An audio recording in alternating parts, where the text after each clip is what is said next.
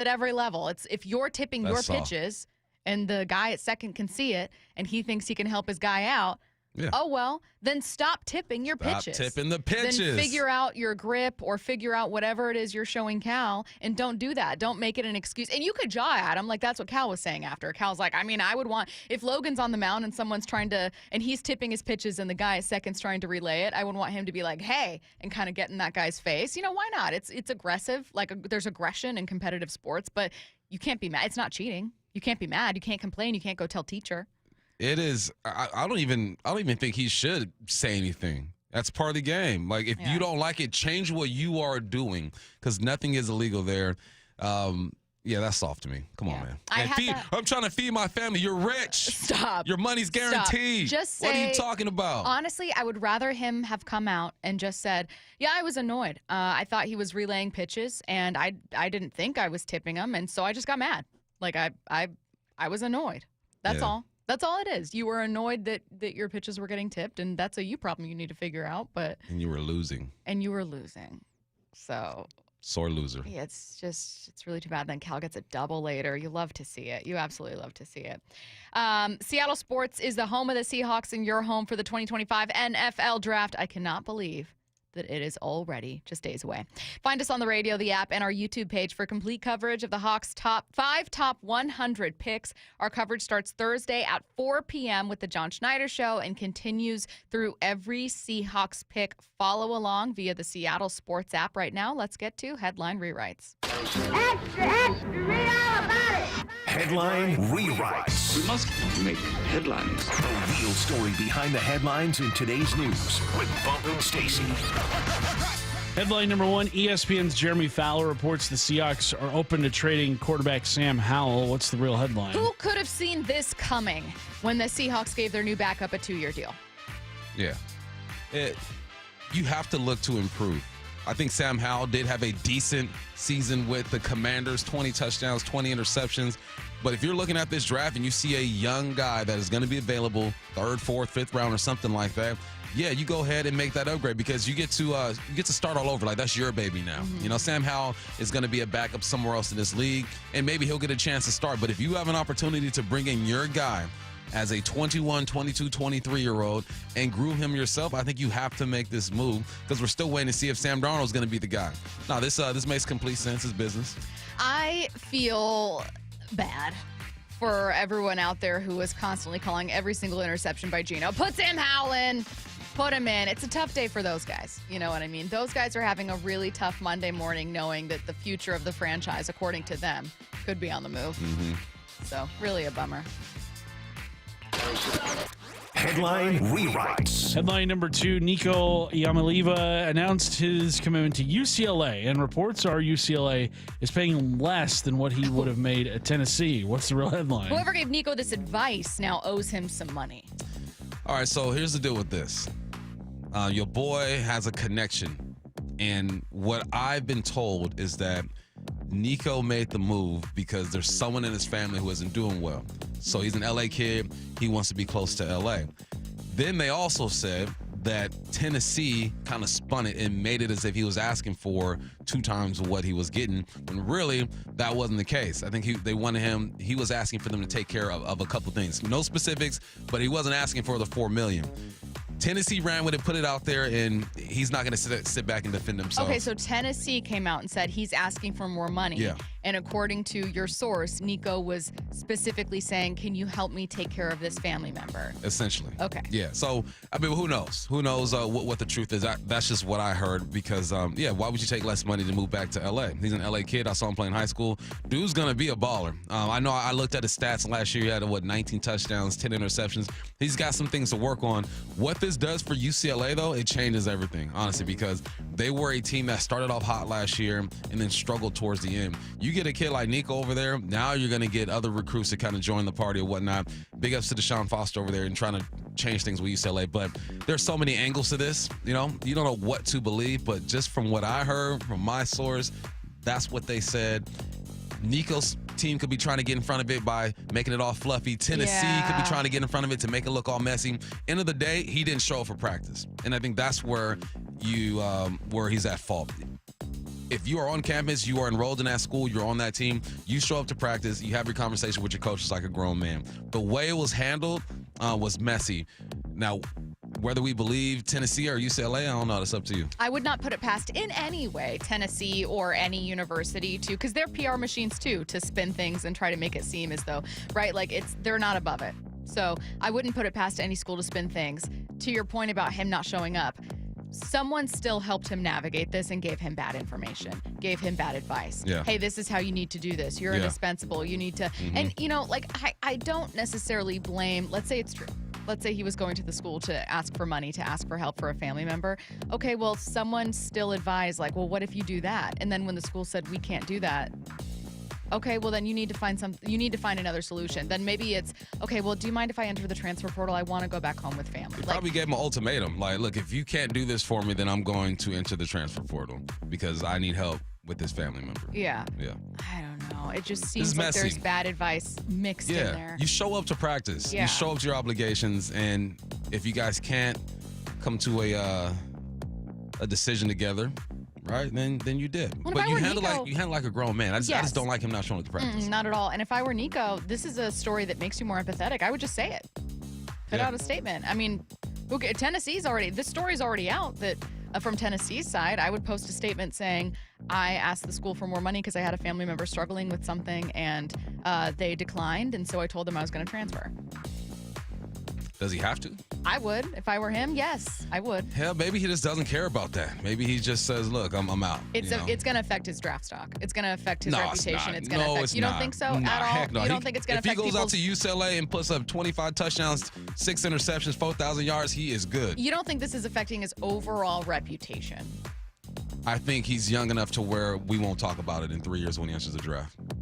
I think this has become a much bigger story than he anticipated, or that people anticipated. I anticipated. Definitely. I thought it was like, okay, like whoever the kid was at UNLV that I can't even remember his name that was basically holding QB, out. Yeah. I mean, I know it's, you're talking about a team that was just in the college football playoff versus UNLV, but still, I was like, it blew up in a way I wasn't expecting. Like, why did we make Nico the face of like You know how this NIL works, stuff? though. Performance, you go out there and perform, people will love you all over again, and they'll act like this never happened. Headline rewrites. Headline 3. Bumps Lakers got their brakes beaten off in a game 1 loss to the Timberwolves. What's the real headline? Can't win in 5 if you don't lose 1, right, Bump? Exactly. Still Lakers in 5. Makes you stronger. Like Shannon says, Lakers in 5s. No, this is LeBron's got to come out and he's got to be more aggressive. You can't go a full quarter and not score any points. I understand you want to lean on the young buck Luka to kind of do his thing. Yeah, that's what got you here because LeBron hasn't been forced to put up these crazy numbers and play these minutes. But you got to come out and remind people who the heck you are, man. Don't just lean on the young man to do all your dirty work for you. I was a bit disappointed with how he wasn't aggressive to start this game. But you can't sleep on these Timberwolves, man. Ant-Man and Julius Randle. And also where the Lakers messed up, man. They had Austin Reeves trying to guard Julius Randle. He's a dog. Austin Reeves, it doesn't have that type of powerful game. So once they start working these matchups a little bit, I think they should be okay. You got to find a way to keep going at Gobert. He cannot handle the pick and roll at all. So there are some things that the Lakers can do, but this was a big concern in that first game. If they get through this round, are they falling in the next? I don't know who they got the next. I don't know who they got the next. I don't know. We take it one game at a time. One game at a time. Mm-hmm. One game at a time, but then every 5 seconds. Lakers in 5. Once again, Lakers in 5. They will play the winner of Rockets Warriors. Warriors went up 1-0. That's tough. And Jimmy Butler and Steph have been red hot together. Yeah, they've only lost like 4 games together. Were you expecting them to be even a 3? Because they're a 3 seed, right? The Warriors? Yeah, no. Lakers. I thought. I mean, got my reaction from the trade. Yeah, I remember that happening and being like, maybe it'll be enough. I thought we'll see maybe what happens. next year we'll see, but no, they've surprised me for sure. I didn't expect them. I expected them to probably get into the play-in and then go from there, but 3rd seed, no, I wouldn't see that. I didn't see that. Someone said Lakers aren't built for the playoffs. We got a Warriors fan on the Mac and Jacks text We got line. LeBron, a 4-time champion, and Luka, who just took the Mavs to the Not NBA built for the Finals last playoffs. year. You have They're not built arguably for the the best playoffs. number 3 in the game right now in Austin Reeves as well. I'd be careful with that comment. I don't know about that one. 866-979-3776. Let's jump back to the Mac and Jacks text line for the last minute here. It will not surprise you to know that 100% of listeners on Cal's side saying that, look, relaying science from second, completely fair. Say it's frowned upon, though. I saw a texter say that. Oh, yeah, someone said, It may not be illegal, but it's an unwritten rule in baseball, and it will result in a fight every time. But Every time? it might result in a fight, but don't people still do it? Yeah, people do it all the time. It's part of the game. Gamesmanship. Yeah, and that's a better way of going about it than the way the Astros did. I mean, that's a much more organic way that Cal may or may not have done it. I think it's just when you have former players who are analysts on post-game shows. This was the, what is it? It's not TSN, Sportsnet. Sportsnet? Yeah. Talking about like, well, this is how it used to be done in my day. Like, I don't know. I don't think it's absolutely wild and crazy offensive. But I do think Cal was doing it. Yeah. His arms, very deliberate with those arms. I think Cal is telling a version of a story, but he's not going to come out and be like, yeah, I was. Nah. But no, I think he was doing it, and maybe he's not telling the 100% truth. But also, the absolute truth isn't that offensive. I really don't think it is. So, all right, still to come, we're going to talk about an interesting prediction on the Seahawks draft approach from Adam Schefter coming up at 10:45. Back to the Mariners at 11 with Goldie. Aaron Goldsmith going to join us, and then we have some interesting baseball news concerning Jared Kelenic coming out of Atlanta, coming up in the timeline at 11:30. Sticking with the Mariners for a while in the 11 a.m. hour, heavy baseball, before we get back to the NFL draft at noon. Before we get to any of that, though, Mike McDonald wants to run the ball. John Schneider wants to run the ball, so let's learn a bit more about guys who run the ball, this year's top running back prospects. Coming your way next. Blue 88 on Brock and Salk. Draft visits this week. What are you seeing? If I'm Sam Howell, I see that headline yesterday that Jalen Milroe is in town for a visit. I'm kind of looking over my shoulder like, this is going to be go time. Every day at 7:45. Milroe, for me, he's the most intriguing of that bunch because of that plus skill set. This is a deep draft. Not a lot of filet, but there's some really good sirloin. And in the middle rounds, there could be some sirloin at quarterback. Blue 88, answering 3 football questions as only Brock Heward can. Right now, have beautiful, ultra-efficient, clean technology windows installed and pay 0 down, 0 interest, and 0 payments for 18 months. Only from Lake Washington Windows and Doors. And they'll even pay your sales tax. Visit LakeWashingtonWindows.com. Get up to $5,000 in local utility rebates, and Eastsiders save up to $6,000 with the Energy Smart Eastside program. Plus, Home Comfort Alliance is offering up to 10% off all heat pumps and air conditioning systems through April. Visit HomecomfortAlliance.com. Oh, wow, honey, I love it. It's so beautiful and so sparkly. Just like you, Mom. Happy Mother's Day. I'll wear it every day. It goes with everything. This Mother's Day, wow Mom with spirit-lifting, outfit-making, express your love jewelry. Shop jtv.com/mom for wow-worthy and budget-friendly styles. I'm never taking it off. Another wow factor? Sign up for JTV Text and get $30 off. If she loves jewelry, she'll love JTV. Still getting around to that fix on your car? You got this. On eBay, you'll find millions of parts, guaranteed to fit. Doesn't matter if it's a major engine repair or your first time swapping your windshield wipers. eBay has that part you need, ready to click perfectly into place for changes big and small. Loud or quiet, find all the parts you need at prices you'll love, guaranteed to fit every time. But you already know that. eBay, things, people, love. Eligible items only. Exclusions apply. Shopping with your parents can be embarrassing. Why would they sell jeans with holes in them? I'm going to speak to the manager. Mom! That hoodie is giving. You should get it. YOLO. Thanks to the Chase mobile app, your kid can shop independently while you keep an eye on their spending. So you can go from... We can be twinsies. ...to... How was shopping? Saw you stayed on budget. Thanks, Mom. Freedom for kids, control for parents. That's family banking from Chase. Account subject to approval. Chase mobile app is available for select mobile devices. Message and data rates may apply. JP Morgan Chase Bank N.A. Member FDIC. Oh, by the way, Ivan's no longer on the project. His wife got a new job, so they're moving across the country. Robin's top researcher is deviating to a new market. This isn't standard. And now we're short-staffed. Who's going to finish all these projects? She needs a cluster of new data analysts, and there's no margin for error. I need Indeed. Indeed you do. Put our matching platform to work so you can spend less time searching and more time connecting with talented candidates. Visit Indeed.com/credit and get $75 towards your first sponsored job. Terms and conditions apply. The Sportscast calendar is heating up, and with ESPN Bet Sportsbook, you can go from checking news and stats to placing bets in just a couple of taps. Stream games, bet live, and get exclusive offers when you link your ESPN account. Right now, you can get $100 in bonus bets when you make your first $10 wager. Download the ESPN Bet app and sign up with promo code JOEQ to get started today. That's JOEQ, JOEQ. Must be 21 plus. Gambling problem? Call 1-800-GAMBLER. Terms and conditions apply. See app for details. Offer not available in New York. Quarterback Jordan Love isn't just on Green Bay's team. He's also on the American Family Insurance team. Because like us, he believes in dreaming fearlessly. Just chase your dreams and don't let nobody hold you back. And we help protect those dreams with the right coverage so you can dream fearlessly. American Family Insurance. Get a quote and find an agent at amfam.com. Products not available in every state. American Family Mutual Insurance Company, SI, and its operating company, 6000 American Parkway, Madison, Wisconsin. Headed outdoors or on the water this weekend? Check in with Joey and Nellie on the Outdoor Line from 6 to 8 a.m. every Saturday on SeattleSports.com. We've all been there. Sleepless nights, mind racing, wondering if your business's security service is really protecting what matters. At Bay Alarm, we can put your security insecurities to bed. Video security, burglar alarms, fire alarms, access control, 24/7 monitoring, and more. Our advanced technology and personalized support ensure you can rest easy, knowing we're here for you, your people, and your business. Visit bayalarm.com to talk to a local security expert. Bay Alarm, we got you.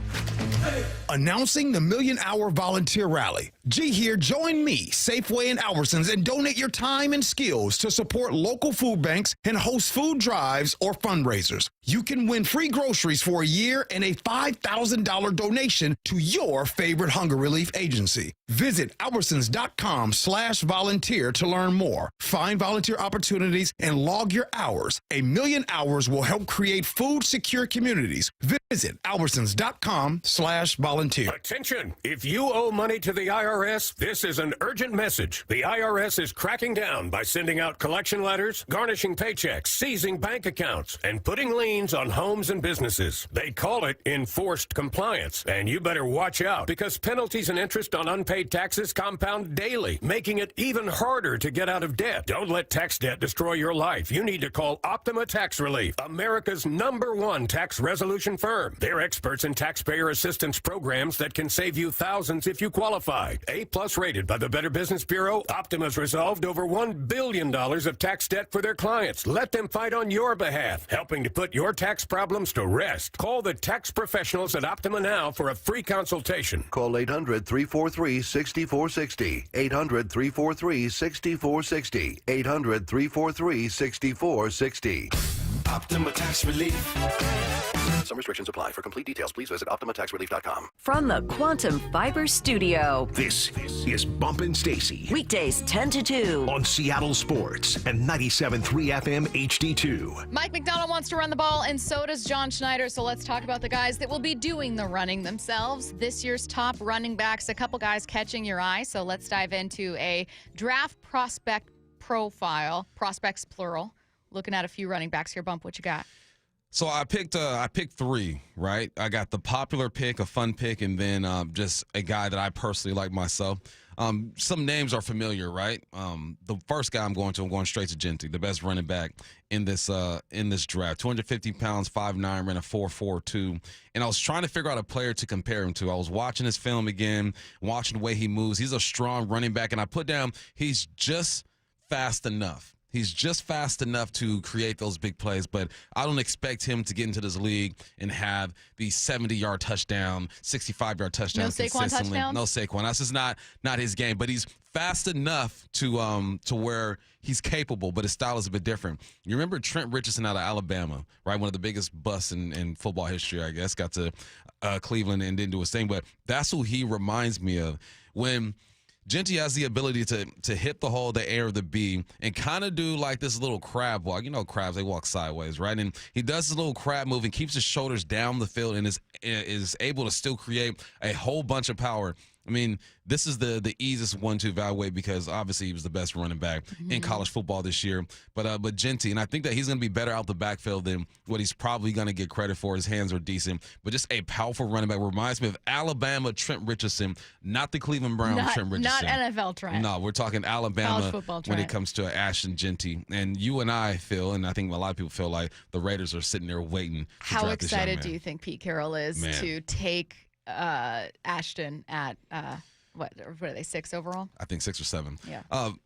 You got your quarterback. He has his quarterback. That's got to be cool for Pete Carroll too, right? I have my quarterback. I have Geno Smith, and I have a really good tight end in Brock Bowers. I have a pretty good receiver in Myers. Now you got to get this run game going. They're one of the worst in the game when it comes to running the football, especially when we let Josh Jacobs go to Green Bay. That hurt immensely. So obviously the popular pick is Genty. I wish the Seahawks could get Ashton, but they won't. No. Let's talk about someone else. All right. The fun pick, man, and this is a popular guy as well, but Scatterboo out of Arizona State. Oh, I've seen him mentioned a ton by listeners. Love this dude, and he is more powerful than what he gets credit for. I think people see him as like a fun pick, right? He can receive the football. The easy comparison is Christian McCaffrey, right? Does some of the things that he does, but he is more powerful than Christian McCaffrey, right? You watch this dude play. His balance is crazy. There are plenty of times I see him look like he's going to go down, puts that hand on the ground, and gets going. And he plays angry. I saw a quote from him, too. He said, people don't respect that I'm the best running back in the country. I think that was before. Who they play in the bowl game? Was it Texas they played in the bowl game? It was right before that. But he's the new type of running back.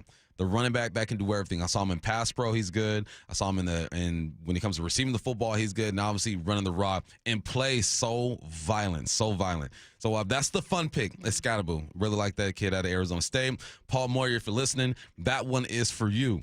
And then the last one that I like is Jordan James. He's out of Oregon. And if you watch football, you love college football, obviously you understand that this guy is a good ball player. Last year, 1,200 yards, 15 touchdowns. The year before that, he had 11 touchdowns. In 2023, he averaged 7.1 per carry. This is a guy, he's a bit lighter, right? He's listed as 5'10", 210. He don't look that heavy to me. Even if he is 210 pounds, just the way his body is built, he looks a bit lighter.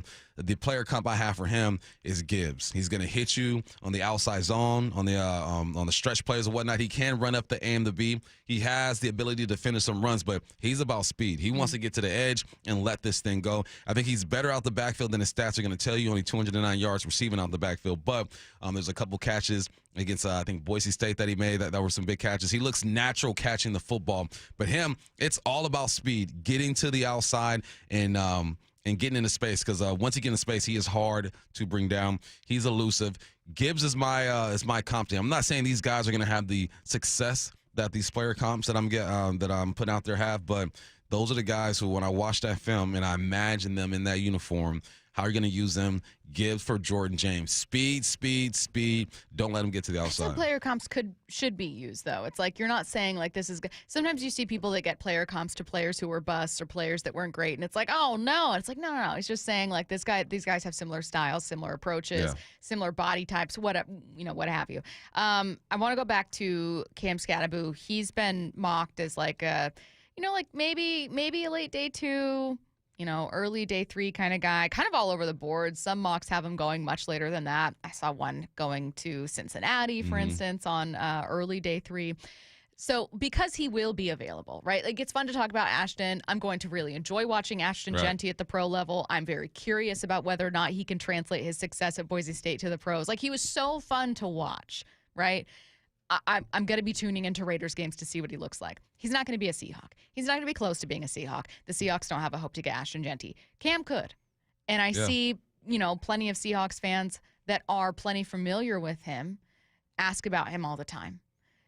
Does he feel like more of a fit to you out of your choices, or out of who might be available, late for Seattle? Yeah, I think him and Jordan James are realistic, right? Realistic picks. Big ups to Amari Hampton, too, out of North Carolina. I've talked about him plenty of times before. His running style reminds me of Jonathan Taylor. But Cam Scatterboo and Jordan James are guys who could be available. The question is, if you were to draft a Cam Scatterboo and Jordan James, I mean, who Who's the odd one out? Who's the guy? I mean, we know who it's going to be. Kenny Mack. But we felt like he's earned himself some time because when K9 was hurt last year towards the end of the year or in the middle of the year, he got some carries, look good. Charbonnet gets downhill. But if a Cam Scatterbull is available, you can't pass him up. But the good thing about running backs, too, is that they're typically pretty good on special teams as well. Receivers are tough on special teams. We don't really tackle like that. And the way we play the game isn't violent, right? When you're a running back, you're used to getting hit. You're used to lowering your shoulder. So you're more productive on special teams. But the thing about Cam is he's not very fast, right? He ran a 4.6, but his vision and his strength, like he's a short yardage type of guy with big playability at the same time.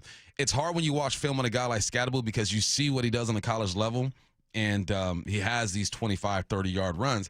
But once you get to the NFL, man, these guys are bigger, faster, stronger, and it doesn't look the same. He has the ability. He can break these big plays. But for me, I just start him off in short yardage situation just because the way that he plays is violent. He gets downhill, and his balance is crazy. His balance is crazy. They did not do this last year when their second pick off the board was Christian Haynes, obviously, adding to that offensive line. But prior to that, in the previous 2 seasons, 22 and 23, Seattle, as we know, took running backs in the second round. So they've invested in the run game in terms of the guys that are in the backfield. To you, is it more important that as they look to reestablish themselves as maybe a run-first team or a run-heavy team or a team that can beat you on the ground, is it more important that they add to that backfield or that they add to the guys up front? Oh, man, it's all about the guys up front. But I think Scatterbull's style will allow for the team to be stubborn with running the football because he doesn't have the ability of K9 because K9 has the ability to switch the field and do all these things. And sometimes it hurts him because he's looking for the big play. Scatterbull's like, look, I have to get downhill right now. And he's going to feel that. You watch his college highlights, he does switch fields every now and then. I learned quickly. I remember I tried to reverse a punt in college one time, and the gap closed on me so quickly. I'm like, this is not high school. What happened? This feels a bit different. I mean, I still picked up a few yards, but you realize it's not not going to be as easy as it was in high school. That's the feeling that he's going to have once he gets to the NFL. If he just gets downhill, like I know he can, he'll be just fine. And in this offense, because you're going to run outside zone, you have to be patient. He could help, but it's all about the big boys up front. We have 4 Down Territory coming up at 11:15, so we're not completely done with draft talk, with NFL talk. But as a reminder, 11 a.m. is Pretty Heavy Mariners. Aaron Goldsmith going to join us at the top. At 11:45, we're going to talk about who this team is right now. We've got some Jared Kelnick stuff coming up in the timeline at 11:30. Before we get to that, though, what does trading Sam Howell mean for the Seahawks draft plans? More than you think. At least that's what Adam Schefter's saying. That's next. The 2025 NFL Draft. The first real opportunity for Mike McDonald to build this team in the image he really wants. With 5 of the first 100 picks. Are you kidding me? What are the biggest needs? It might be too early to take a guard in the first round. And nobody is taking you deeper inside Seahawks HQ on draft day. With General Manager John Schneider live at 4 p.m. What you do here matters. Thursday, only from the home of the Seahawks, Seattle Sports. Who has some of the best deals on new Fords and Isuzus in the Pacific Northwest? Wayscar Ford in Auburn. Who has a large selection of the highest quality used vehicles in the Pacific Northwest? Wayscar Ford in Auburn. What dealership promises no games, no gimmicks, and never any pressure to purchase? That would be Wayscar Ford in Auburn. Who's the only Ford dealer in all of Washington to offer a 5-day or 500-mile, no questions asked, 100% money-back return policy? You're getting good at this. It's Wayscar Ford in Auburn. They offer a free lifetime powertrain warranty on virtually all their new Fords. How about this one? Who's the only dealer that will purchase your used car, pay you right up front, and then once they resell your old car, return 50% of the profit back to you? Only Wayscar Ford in Auburn. They've given back over $750,000 to customers who have sold them their cars. Finally, what dealership has been family-owned and operated in Auburn for 103 years? You guessed it, Wayscar Ford in Auburn. Visit them at wayscarford.com. Hey, Brock Heward here, and if you're interested in a backyard oasis, come explore the latest trends in outdoor living, patio, and deck design during the grand opening of People Come First Construction Group's new Luxury Design Center. It's this Friday starting at 11 a.m. and is a special offer. During the event only, PCF Group will cover the sales tax on grills, appliances, furniture, hot tubs, and more. Plus, meet industry designers and innovators, as well as celebrity guests, including, well, yours truly from 3 to 5 p.m., along with current NFL player Brady Brady Russell and NFL alumni president Randall Morris. The new PCF Group Design Center is designed to be an immersive experience for customers, showcasing just how outdoor spaces elevate home living, relaxation, and entertainment. Food and beverages will be available, giveaways, and you'll have the chance to view their state-of-the-art virtual reality system. So come check out PCF Group's new exterior design Premier Gallery. Grand opening this Friday, starting at 11 a.m. For more details, visit PCFgroup.com or call 206-992-0364. This is a story of the one. As a maintenance specialist for university housing, he knows college students can major in wear and tear. Plus, housing so many students doesn't leave a lot of room to house all the supplies he needs. That's where Grainger comes in. With over 1 million industrial-grade products and fast, dependable delivery, Grainger carries the quality products he needs so he doesn't have to. From a new door hinge to a whole new faucet. Call, click Grainger.com, or just stop by. Grainger, for the ones who get it done. Wesley Financial Group is not a law firm. Are you a victim of the timeshare trap and think there's no way out? I'm Chuck McDowell, founder of Wesley Financial Group, the original timeshare cancellation expert. And I'm here to tell you that there is a way out. All you need to do is give my office a call. I will send you a timeshare exit information kit absolutely free, explaining how the timeshare industry works and your options for cancellation. Call Wesley now for your free info kit. 800-371-0505. 800-371-0505. 1-877 Cars for Kids. KARS Cars for Kids. 1-877 Cars for Kids. Donate your car today. Donate today at carsforkids.org. That's cars with a K. Your car can be picked up as soon as the next day. Receive a tax deduction and vacation voucher. 1-877 Cars for Kids.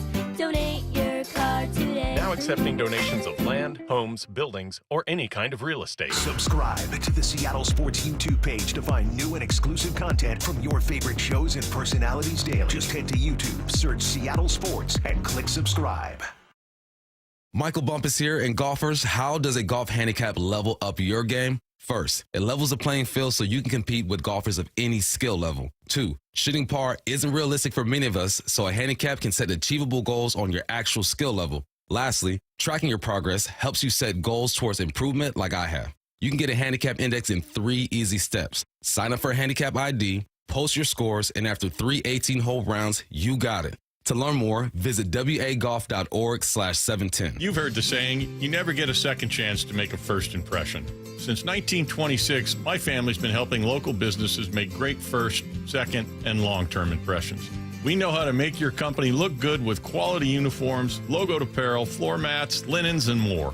If you're paying for linen service or doing it yourself, let's have the conversation. The information and quote are free, but the savings and service can really add up. Visit suplinen.com. Superior Linen Service. It's what we do. Ladies and gentlemen, this is for you too. Stubborn fat is really hard to get rid of, and then there's all those gimmicky lasers, fat freezing methods, and prescriptions. Imagine a simple solution that takes just 1 day and provides immediate noticeable results. Introducing ProSculpt. ProSculpt uses air-assisted technology that's safe and gentle yet powerful, delivering instant fat-reducing and skin-tightening results. Performed by board-certified plastic surgeons while fully awake, ProSculpt contours your body with minimal downtime. It's designed to target those problem areas: waistline, neck, face, arms, thighs. ProSculpt gently removes unwanted fat and tightens loose skin with FDA-cleared plasma technology, all in a simple, guaranteed 1-day procedure. ProSculpt is one and done. Schedule your free consultation at prosculpt.com for $250 off. For powerful permanent fat removal and skin tightening that works for ladies and you men, it's prosculpt.com. From the Quantum Fiber Studio. This is Bumpin' Stacy. Weekdays 10 to 2. On Seattle Sports and 97.3 FM HD2. Does trading away Sam Howell mean the Seahawks could take a quarterback in the draft? I sent that as a random question in our show email, and I was like, now I'm just reaching. Now I'm just trying to find fun things to talk about the draft where like a quarterback becomes a possibility. But then I saw this update from Adam Schefter, and it sounds like that's very much a possibility. Adam Schefter, in his draft preview for ESPN, wrote, once Seattle signed Locke, it opened up the possibility of a potential trade of Howell, whom the Seahawks traded for just over a year ago in a deal with Washington. Howell's available, and if the Seahawks wind up trading him this weekend, it would open up the possibility of drafting just the third quarterback during Schneider's tenure. So it initially seemed as just kind of reaching for a fun topic, according to one of the most well-connected people in sports, is very much a reality. Yeah, because we trust in Drew Lock. Like, we only saw a little bit of Drew, but was it a Monday night game against the Eagles, driving down the field, making these throws, scoring touchdowns? In that little sample size of what we saw from Drew Lock, I felt like, okay, if something were to happen and Geno were to go down, at least you have a guy who can keep this team competitive. What did we see out of Sam Howell that one time? My man was looking like a squirrel trying to cross the street when traffic is going. Like, his eyes are everywhere. He's going back. He's going further. He didn't seem smooth. He didn't seem confident back there. So as soon as I saw that, I felt like the number 2 spot was up for grabs, right? Sam would have to do something in a short amount of time to make this staff believe that he's ready to go. So now what happens? You get a new offensive coordinator in here. You pick up Drew Lock, a guy that you know can run your offense. And this is the natural move. There's no – Sam Howell is a backup quarterback. He's not a number 3 in this league right now, right? He's shown that he can be a starter, has some things he needs to work on, but he's not a number 3. And I think the rest of the league sees him as that, so why not put it out there and say, all right, what can we get for this quarterback who's a potential backup? And if you got into a pinch, he's got, 18 to 19 starts in the game. TBD what they can get for Sam Howell. What we do know is how John Schneider feels about the current quarterback room and whether or not it keeps them from drafting a quarterback. This is what he told Wyman and Bob. It doesn't preclude us from doing anything in the draft either, and figuring out what's going on there. It's really like, okay, let's get this in the mix. Drew had other opportunities, so we figured we better wrap this up, kind of put a bow on it, get him in the building, and then, let's see what happens in the draft because, it's difficult to find that great fit at quarterback as you move through the process. So, yeah, really excited to have, all 4 of those guys, but, in particular to have Sam Howell and Drew kind of competing for that second spot's a pretty good deal for us. But this quarterback class doesn't especially excite me at all, right?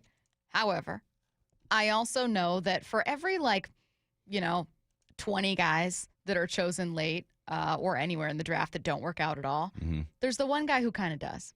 And if you're using a low impact kind of choice on him, let's say you're using a 4th round pick. There is no expectation.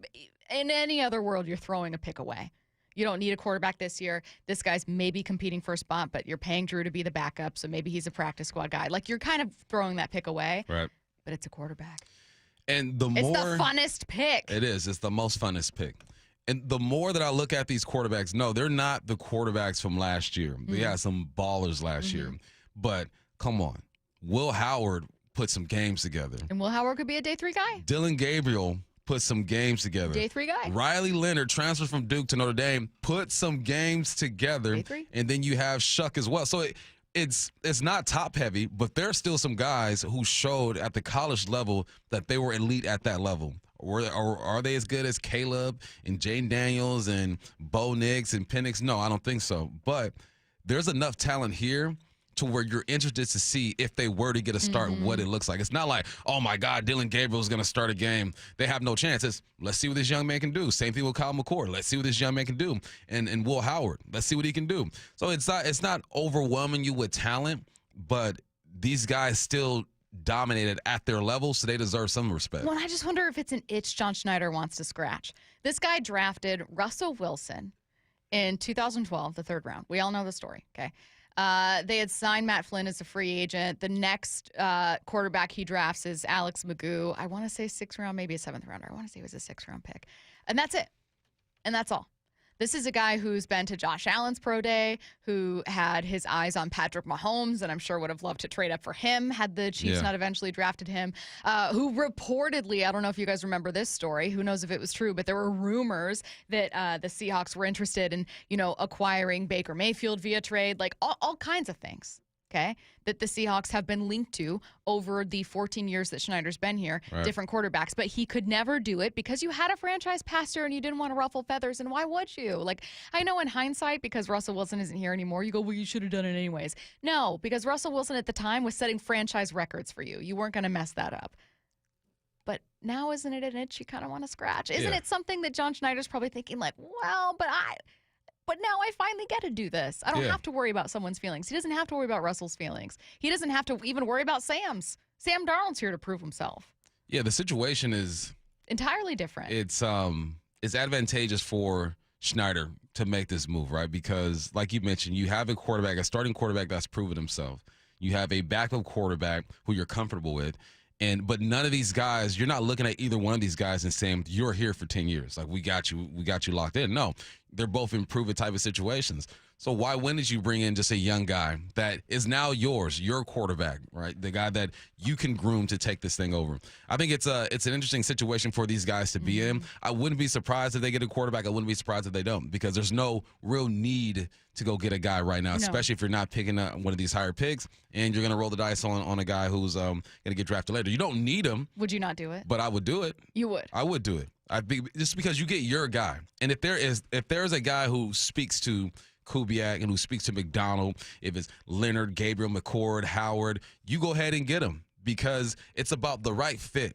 Brock Purdy was the right fit for the 49ers, right? It worked out for him. Not saying either of these guys are going to be Brock Purdy, but if you can see him having success in your offense and his attributes fit what you're looking for and he's available, why not get a young guy? He's cheap. And if the Sam deal doesn't work out, now you got Drew Lock and this young man battling for it and trying to see who's going to be the guy. I hope it works out with Sam. I'm praying it works out for Sam. I'm rooting for this dude. But that's the constant battle or journey that you're on as a franchise is who is your guy for the next 10 years. If you don't have that guy on your roster, you look at him and say, you're mine for 10 years. Why wouldn't you look at these quarterbacks? Let's bar some crazy, dumb draft scenario that isn't going to happen, like Cam Ward being there at 18.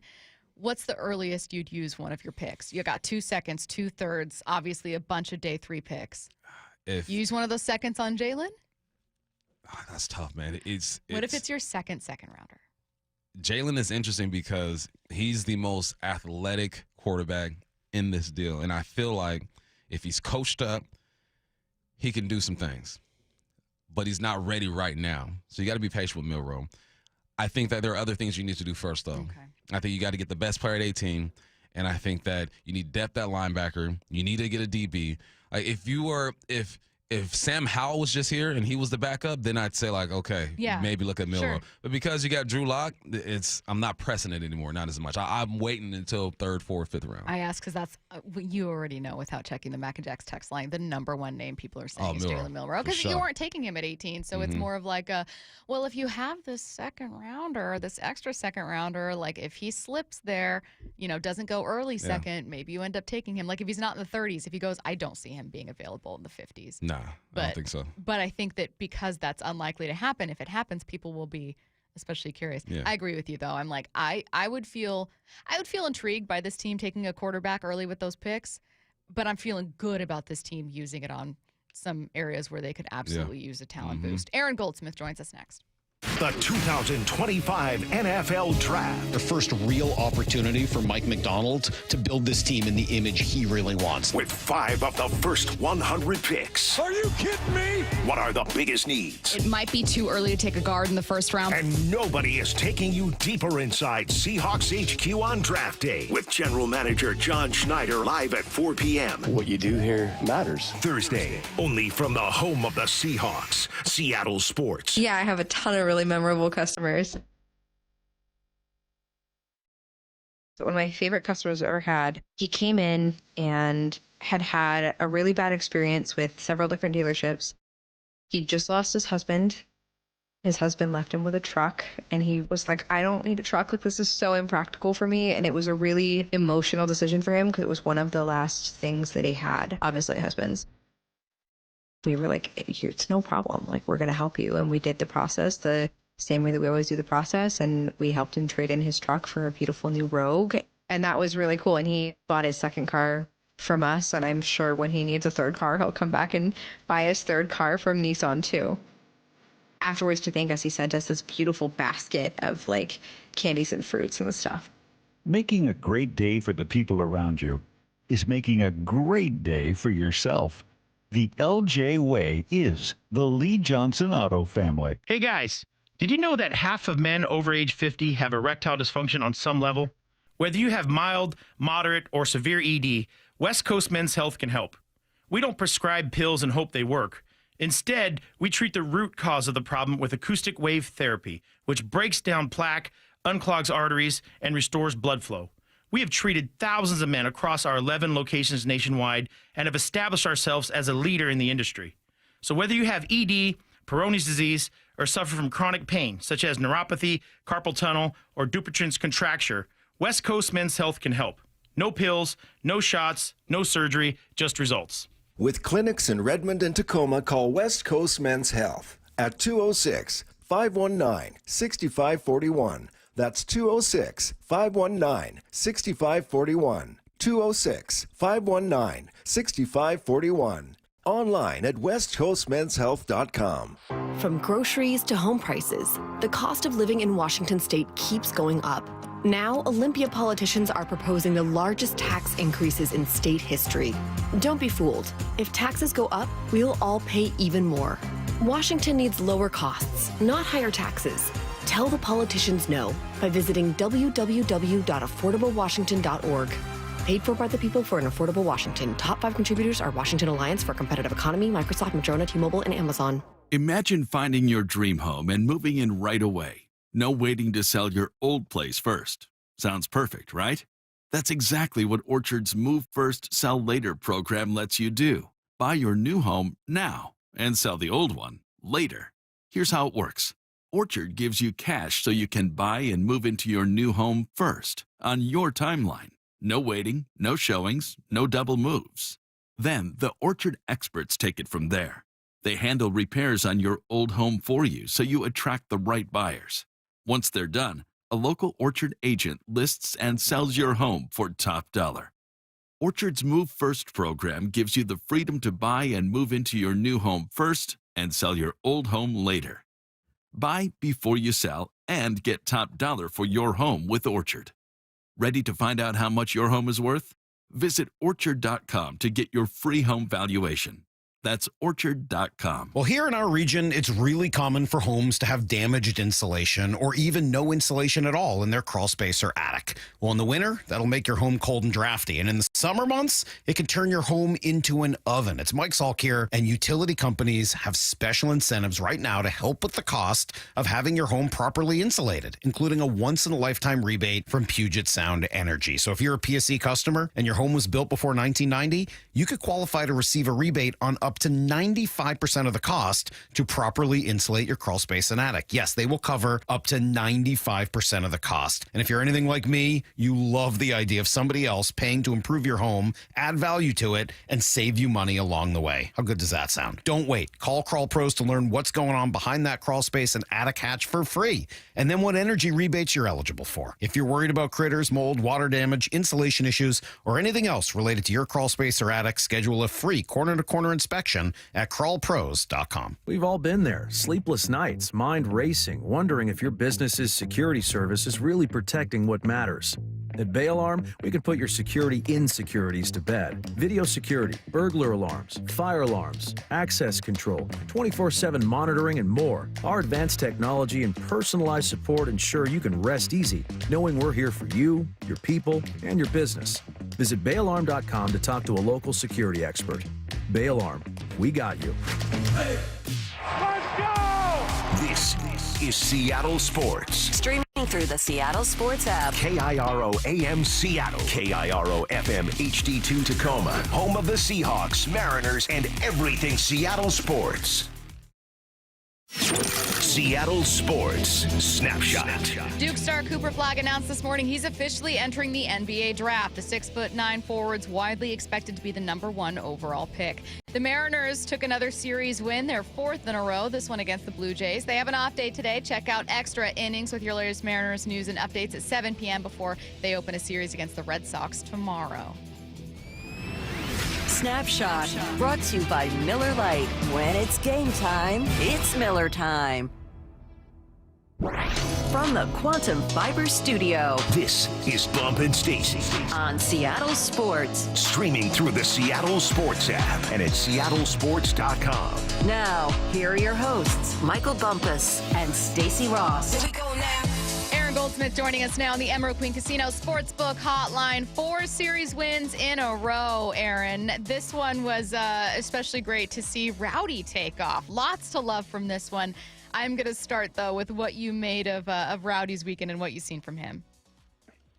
Yeah, that was pretty fun. It's not easy to homer in 3 straight games, and Rowdy certainly did that, and some pretty meaningful home runs as well. I think probably every player feels a little something different when they go back to the place that they debuted with. He came up with the Blue Jays, obviously had some meaningful early seasons in his career there. I think it speaks to a larger point for the Mariners right now, which is for the success that they are having, you can't necessarily pin it all on one guy or one group. It's been kind of a wide variety of cast of characters. Some nights it's a starter, some nights it's the bullpen. It seems like a lot of nights, to be fair, it has been Cal Raleigh. But the point is it has kind of been spread out so far over roughly the first 20-plus games or so, and that's been, I think, really meaningful for this ball club and makes it maybe feel a little more sustainable how they're playing right now. Hey, Aaron, what do you make of the tipping situation with Cal or whatnot? It felt like an overreaction. What is it, Barrios? Is that how you say his name? Excuse me. By Toronto. What do you think of that? I make almost nothing of it, and I think it's generally a non-factor. The Blue Jays were using pitch comms, so it was not a matter of stealing pitches or stealing signs, to be clear. I think it was more about if Cal was picking up pitch grips, which this is a part of the game that for 99, I'm going to say 100% of people watching at home, including myself, we never think of this, but it is possible, depending on where you are on the base paths, if you have a good angle at the pitchers, believe it or not, their forearm, you can see the flexation, how they flex. I don't know. I don't think flexation is an actual word, but you can see how the tension in their forearm, how it might change, and that can cue you as to whether or not it could be a fastball or a non-fastball. The other thing you could possibly pick up is there's some pitchers who they don't keep their glove close enough to their chest.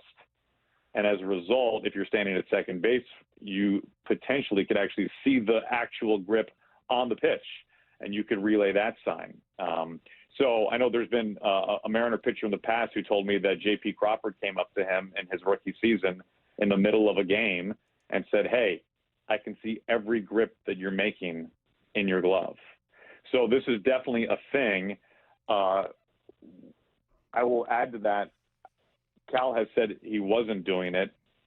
My take is if he was, power to him. And I would say the same if Bo Bichette was standing at second base and saw what Luis Castillo was doing, whether it be a grip or the strain of his forearm. That's fair game. If it's happening on the field, it's fair game. And that's been around for as long as there have been 3 bases and home plate. So I think Barrios was a little hot. He was in a competitive situation, and he spoke when I think, for whatever it's worth, I don't think I would have, because if you're the one messing up, I don't know why you're blaming somebody else. But to get back to the heart of all this, Cal made it pretty clear that he wasn't, and that Rowdy's at bat kind of proved that he wasn't relaying things. So I think it's a nothing burger.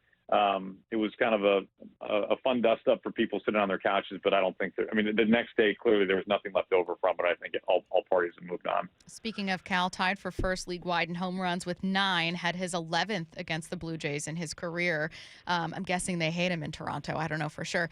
We know the torpedo bat is maybe part of it, but are you seeing anything differently from Cal this year? A change in his approach to the plate, a change to his swing that's led to so much early production? I'm sure Cal has made a tweak here or a tweak there. I think it's almost impossible for a lot of players to not do something subtle like that, and most of which none of us would actually pick up on. How much of it actually is the torpedo bat? I mean, who's to say, right? It could be a mental thing. It could very much be a torpedo bat thing, or more than likely a combination of the two. I mean, this is nothing that he is doing. I think you guys would agree. Nothing he is doing is like, oh, wow, we've never seen this before, right? Or, whoa, you mean Cal Raleigh's hitting the ball in the air really hard and really far? I mean, this is the one thing that I think you can count on as a Mariner fan for the time being and for the foreseeable future, kind of year in and year out. Like, Cal Raleigh will hit home runs. He has hit roughly 30 home runs this season every full year he's been in the big leagues. And maybe he finds an even higher gear this year. Maybe he gets to 40, right? I mean, that number's gone up every year. But I think the torpedo bat very well might have some role to play in this. But, let's face it, Cal Raleigh does damage. That's his offensive game plan. He does damage, and he does that by hitting the ball over the fence. And it's one of the many reasons why he's such an invaluable contributor to this ball club, because he's part of a team right now that is hitting, I think, a lot more home runs than many of us, I'll include myself in that, predicted, especially this early in the season. Are you concerned with Luis Castillo? I'm not, but I understand we get a lot of texts about Luis Castillo. He's not really punching out the guys like the way he used to. What do you see in there, and what's your level of concern? So I'm not concerned of Luis yet. I think I know certainly last year comes to mind, and maybe it's true even the year before. I think you can find spans in his seasons, even as a Mariner, where he's been generally tremendous, where he's had some stretches where it's like, okay, he's whatever it is, he's kind of fighting through something. And then he bounces out of it and becomes Luis Castillo again and goes on a run of, you name it, right? 5, 7, 10 starts of just pretty dominant pitching. It's easier to make a thing of it in April because we have nothing else to compare it to. If this was happening in June, it's a little easier to say, yeah, but look what he did last month or his last 6 starts or whatever it might be. Now, that doesn't mean that we might not have the same conversation in June. Maybe we will. I don't know. At some point, it happens to every person in this game, and it seems like it happens maybe quicker to pitchers, especially starting pitchers. But he's throwing plenty hard. We saw him at 95, 96, quite a bit in Toronto. But his last 2 starts, he's really had to grind, right? I mean, that's been very apparent. Really had to grind in the Red start, and even more so in the Blue Jays start. And I do give him quite a bit of credit for working around as many jams as he did. I think that is a testament to his mental abilities as much as his physical ones. The vast majority of starting pitchers in this game would have cracked however many times. Off the top of my head, I want to say that in his 5 innings, the Blue Jays had, it was at least 15 at-bats with a runner in scoring position, which is an absurd number for a game, let alone in 5 innings against one pitcher, and he gave up just the 3 runs. He needs to be better. I think Luis would be the first to tell you that. He expects better of himself. It's been a rough couple of starts. He also, let's not forget, had 7 dominant innings against the Tigers team that had really kind of run roughshod over the Mariners prior to that. So back at T-Mobile Park earlier this year. So hopefully it's not a sign of things to come, but I think it is clear to all parties with the Mariners, like a change does need to happen. It can't continue at this rate, clearly. Speaking of Castillo's day, again, getting that win, as Bump mentioned, and as you mentioned, maybe not looking like the best version of Luis, but still, it was a game the Mariners won. And they've kind of had a couple like that, Aaron, where they haven't had to depend on perfect pitching because the offense is doing just enough or even more than expected. And it feels like we've seen more, I don't want to call them perfectly complete games, but it feels like we're seeing the Mariners win in multiple ways, which is different than last year where they kind of had one recipe to success, don't you think?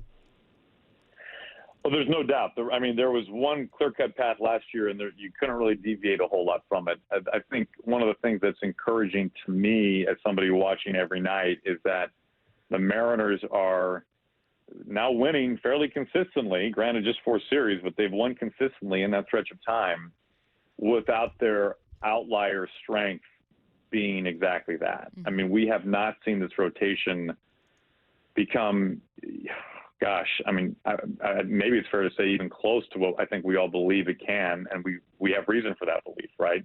The Mariners starters have really have been really inefficient. I mean, Logan Gilbert comes to mind. Castillo obviously comes to mind. Wu's kind of been an outlier in that regard in a good way. Bryce has had to grind through starts. The Mariners, don't confuse the innings pitched with the workload. The workload has been there. I mean, you look at the pitches that the Mariners starters have thrown, and it's pretty regularly, without a couple of exceptions, and for those exceptions, good reason for them, it's regularly been 90, 95, 100 pitches. The difference is it hasn't been 6 or 7 innings. It's been 5, 5 1/3, 5 2/3, right? The Mariners rank in the bottom half of baseball right now of starts of at least 6 innings, which, I mean, it's still just April, so there's a long way to go. But I think even with that in mind, nobody would have expected that. You'd think the Mariners would be in the top 10, possibly the top 5, even this early in the year. So the Mariners, they need to find a way for their rotation to get deeper into games. And I think we all have a realistic belief that can and will happen. But for the Mariners to get some really clutch bullpen performances from a bullpen that is still kind of changing in terms of personnel and in roles, and to get the offense that they have, I mean, this is an offense that is slugging more than last year while striking out drastically less. That's a nearly impossible combination to find in the game, and the Mariners are doing that. So it has been very encouraging on those fronts in particular. Who's been, well, you know what? I'm just going to go. Usually Stacy asks this question, so I'll do it since she hasn't already. All right, it's a Julio update. What are you seeing out of Julio? What do you like? What do you dislike? That is a bougie question that Stacy would ask. You're right. I know. Very bougie. I keep it bougie always. I don't know, to be honest. Like, there still has been overall production, right? He's a threat on the base paths. He's a plus defensively. We saw some power early, right? We saw power in like the first 3-ish series of the season. He got to 3 home runs remarkably fast, especially compared to last year. And you were thinking like, okay, and he was walking a lot early, and he was hitting the ball hard early. And there were pieces under the hood that you felt really good about. I think, to me, one of the things that stands out for Julio, and to be fair, it has been a Mariners thing as well. And maybe it stands out more with Julio just because he is who he is. And that is like the swing and miss in the strike zone. Like at a certain point, I believe to be certainly an above average hitter in this game, and even an average hitter possibly, you need to be able to move it forward when it's over the plate. And that's not to say that there won't be swing and miss. Everyone will have that. But when you get cookies, that's what you have to make your money on. It gets really hard to make your money on the pitches on the corner. Like when Julio had that remarkable hit against Abreu in the 9th inning against the Astros to help tie that game, to tie that game. And it was whatever. It was, like 97 paint down and away. And he showed you what it is the Mariners have been talking all about, which is pitch down and away, take it that way, take it to the opposite field. And it's exactly what he did. And in Julio fashion, he hit it remarkably hard, and it changed the game, right? Like that's not an easy thing. He made it look easy. That's not an easy thing to do. And he did it.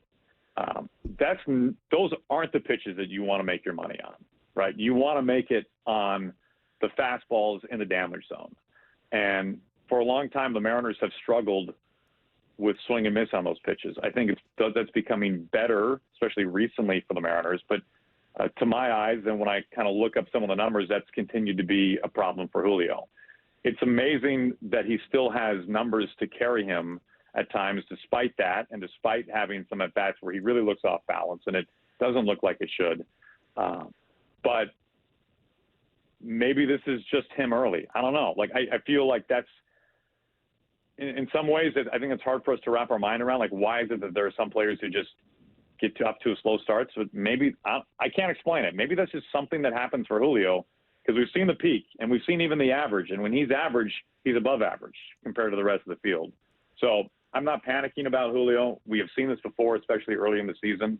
And it's a credit to the Mariners that they have played as well as they have without him being, let's call it, a major contributor, at least on a more consistent basis that you believe Julio will become once again, hopefully sooner rather than later.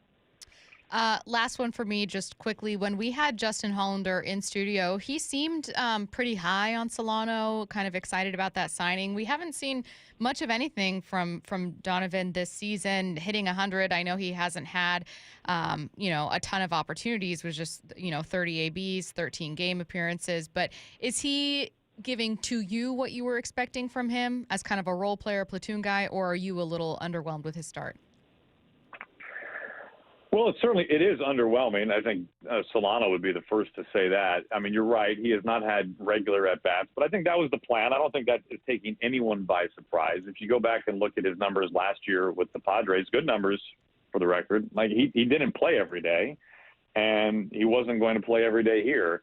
I don't know what's the issue there. I mean, he is 37 years old. Yeah. I'm not saying that it's over for Solano by any stretch of the imagination, but there is certainly it would be wrong to ignore Mariner fans' viewpoint of this, where the Mariners have brought in an aging free agent on a 1-year deal, and he is aged out on the Mariners' clock, right? Like we all can kind of circle some guys in recent memory that has happened to. That doesn't mean that on April 21st that is Donovan Solano. But I guess I do want to acknowledge that we've seen that happen, okay?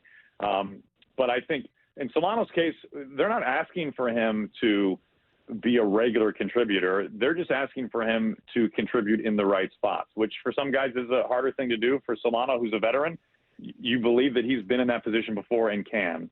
It is still such a limited number of at-bats.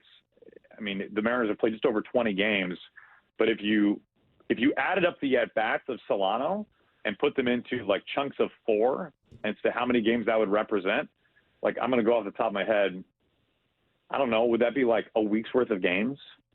10 games? You know what I'm saying? Yeah. And so it's like if somebody 7 or 8 games into the season, if you're like, man, Luke Raley's hitting 100, They're like, what's are your you take? worried? Yeah, I'd be like, man, are you worried? I'd be like, no, it's like 7 or 8 games, man, right? And that's what it is for Solano, and it's harder when you're not batting regularly. So for those reasons, like I'm not worried. Okay. Obviously they want more production, but I'm not worried at this point. He is Aaron Goldsmith, kind enough to join us on the Emerald Queen Casino Sportsbook Hotline. Thanks, Goldie. Thanks, Goldie. Great talking to you guys. See ya. Let's get to 4 down territory. This is 4 down territory, going inside the game. What former Seahawks and Coug wide receiver Michael Bumpus. First down. How dare you bring them on this show? What's an interesting situation you read about the 49ers? So the 49ers got to pay Brock Purdy, right? You're going to have to pay this man about $50 million, and I'm reading articles like I do every day, and one said, should the Niners trade Brock Purdy? And it got me thinking, you're about to pay this man about $50 million. You're not going to be able to get like a first-round pick for Brock Purdy. You're not going to be able, maybe a second-round pick out of Brock Purdy.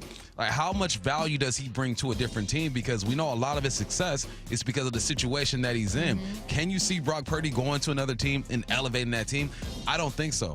So it's interesting to me because he's earned his $50 million, but I don't think he's worth $50 million anywhere else. So what do you do in this situation? Do you trade away a Brock Purdy, maybe get a second-round pick and hope that you can strike gold or oil again and find yourself another quarterback? It's just so interesting to me because I respect what Brock Purdy has done for that football team, but he's most valuable with the 49ers, not elsewhere.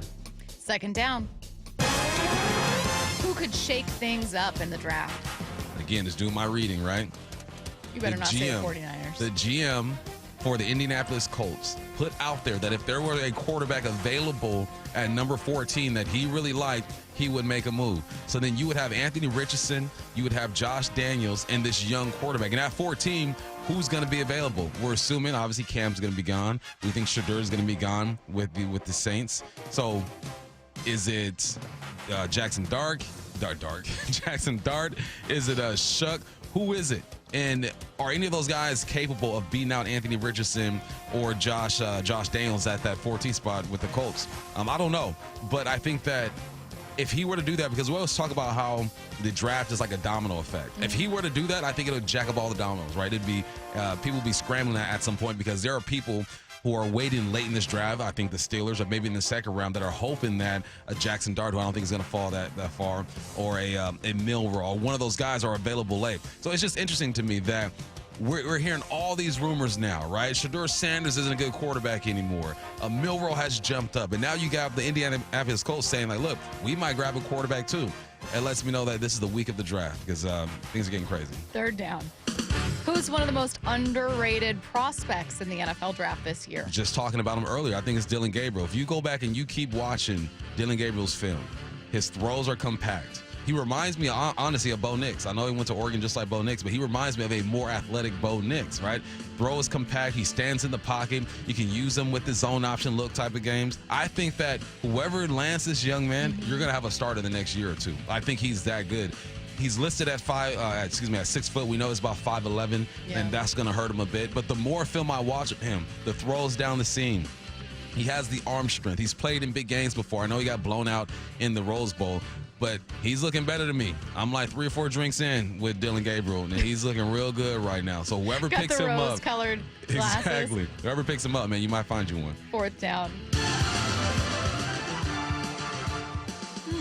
Who's a player the Seahawks should absolutely look at if he's available at 18? I don't think he's going to be there, but I've looked at plenty of mock drafts, and some of them have him available at 18. And I'm looking at linebacker Jalen Walker.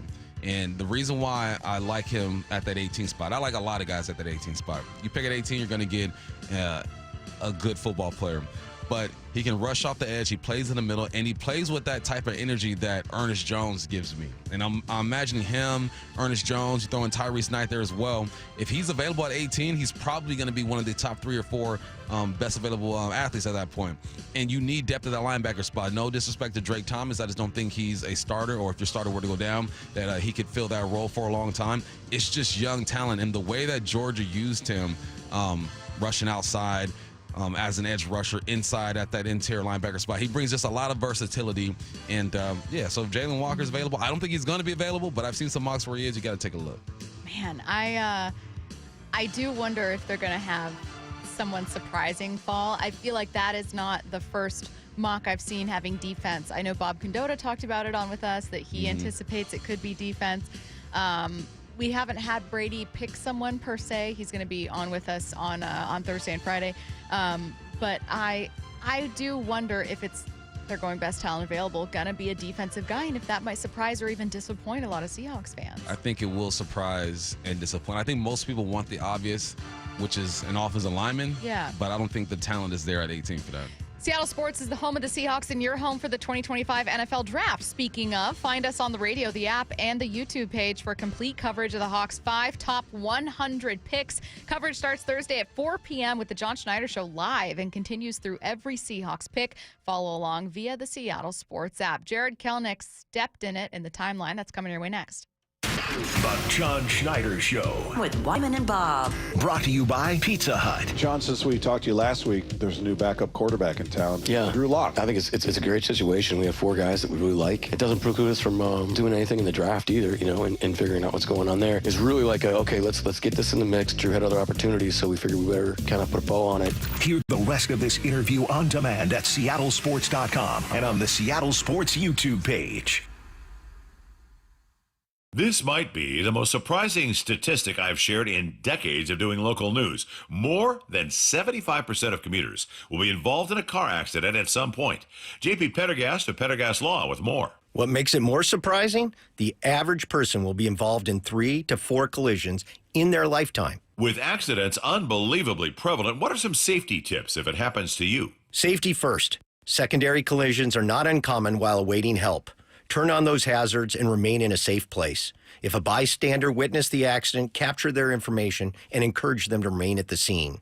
Seek medical attention immediately if needed, as delaying can be a costly mistake.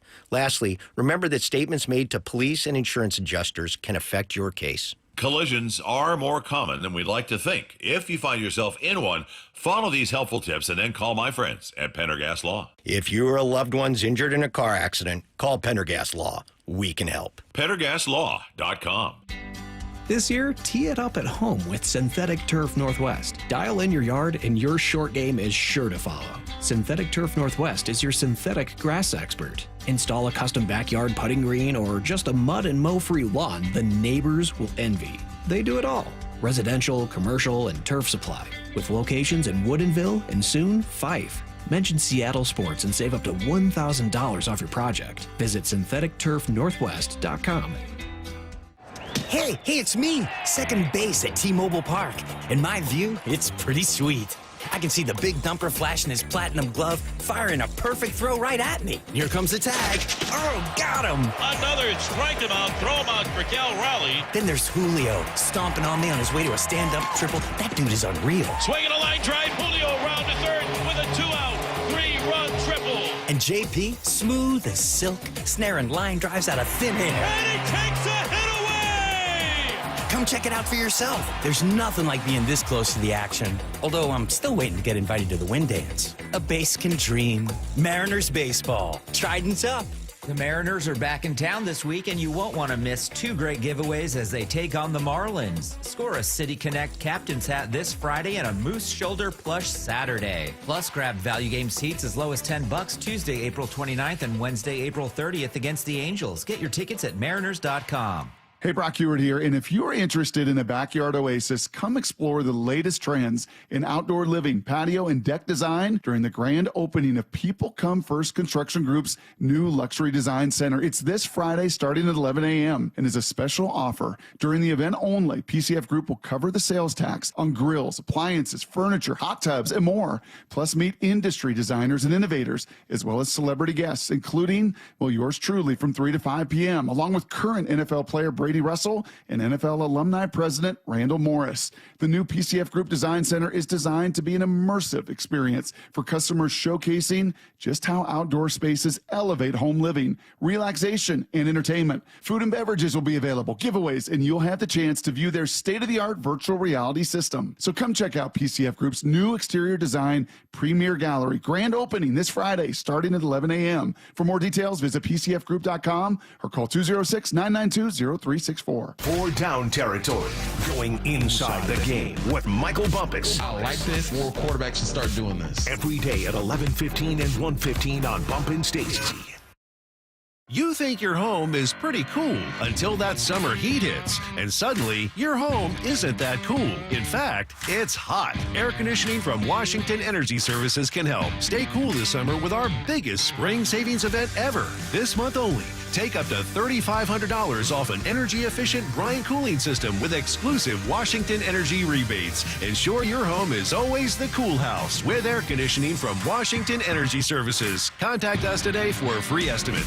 Are you finding it hard to stay cool in your home during hot weather? The issue is likely your window's poor quality and lack of heat deflecting technology. Adrian here, owner of Lake Washington Windows and Doors. Our windows are 25% more energy efficient than Energy Star standards and come with high-performance Sun Matrix glass, which can help keep the summer heat out. Combined with our Leak Armor installation, your comfort will be secured for a lifetime.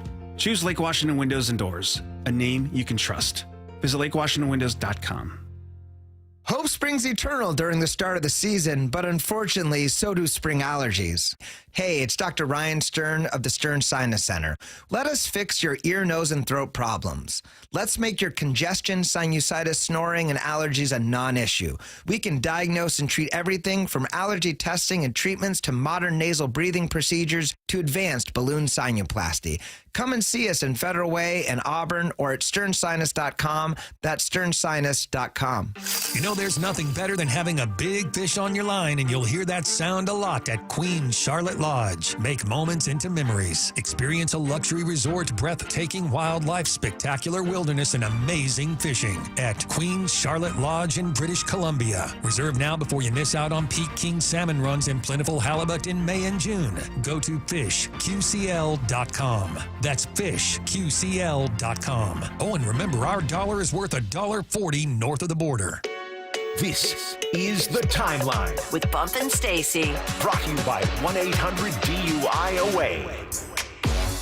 It is The Timeline on Bump and Stacy, reading you the top stories you're going to see and hear about on your own timeline. We're going to start in Atlanta. Jared Kelenic got thrown out after not hustling into second base after pimping what he thought was going to be a home run. It was not.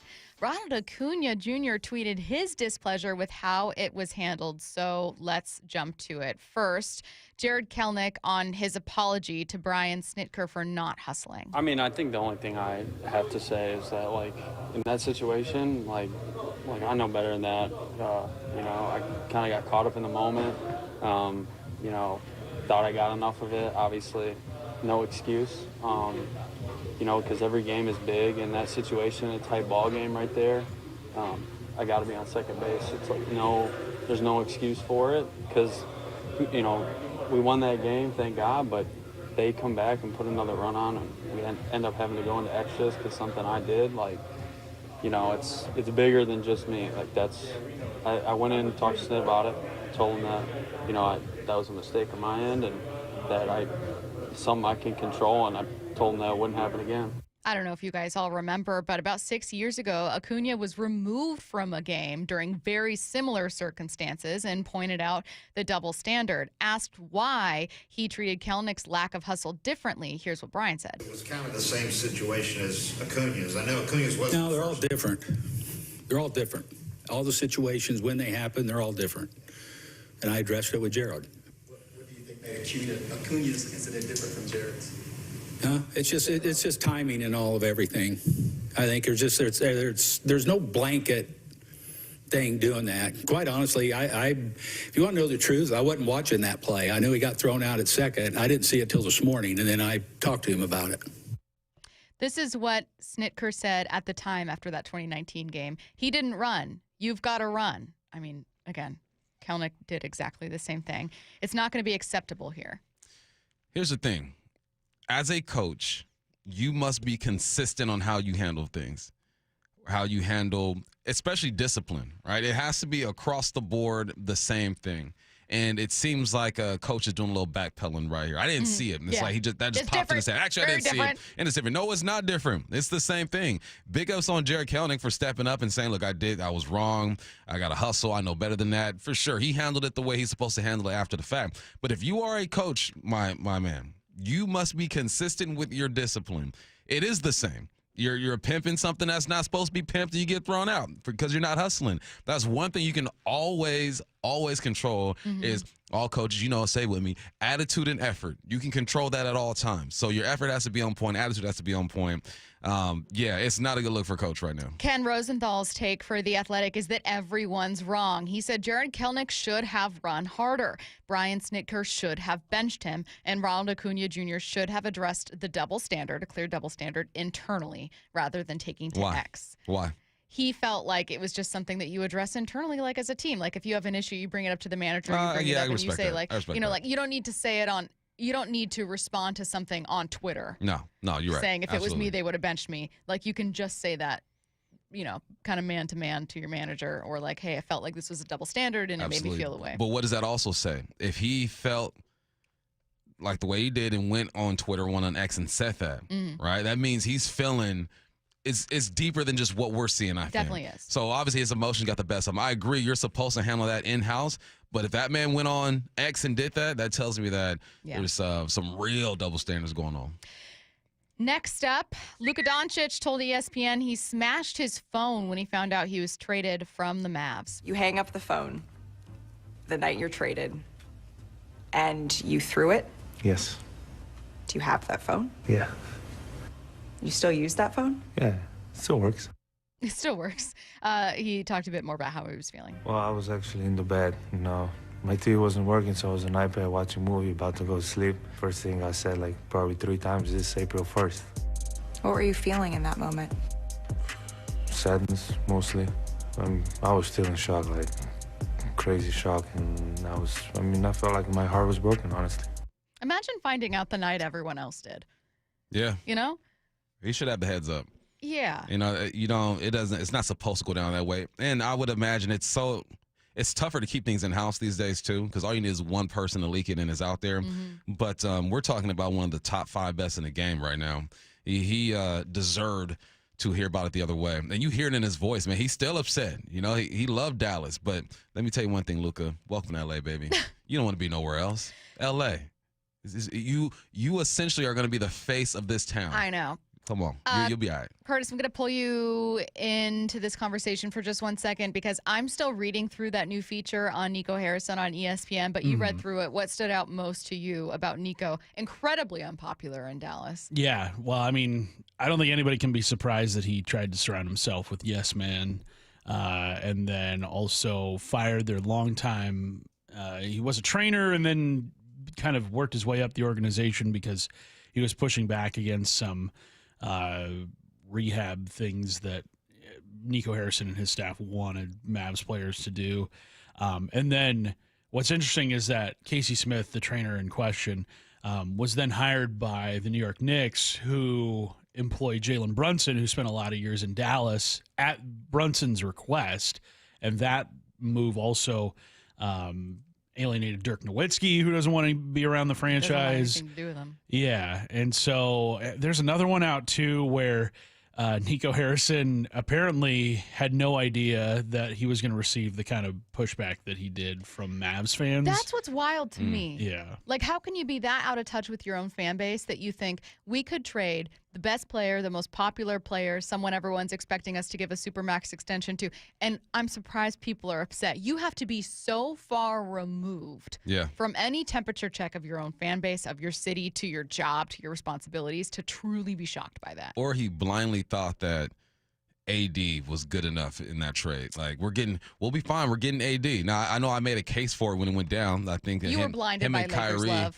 No, I didn't think it was going to work out this quickly. I knew we won the trade, but I thought that the Mavs would be better off sooner because they have some wiggle you got a room. big and a small pick and roll. That game's going to be tight. Is LeBron going to be able to get the ball up to Luka? But you had to have known that fans were going to be upset. I mean, that is the most popular player the Mavs have had since Dirk Nowitzki. Like, he was supposed to bring y'all a championship, took you to the finals last year. I just want him to stop talking now. I'm tired of hearing from him. Klay Thompson didn't want to answer when asked if he regrets signing with the Mavs this past offseason. Don't do that to me. Don't do that. That's kind of a ridiculous question because, like, I don't own a time machine and I don't believe in looking back. If I did that my whole career, I would not be where I'm at, and I wouldn't have been able to persevere through 2 really hard injuries. So I'm here in Dallas, and I enjoyed my time, and I'm looking forward to the future. I actually really respect his answer there. And why would he regret it? The Warriors didn't want him anymore. He couldn't play defense.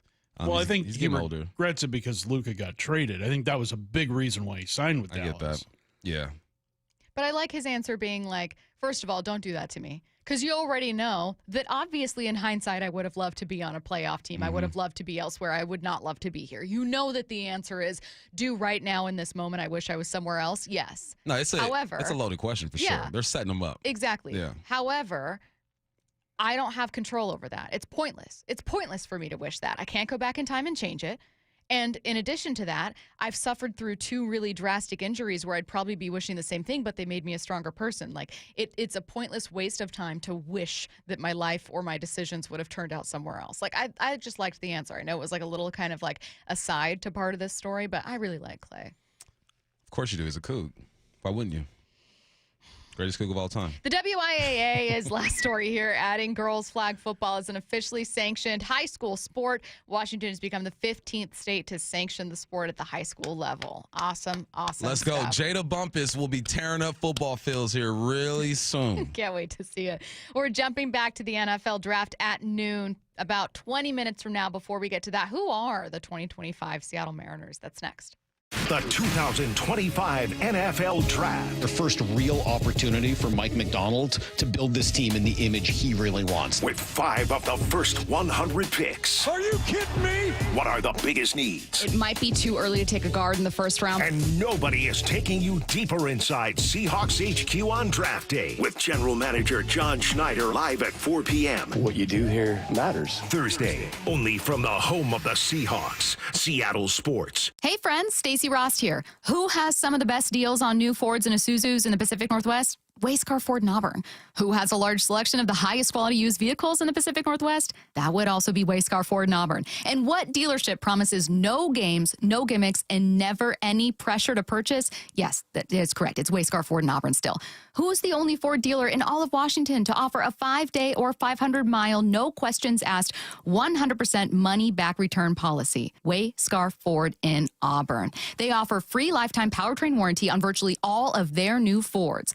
Who's the only dealer that will purchase your used car, pay you right up front, and then once they resell your old car, return 50% of the profit to you? Only Wayscar Ford in Auburn. They've given over $750,000 back to customers who have sold them their cars. And finally, what dealership has been family-owned and operated in Auburn for over 103 years? You guessed it. Wayscar Ford in Auburn. Visit them at wayscarford.com. As America's leading business lender, Bank of America is on your corner and in your corner, right here in Seattle. With $215 billion in business loans and over 3,700 business specialists across the nation, we help businesses thrive so communities prosper. What would you like the power to do? Learn more at bankofamerica.com/local business. Bank of America, official bank of FIFA Club World Cup 2025. Copyright 2025 Bank of America Corporation, all rights reserved. Need a new roof now? With State Roofing and Exteriors, you can get started with 0 down, 0 payments, and 0 interest for up to 24 months. That's right. Protect your home now and pay later. Call 866-ROOF-ROOF or visit stateroofing.com today. When you switch to Progressive, you could save bundling your home and auto. Then you could put that money towards some of the surprisingly more expensive things in life. Attention passengers, we've reached 10,000 feet and internet is now available for purchase. I just paid hundreds for this flight, and you can't even throw in internet? I'll just take the free pretzels. Sorry, but I do have snack boxes for sale. I'm just gonna sleep. In that case, we are selling pillows and blankets as well. I'll just breathe. That's free, right? Life costs a lot, so bundle and you could save with Progressive. Progressive Casualty Insurance Company, affiliates, and other insurers. Not available in all states. This is a story of the one. As a maintenance specialist for university housing, he knows college students can major in wear and tear. Plus, housing so many students doesn't leave a lot of room to house all the supplies he needs. That's where Grainger comes in. With over 1 million industrial-grade products and fast, dependable delivery, Grainger carries the quality products he needs so he doesn't have to.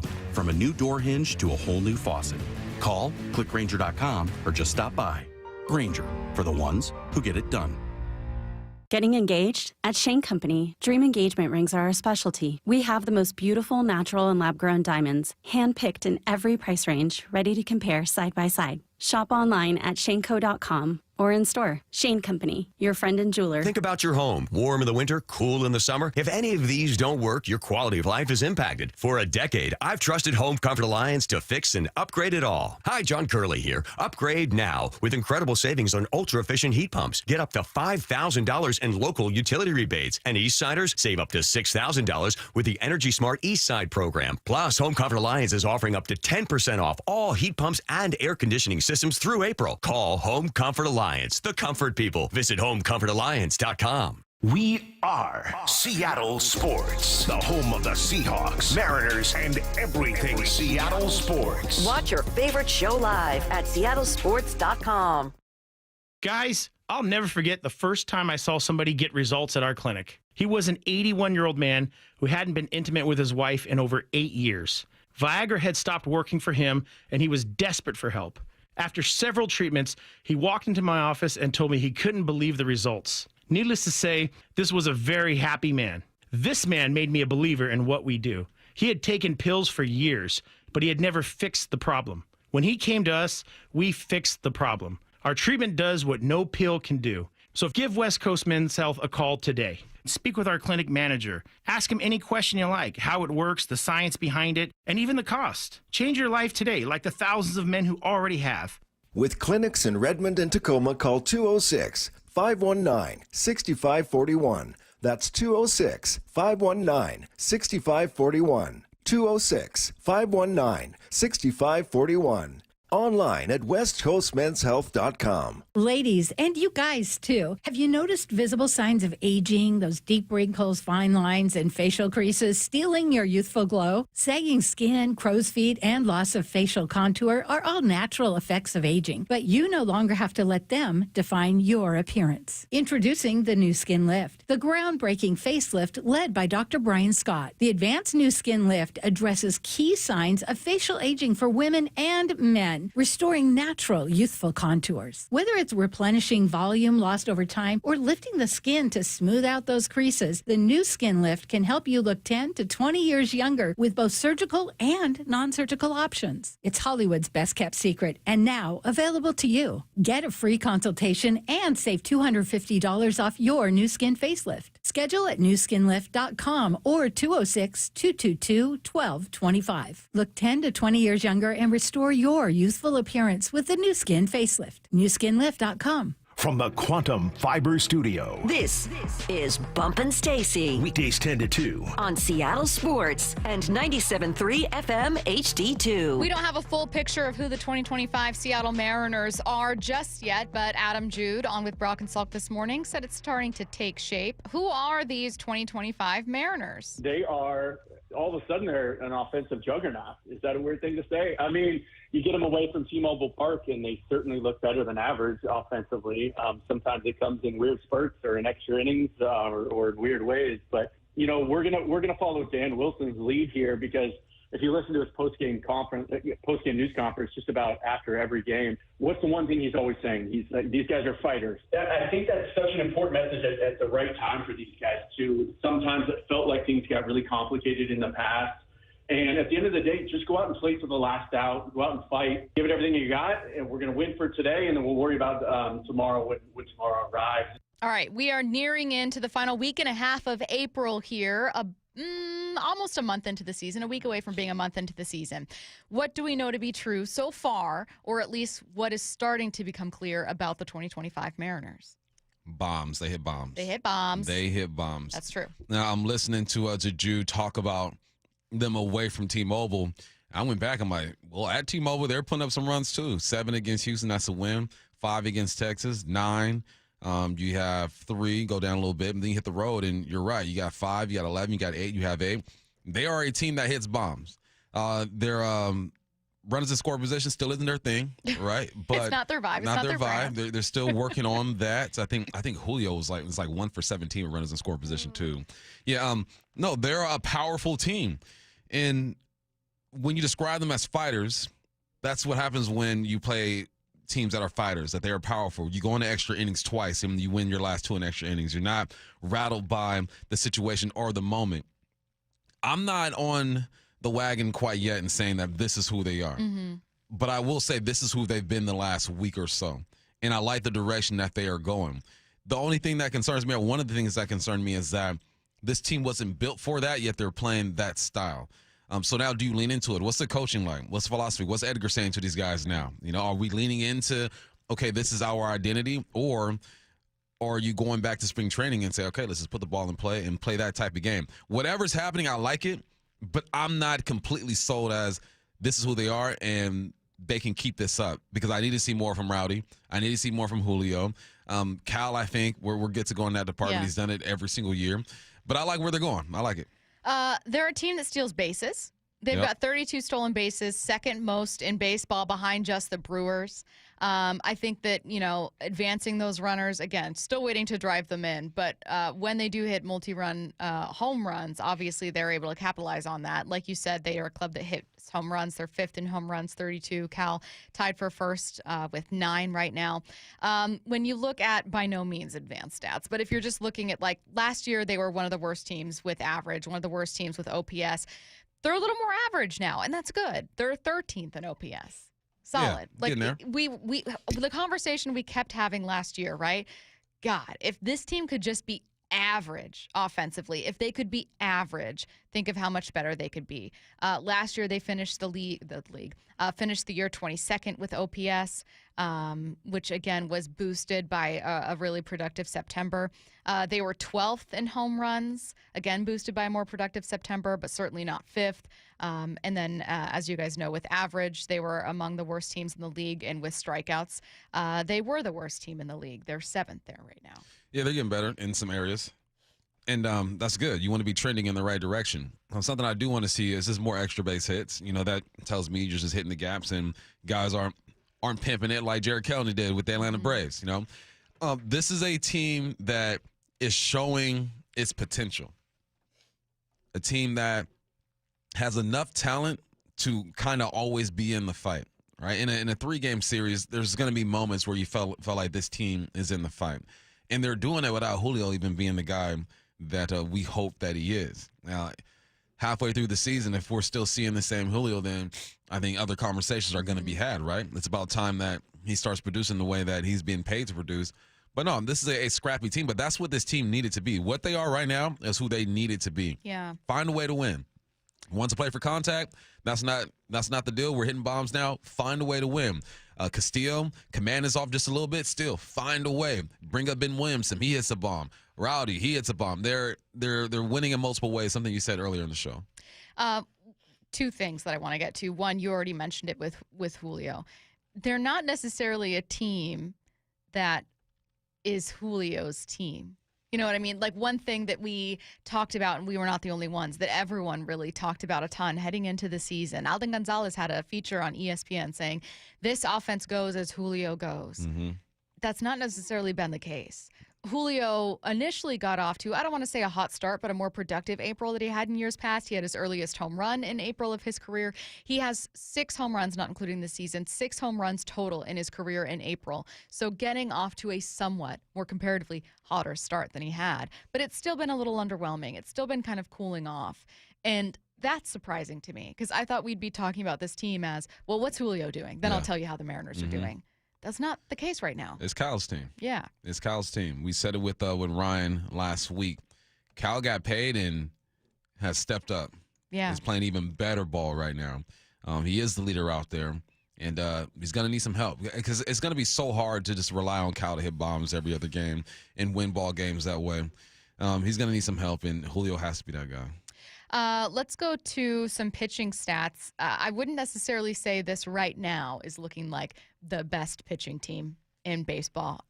Last year, they finished the year second in ERA among the leaders in strikeouts as well. They were not necessarily one of the best teams there, but still a top 10 team.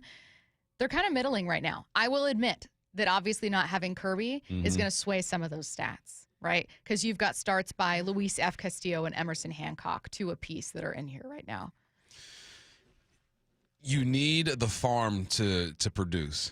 And with a team like Seattle, like you mentioned, you're going to need Emerson Hancock. You're going to need Logan. You're going to need Ben Williamson to be called up and produce. That's just how this organization thinks. That's how they built this team. It's like, okay, we have 3 or 4 solids, and then we need the farm, and we need a veteran to come over. So far, you're getting some production from the farm. So far, a few of your guys up top are producing, but there's the middle part that's missing. Yeah. You know, where does Solano come in to this whole situation? Man, where does he come in? Where does he come in? And then, obviously, when you lose Victor Robles, that hurts you a bit as well.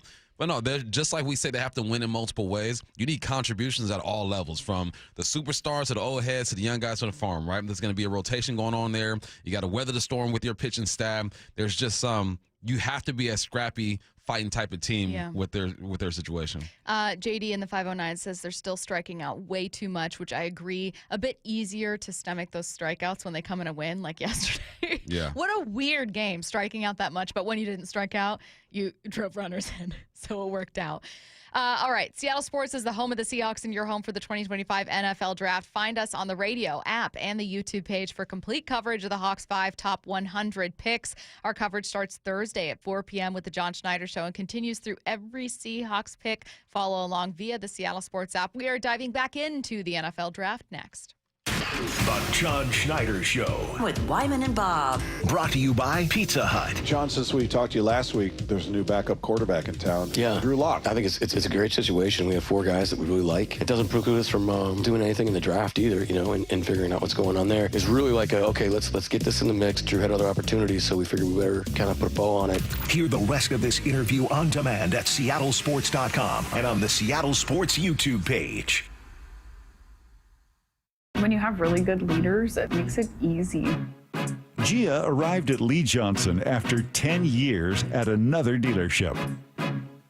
You know your job, but then you have people who you can rely on to help you with the big stuff that, you know, you need that support from. And I've gotten that every day with my service manager, with our assistant service manager, with even like our GM and our GSM. The way that, you know, we're now on the showroom together, we are so close-knit just as a department. My service manager here, he's always open to like teach you whatever you want to know. He just wants everybody to do good around him, and if somebody wants to learn something, I'm here to do it. And I've never had a service manager like that before.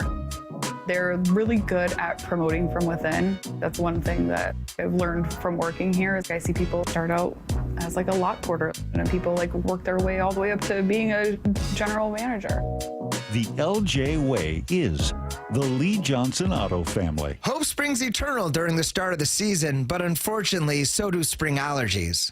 Hey, it's Dr. Ryan Stern of the Stern Sinus Center. Rhine Air is a simple, non-invasive procedure that significantly reduces your postnasal drip and stuffiness. We're proud this year the Stern Sinus Center was just named a nationwide center of excellence. We're also excited to welcome another allergy surgeon and ear surgeon to our practice. Schedule your appointment in Auburn or Federal Way or go to sternsinus.com. You know, there's nothing better than having a big fish on your line, and you'll hear that sound a lot at Queen Charlotte Lodge. Make moments into memories. Experience a luxury resort, breathtaking wildlife, spectacular wilderness, and amazing fishing at Queen Charlotte Lodge in British Columbia. Reserve now before you miss out on peak king salmon runs and plentiful halibut in May and June. Go to fishqcl.com. That's fishqcl.com. Oh, and remember, our dollar is worth $1.40 north of the border. Safety comes first. When money is tight, Buc-ee's has you covered with available financing. For oil changes, wiper blades, brakes, tire rotation, tune-ups, and factory maintenance, it's Buc-ee's Complete Auto. No appointment necessary and financing's available. Check Buc-ee's.com for the location near you. We at 3 Tree Roofing understand that your home is your castle. That's why our certified technicians use state-of-the-art installation methods to deliver the highest warranties available. Check out our hundreds of online reviews and schedule a free estimate to see for yourself. 3 Tree Roofing, your Puget Sound roofing experts. 4! The Oki Golf Platinum Players Card is the perfect gift for your favorite golfer to welcome back spring. With 7 prepaid rounds at any public Oki golf course location, along with 7 50% off guest passes and unlimited discounted green fees, the Players Card is a must-have. And now through April 30th, Oki Golf is offering 1 free bonus round with purchase of the Platinum Players Card. Visit okigolf.com today to secure one for you and your golfing loved one this April.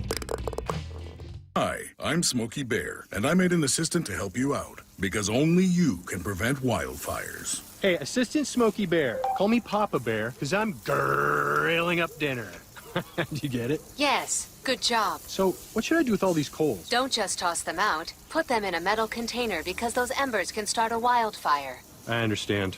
The stakes are high. Ha, ha, ha, ha. Learn more at SmokeyBear.com. Brought to you by the U.S. Forest Service, your state forester, and the Ad Council.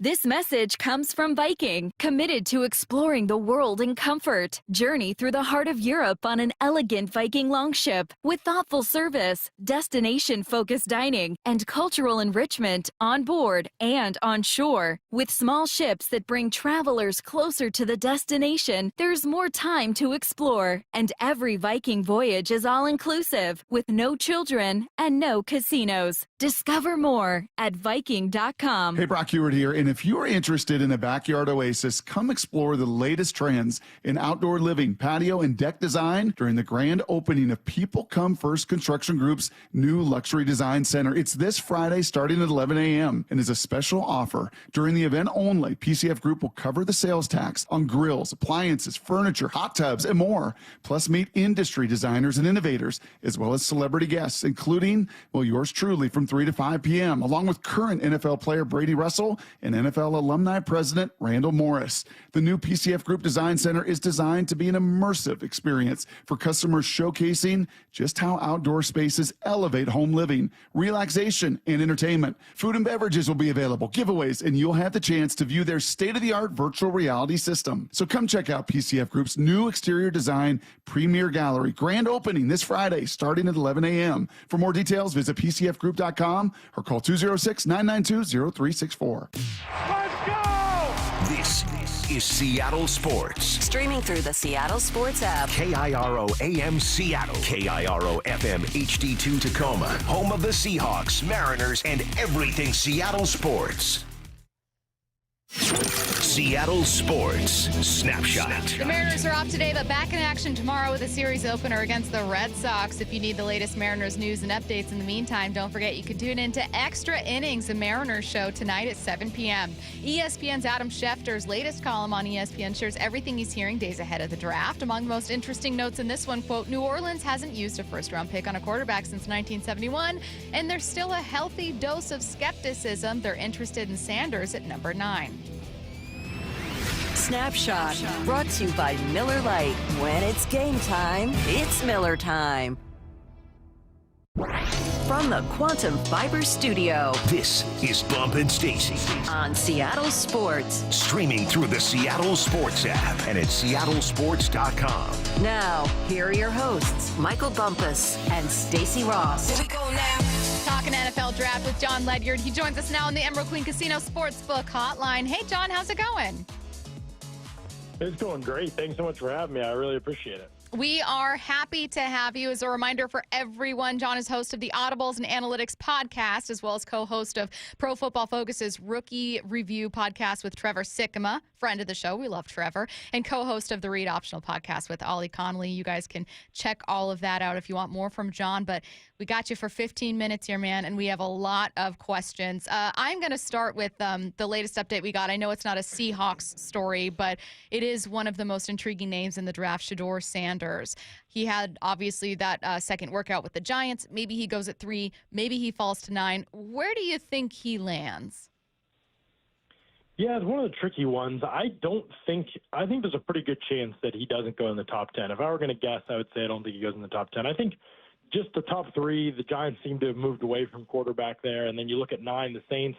I think people jumped on that once the Carr news came out. I actually don't really think that changes much for the Saints. They weren't going to compete this year. I think there's questions about when they're going to compete again. I don't think there's a real rush for them to add a quarterback. So they were either going to draft Sanders or they weren't, regardless of what happened with Carr, because he was obviously not the guy long term.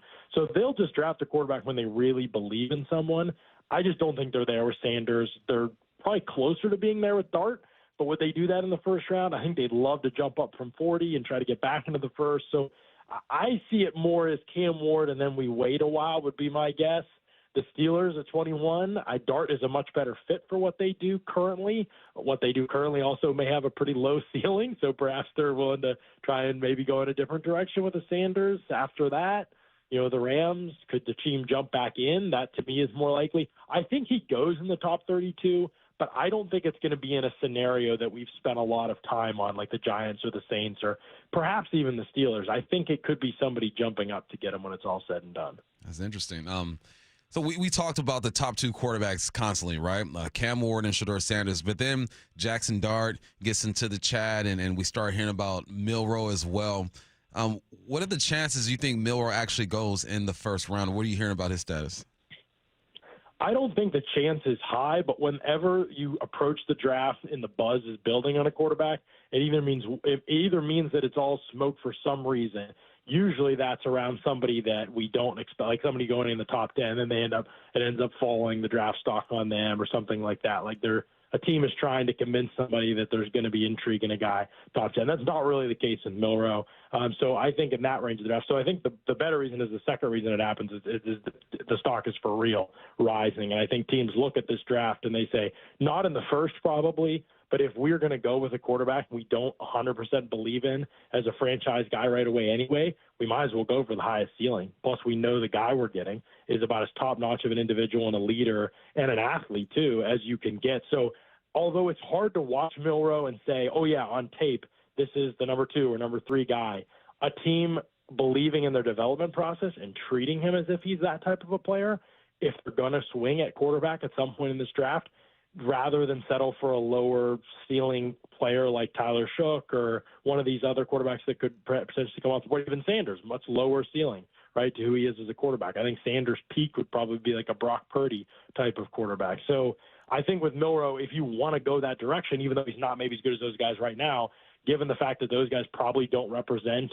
what you want long-term anyway, and the chance that perhaps Milroe might represent that at some point, I do actually think there's a decent chance he ends up somewhere in that early round 2 stage of the draft.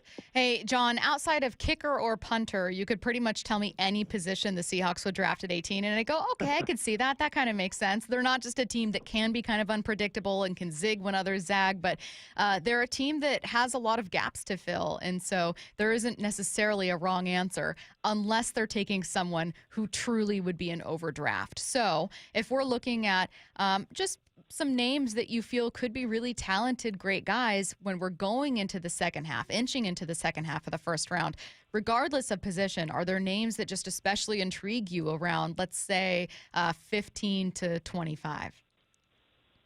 Yeah, I mean, I think that range of the draft, we'll be looking at some defensive linemen coming off the board. I think offensive line is going to be a hot commodity in the early picks. I have no idea who's commonly mocked to Seattle. I honestly don't read that many mock drafts. I spend all my time studying the actual prospects, and so I don't really know who's commonly mocked there. But the player that just makes so much sense, in my opinion, is Gray Zabel from North Dakota State. Just the tackle background that he has is really helpful. Most of the top guys that play inside in recent years have played tackle and then are moving inside. His lack of length will move him inside. He will probably be pretty easily the top rated center and top drafted center in the class. Obviously, that's a huge need for Seattle, but also when you look at Kubiak's scheme and what he likes to run, there's just like a really easy fit here with the outside zone, the movement skills, also the fact that there would be a lot of, I think, the types of actions they want to run where they're probably going to say, oh, this is a guy that we could pull with. This is a guy we could do all kinds of stuff with. And I think there could be some really easy fits there for him that would make a lot of sense. And so I just see that as being like one of the guys that they would absolutely target at 19. There's others. There could be other offensive lines, obviously a priority. Would Donovan Jackson be somebody they look at? Maybe they could do that in a trade down. Definitely pass rush, I think, is something they'll continue to develop. I think they like the stable that they have.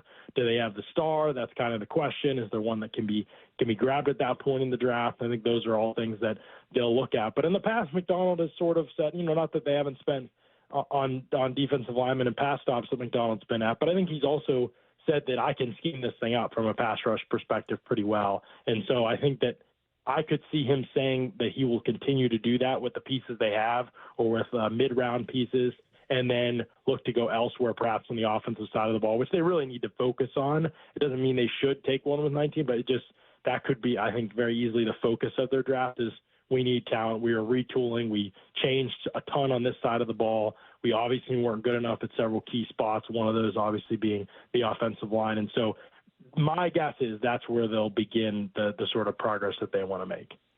John, we've spoken to, obviously every year we speak to analysts before the draft, and a common theme is they say like around like pick 15, after pick 15, the talent kind of starts blending together, right? The gaps aren't that big. Where does that start from you when you start looking at the talent in this draft? I think it starts before 15, to be honest. I think there's two special prospects in this class, and it's Travis Hunter and Abdul Carter. I think that then it's sort of position by position. I mean, I think Cam Ward's definitely the best quarterback, so I would say there's a drop-off after him. To me, at offensive tackle, Armand Membu and Josh Simmons, who has massive medical flags that I can't speak to, are easily the top two tackles. I don't think if you look at Will Campbell, I don't see any projection to me where why historically he would end up being considered a tackle in the NFL. There aren't players his size, players his measurables. And then you look at his tape, and there's lots of issues in terms of being able to take on power and getting outreached by guys. He faces a lot of the top guys in this class, and most of them have really good games against him. And so I really don't see why a team would envision him as a tackle long term. I think he'll be taken with the idea that he's a flexible piece, but maybe I'm wrong, and maybe he'll prove me wrong, or a team will prove me wrong, and he'll end up being great at tackle. But to me, it's Membu and Simmons at those positions. I think there's more like just solid depth in the edge group. Carter's kind of by himself, but then there's a lot of really good players. To me, the defensive tackle class, I think, has a lot of solid depth, no real high-end piece. I think I'm a little lower on Mason Graham, the consensus. So it really depends on who you talk to. Some people will say there's 5 blue-chip players in this class. I would really just say there's 2, and then Ward has a chance to get there, I think. He's more of a high-risk, high-reward type of pick. I think Membu is very good. I think Simmons is very good. Maybe if he didn't have the medical, Simmons had started off the season, probably first 6 games. If you guys watch the tape, he is he's as good as any player in the country in those games. Now, it's a small sample size. He wasn't quite that good the year before, though he was good. And so how much do you bet on it? I wish he would have been able to play some of their tougher games down the stretch. He did play some good players, so the tape matters. But I think that's really, you could talk yourself into maybe there being 5, but to me, 2 guys stand out above the rest. And then I think there's a lot of parity, I would say, probably in the next 40 guys maybe, but then it really depends on position too. Some positions drop off much faster than others. So it is definitely a draft where there's not a big disadvantage to picking 19, 20, 21, 22 compared to being in the top 10. So I think we'll see less trade-ups in the top 15 than we typically do. I know that sometimes when we get to the NFL draft, everyone gets to be the smart team and everyone gets to be the bad team that makes, everyone's going to make a bad pick. Everyone's going to have a bust. Everyone's going to make a mistake somewhere along the line. But Jon, in your years of covering the draft or in looking back at past drafts that maybe you didn't cover but just were of interest to you, do you see a common thread with draft mistakes? Is there something that you think, God, I wish I could tell front offices, please don't do this? Yeah, I think that's a good question. I think that more than anything, traits get assumed that they'll make you a really good player by a lot of teams, or they just bank so hard on traits at certain positions. And traits do matter. I think they matter a lot. I wish that sometimes teams would look at some of the swings that they take and say, is it worth it in this range of the draft? You really want to come out of the first round, I think, with a player who contributes at a high level. I think you can actually swing more later in the draft on traits. Tampa Bay's done a good job of this. I think the Rams have done a good job of this. If you look at some of the best organizations in the league in terms of drafting, it's often not the organizations we spend the most time, or national media spends the most time talking about. It's a lot of these organizations who've been doing it. Detroit now has gotten into that limelight, but the Rams, the Bucs, a lot of these teams will swing. Look at the lines from a couple years ago. They took an offensive tackle from British Columbia who has lots of traits, a running back / safety in Vaki in the 5th round. I think a lot of the time teams overvalue and push those guys way up the board, and then they end up missing out on the players who are actually really good at football early on in the draft. Whereas I wish if we appropriately slotted those guys and the risk around them, I think they would go more toward the middle of the draft or perhaps sometime on day 2 or even into day 3. So I would think it's just that more than anything. It's easy to talk yourself into, Tyree Wilson's big and long and strong, but watch him actually play football and you'd see you really only beat tight ends. And so you miss out on a major pick and a pick that you really can't afford to miss out on when you're the Raiders because you're not building in the right direction. You're not looking at the right types of things at the position that matters. And if they were looking at those types of things and they looked at, what about specific to his position? What are the traits that are specific to that position? And does a player exhibit those traits rather than, he's big, he's long, he's strong, he tested well? There's specific movements to each position that matter. And I think teams don't spend enough time focusing on those, and they spend more time focusing on the overall raw tool set or what a player looks like or things like that. And at the end of the day, I think that you can find out a lot about a player's athleticism, which matters a ton, by just watching them in the situations they'll actually be in on a football field. I was talking to one of my buddies last week, and we were talking about how we were just in the wrong generation, right? I'm a 5'11" slot guy. And back in the 2000s, they wanted the 6'3" outside receiver to go toss it up. So the game has changed. With all the film that you've watched, is there a position that you felt like physically the type of player that needs to play that position has changed the most? Yeah, I think, wide receiver is the one that's undergone a ton of evolution because for a while we went through an era in which everybody on the outside had to be big and fast, and everybody on the inside was smaller and quicker, and that was sort of like the prototypes. Then teams started moving their bigger receiver inside. Larry Fitz was one of the first, but then more teams started doing it. Now he's got a bigger receiver inside. Now you can't play the small nickel there anymore, so you don't have anywhere to hide that type of player anymore. Now your nickel has to be bigger. Now your outside corner, who is number one guy, has to be able to step into the slot. Well, what does that mean when they step in the slot? Now you've got receivers who are working two-way goes, right? So can every receiver do it? So now the prototype that has to step inside, that versatility is so much more important. You have to be able, in today's NFL, it's not really as much X, Z, all these things anymore. It's way more, can you play outside the numbers or on the numbers? Can you play in condensed situations? Whether it's a slot, it doesn't really matter. Everybody's playing from condensed in the NFL. And so can you play from those reduced splits where you're closer to the ball now as a receiver? Can you actually work two-way goes? Do you understand how your route distributes against different coverages from a condensed alignment, from a stack, from whatever it might be? Do you understand timing and nuance and all of those sorts of things? Whereas in the past it was, we're going to press man you, play on the outside, you're going to run the vertical plane, can you get over the top of this guy? Nowadays it's a ton of zone. Teams are playing a ton of zone. Everybody's kind of dropping and reading and reacting as defenses. And so if you're an NFL offense, you need receivers who are going to be able to think the game at a high level. And the traits still matter, but there's way more avenues for players who are just really technically good and really understand scheme to be able to be successful in a lot of the offenses that are having the most success in today's NFL. So the traits absolutely matter. The traits are always going to matter, and they always should matter. But there's more of a path for the Puka Nakuas, for example, to get to where they need to be in the NFL, because if they have the mental and they have the technique and they can catch the football really well and they know where the route's supposed to break and settle, especially from condensed formations, I think there'll be a lot of opportunities for that position to have success. So I think wide receiver is one that it keeps changing and keeps evolving how you need that position to match up against defenses. I have a final question, but I have two technically because I have a quick follow-up. Is there a trait you think people typically overvalue where you're like, there's so much emphasis placed on this and like it really is sometimes a crapshoot? I would say length is, if I was just going to pick one, I don't know that I would say there's just one. I would just say like length in general. I do think it actually matters, so I want to be careful about that. Right. I just think there are more ways around it than teams are willing to admit. Like, generally speaking, yes, your length is an asset to you, especially as an inline player, as a trench player.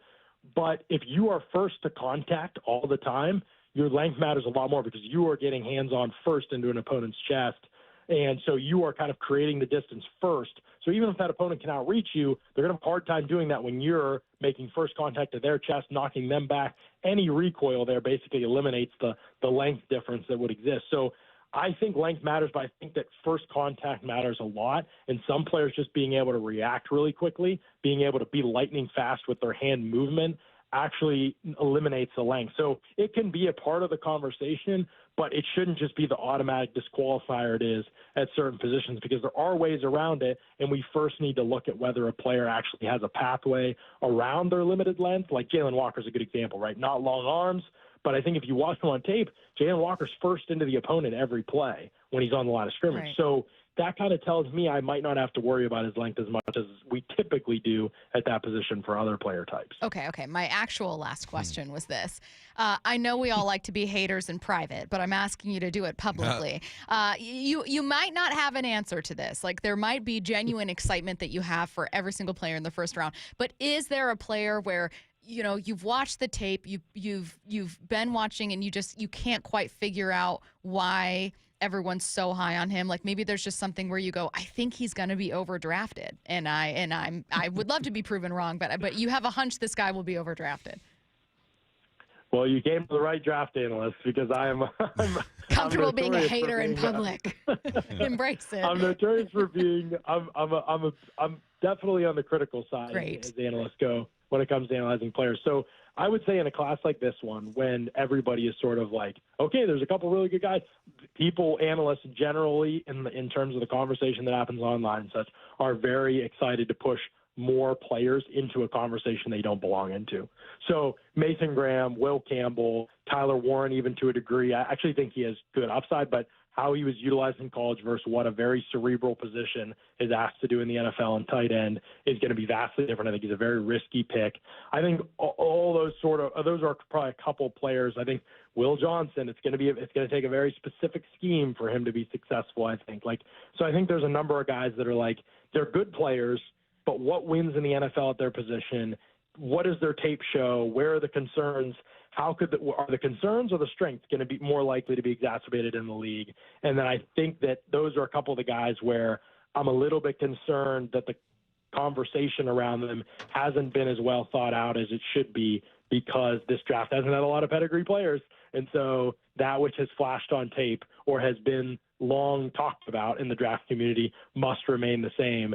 And I think we've just got access to more information that if we were willing to let that information come into the process a little bit more, I think we'd see a little bit better dialogue and discourse on those players. Good stuff. He is host of the Audibles and Analytics podcast. It's Jon Ledyard, kind enough to join us on the McQueen Casino Sportsbook hotline, just a couple days away from round 1 of the NFL draft. Jon, thanks so much. Thanks, John.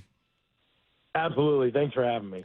Speaking of the draft, Seattle Sports is the home of the Seahawks and your home for the 2025 NFL Draft. Find us on the radio, the app, and the YouTube page for complete coverage of the Hawks' 5 top 100 picks. Coverage starts Thursday at 4 p.m. with the John Schneider Show. How about that? Talking to the GM right ahead of the draft, and continues through every Seahawks pick. Follow along via the Seattle Sports app. Let's get to a very quick headline rewrites. Extra, extra, read all about it.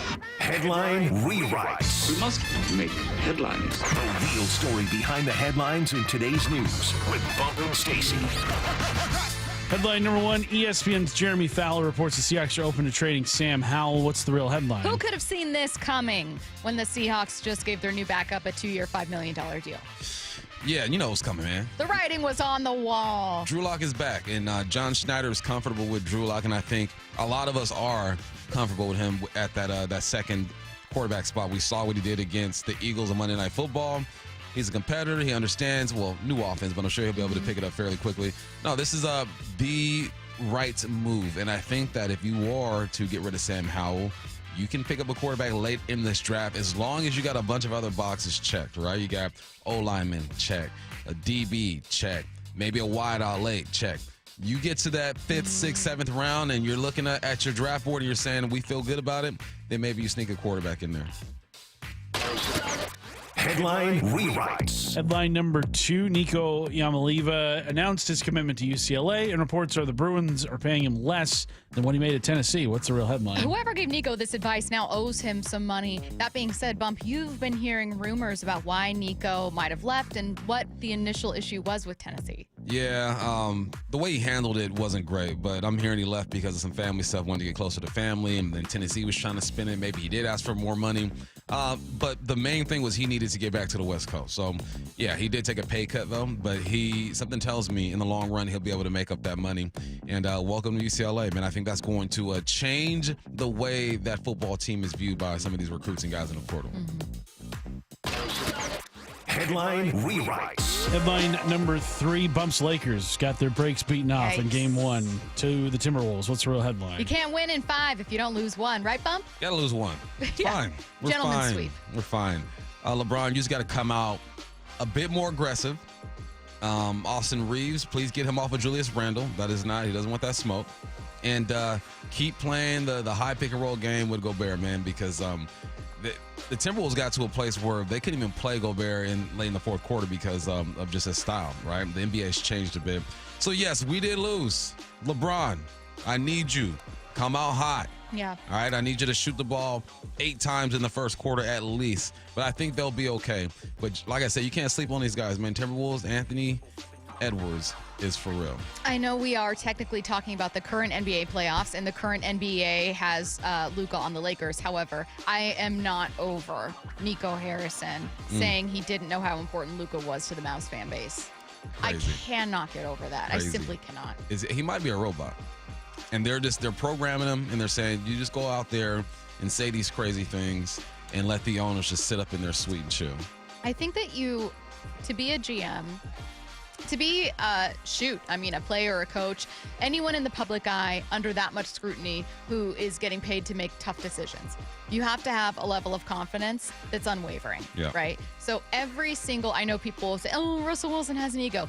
Every single starting quarterback, every single GM, every single coach, whatever it is, when there's a lot of pressure on you and you're in the spotlight, you have to have a bit of an ego. I think that GMs in particular can get into trouble when that ego becomes, and not only nothing I do is wrong, but you don't even want people to challenge you. You know what I mean? Like there was that story on ESPN about Nico firing all those people because they weren't yes men. Who knows if that's true? Again, it's reporting by ESPN. It's well sourced, but it's still the story of those sources. It's not like a definitive fact. That being said, it sure sounds like a GM who's being a little too sensitive. Like you can't be that sensitive. You can't. I also think that the owners have a lot more to do with this whole situation. I agree. I mean, he's the guy. He's going to stand in front of everybody and take all the heat. Yeah. But there's other influence. So, yeah, he might be a bit sensitive, but he's also being told what to do. Yeah. Another Eagle gets paid. The Jets are asked about Aaron Rodgers' comments and everything Adam Schefter is hearing ahead of the NFL draft. It's all coming your way next. The 2025 NFL Draft. The first real opportunity for Mike McDonald to build this team in the image he really wants. With 5 of the first 100 picks. Are you kidding me? What are the biggest needs? It might be too early to take a guard in the first round. And nobody is taking you deeper inside Seahawks HQ on draft day with General Manager John Schneider live at 4 p.m. What you do here matters. Thursday, only from the home of the Seahawks, Seattle Sports.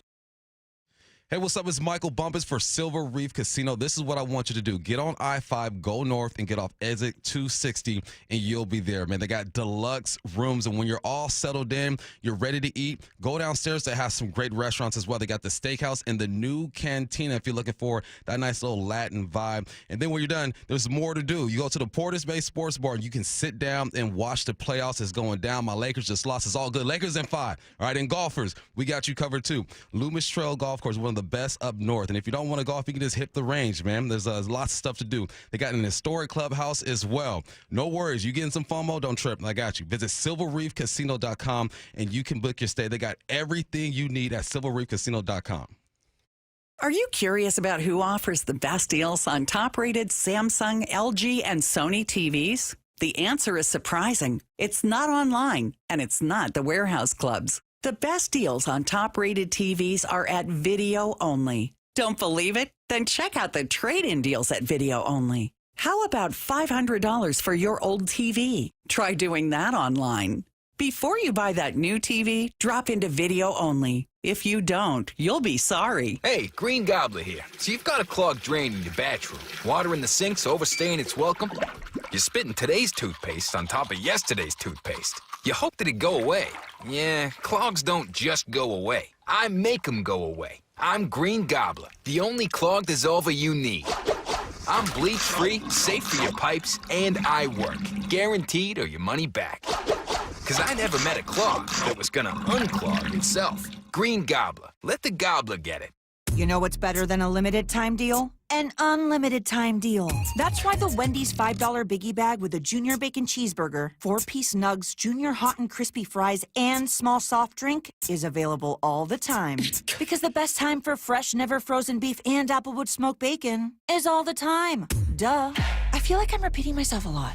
For the best deal of all time, gotta be Wendy's. Unlimited time does not mean forever. U.S. price and participation may vary. Prices may be higher in Alaska, Hawaii, and California via third-party delivery. Fresh beef available in the contiguous U.S., Alaska, and Canada. Endless hours of research, seeking referrals, dozens of calls. Hiring the right attorney can be a challenging process during an already difficult time. J.P. Pendergast with Pendergast Law explains. In Washington State, Tom, there are thousands of attorneys to choose from. Referrals and online research can be helpful, but discovering the right attorney requires a conversation. It can be hard to identify integrity and authenticity without that interaction. So, what do you recommend? We encourage anyone looking for personal injury representation to call for a free consultation with our team before making a decision simply based on referrals or online research. Accident victims need an attorney that listens, demonstrates honesty, and is genuinely understanding of their unique circumstances. The care, attention, and preparation that our firm provides throughout the case mirrors the effort involved when taking on the insurance companies. Save time and avoid mistakes after an injury. Contact the caring and compassionate team at Pendergast Law. If you or a loved one has been injured in a car accident, call Pendergast Law.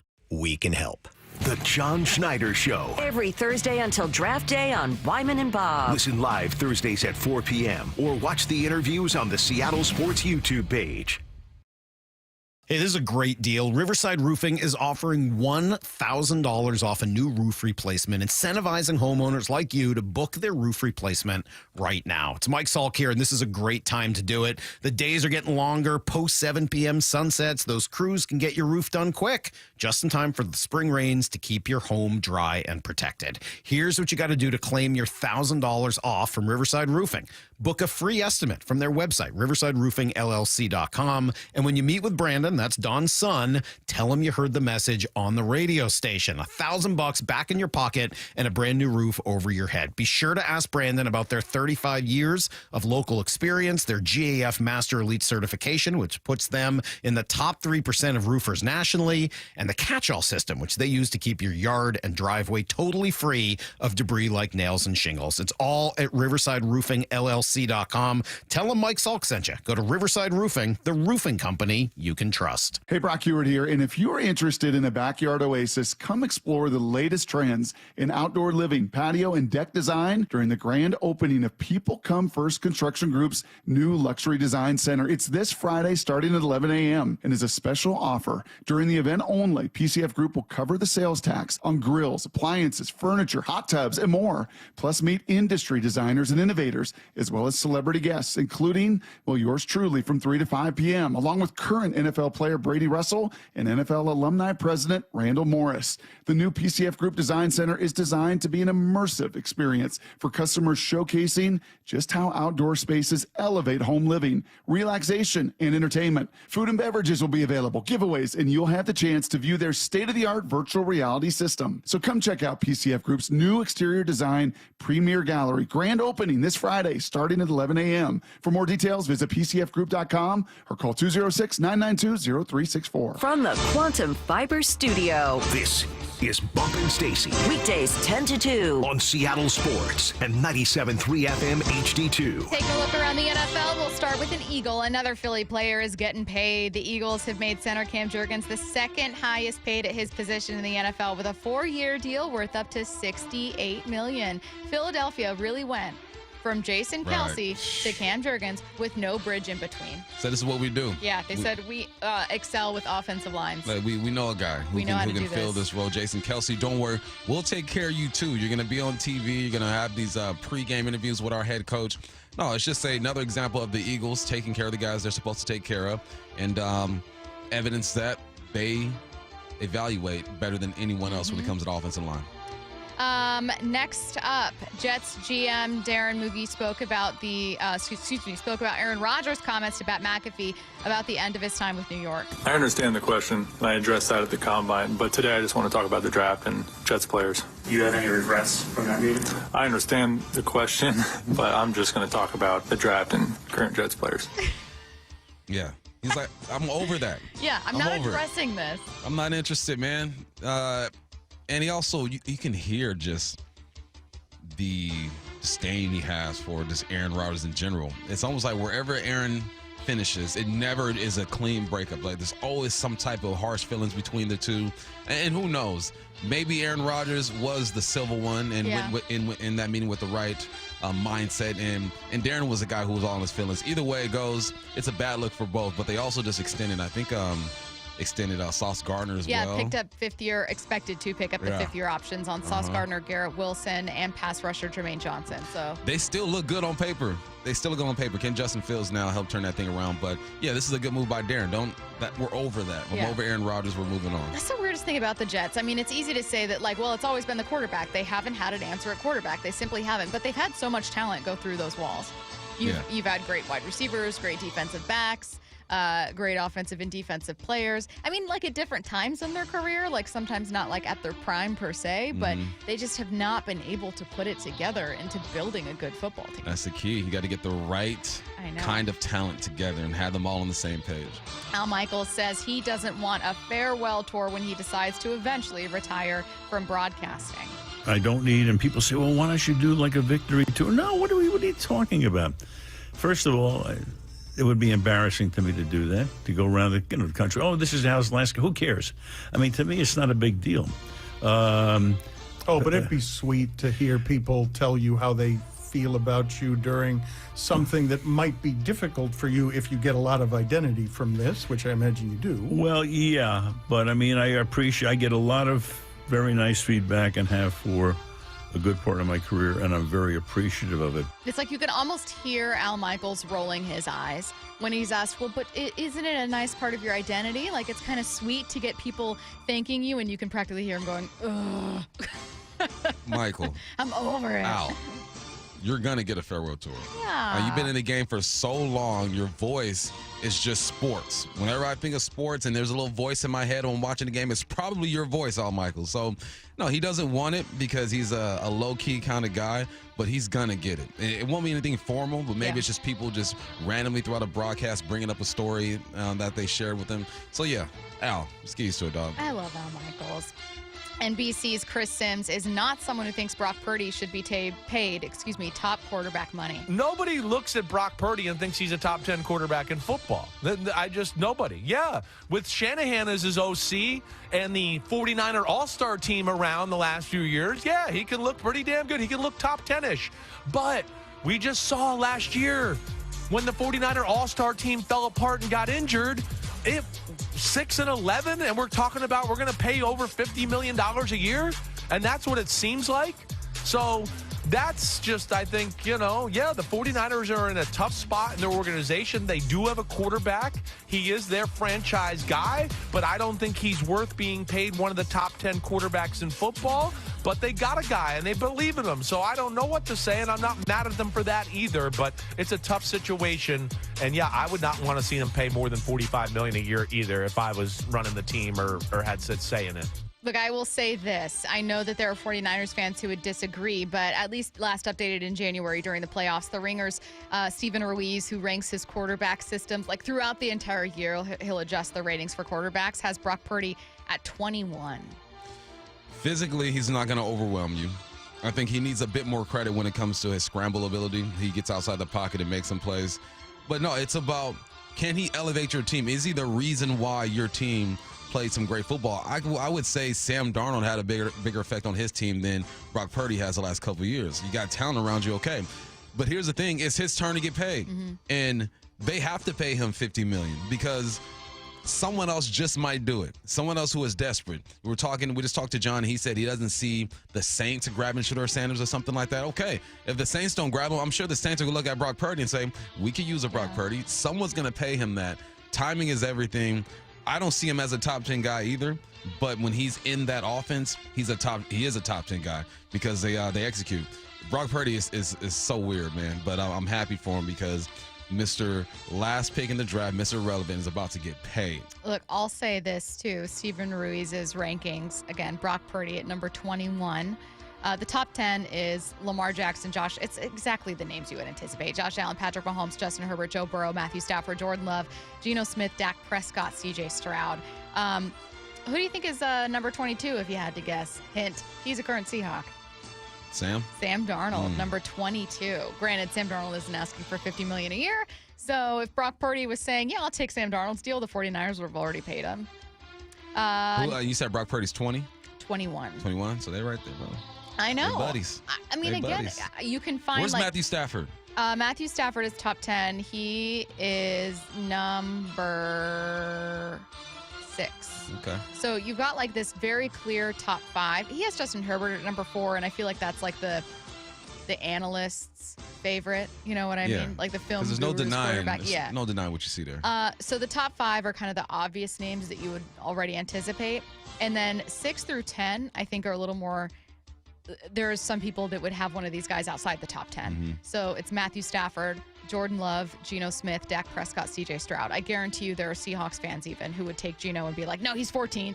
Yeah. But Ruiz has him at 8. Matthew Stafford 6, 7 for Jordan Love. Yep.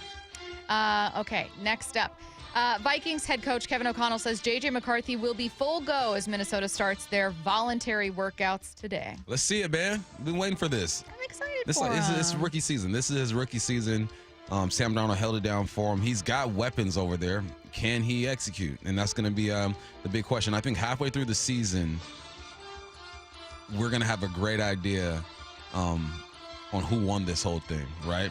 The Vikings should have kept Sam Darnold, or did the Seahawks make the right moves? These are the type of stories that keep us so locked in and interested. But I'm hoping for nothing but success for J.J. McCarthy, man. But he's still a rookie. He's still going to have those rookie moments, but he's in a good situation. It's crazy to think of that success that class as a whole could have. Like, let's say that everyone continues to build on their rookie seasons, that we continue to see Drake May. But, and here's the thing about this class, too. Caleb had kind of the year despite the critiques that he's faced, that everyone should have and probably was expecting. You had Wasn't moments. a bad year either, though. You know what I mean? Like, you had moments of struggle, moments that were good, and overall you improved as the year went on. You had a very typical, like, first-round quarterback year. Like, there are some moments where you go, oh, this kid could be special, and then just you're still a rookie and you're going to make mistakes. But the thing that was special with this class is the people that then overperformed. Like, I wasn't expecting anything from Drake May. He came out and looked like one of New England's best players by the end of the year. Jaden Daniels, who was expecting that year from Jaden Daniels? We all thought, what's he going to do behind this offensive line? He's going to be running for his life. And, you know, what if he's all athleticism and, you know, it doesn't quite translate to the pros? We're fools. We're fools. Yeah, and the Bears got better this offseason, too. Yeah. Like, they are investing. That's going to be an interesting deal with Caleb Williams. I think Caleb Williams will have a better year than Jaden Daniels this coming up year. Because now Jaden Daniels has a bunch of expectation. They did go get him a weapon in Deebo Samuel, but with Caleb, they got offensive linemen. He has another year in this offense. There's nowhere to go but up. And his numbers are not bad. 20 touchdowns, 6 interceptions, 62% of his passes completed, was the most sacked quarterback in the game. I think last year's quarterback class just put so much pressure on this year. It's like, there's no way this group is going to be able to live up to what that class did. No, it's going to be just Cam. It's going to be Cam looking around going, so wait a minute, just to make sure. So you had Jaden in the playoffs in the NFC Championship game. You had Bo in the playoffs. Michael Penix Jr.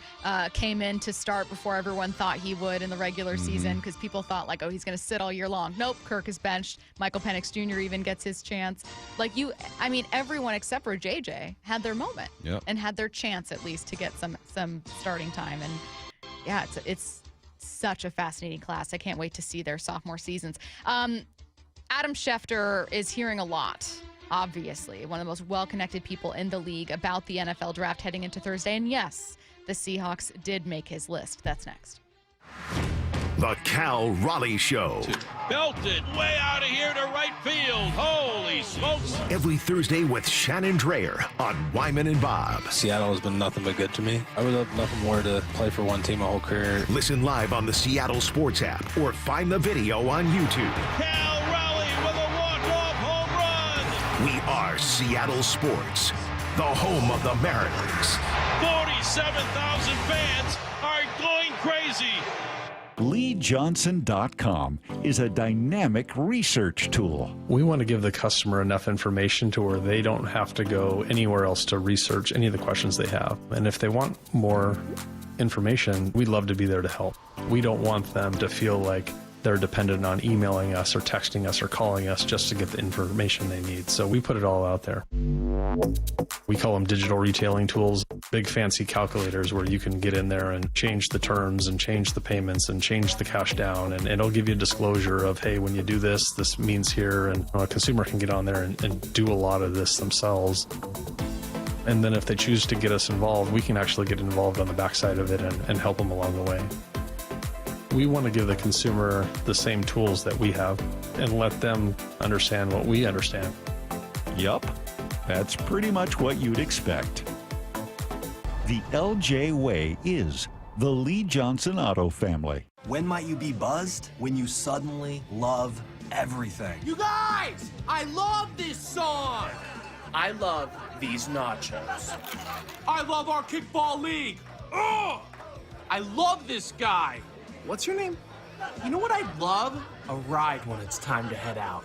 If you see a buzzed warning sign, call for a ride when it's time to go home. Buzz driving is drunk driving. A message from NHTSA and the Ad Council. I love your car. Is this real leather?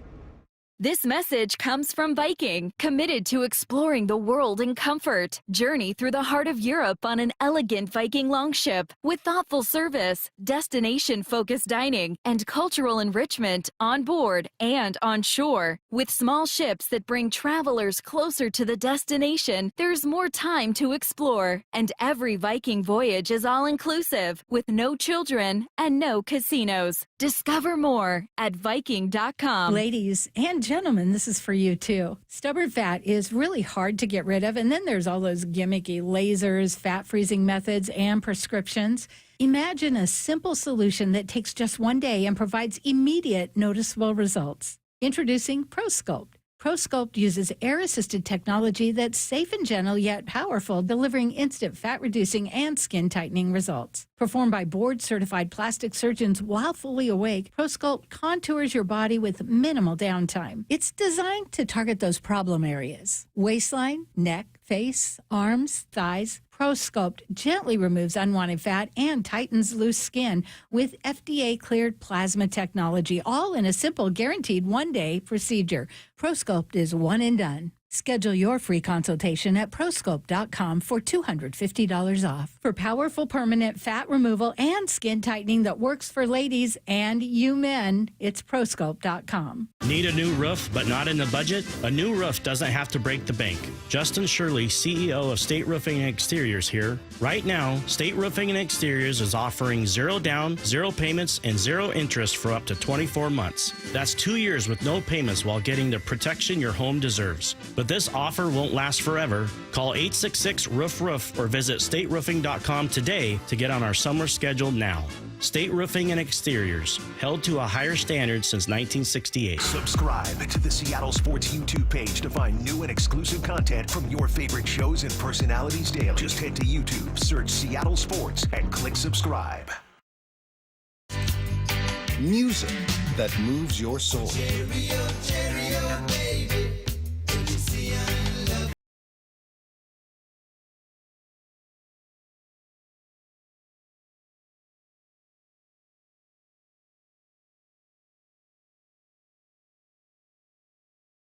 Event Center, Thursday, April 24th. Get tickets before they sell out at muckleshootcasino.com.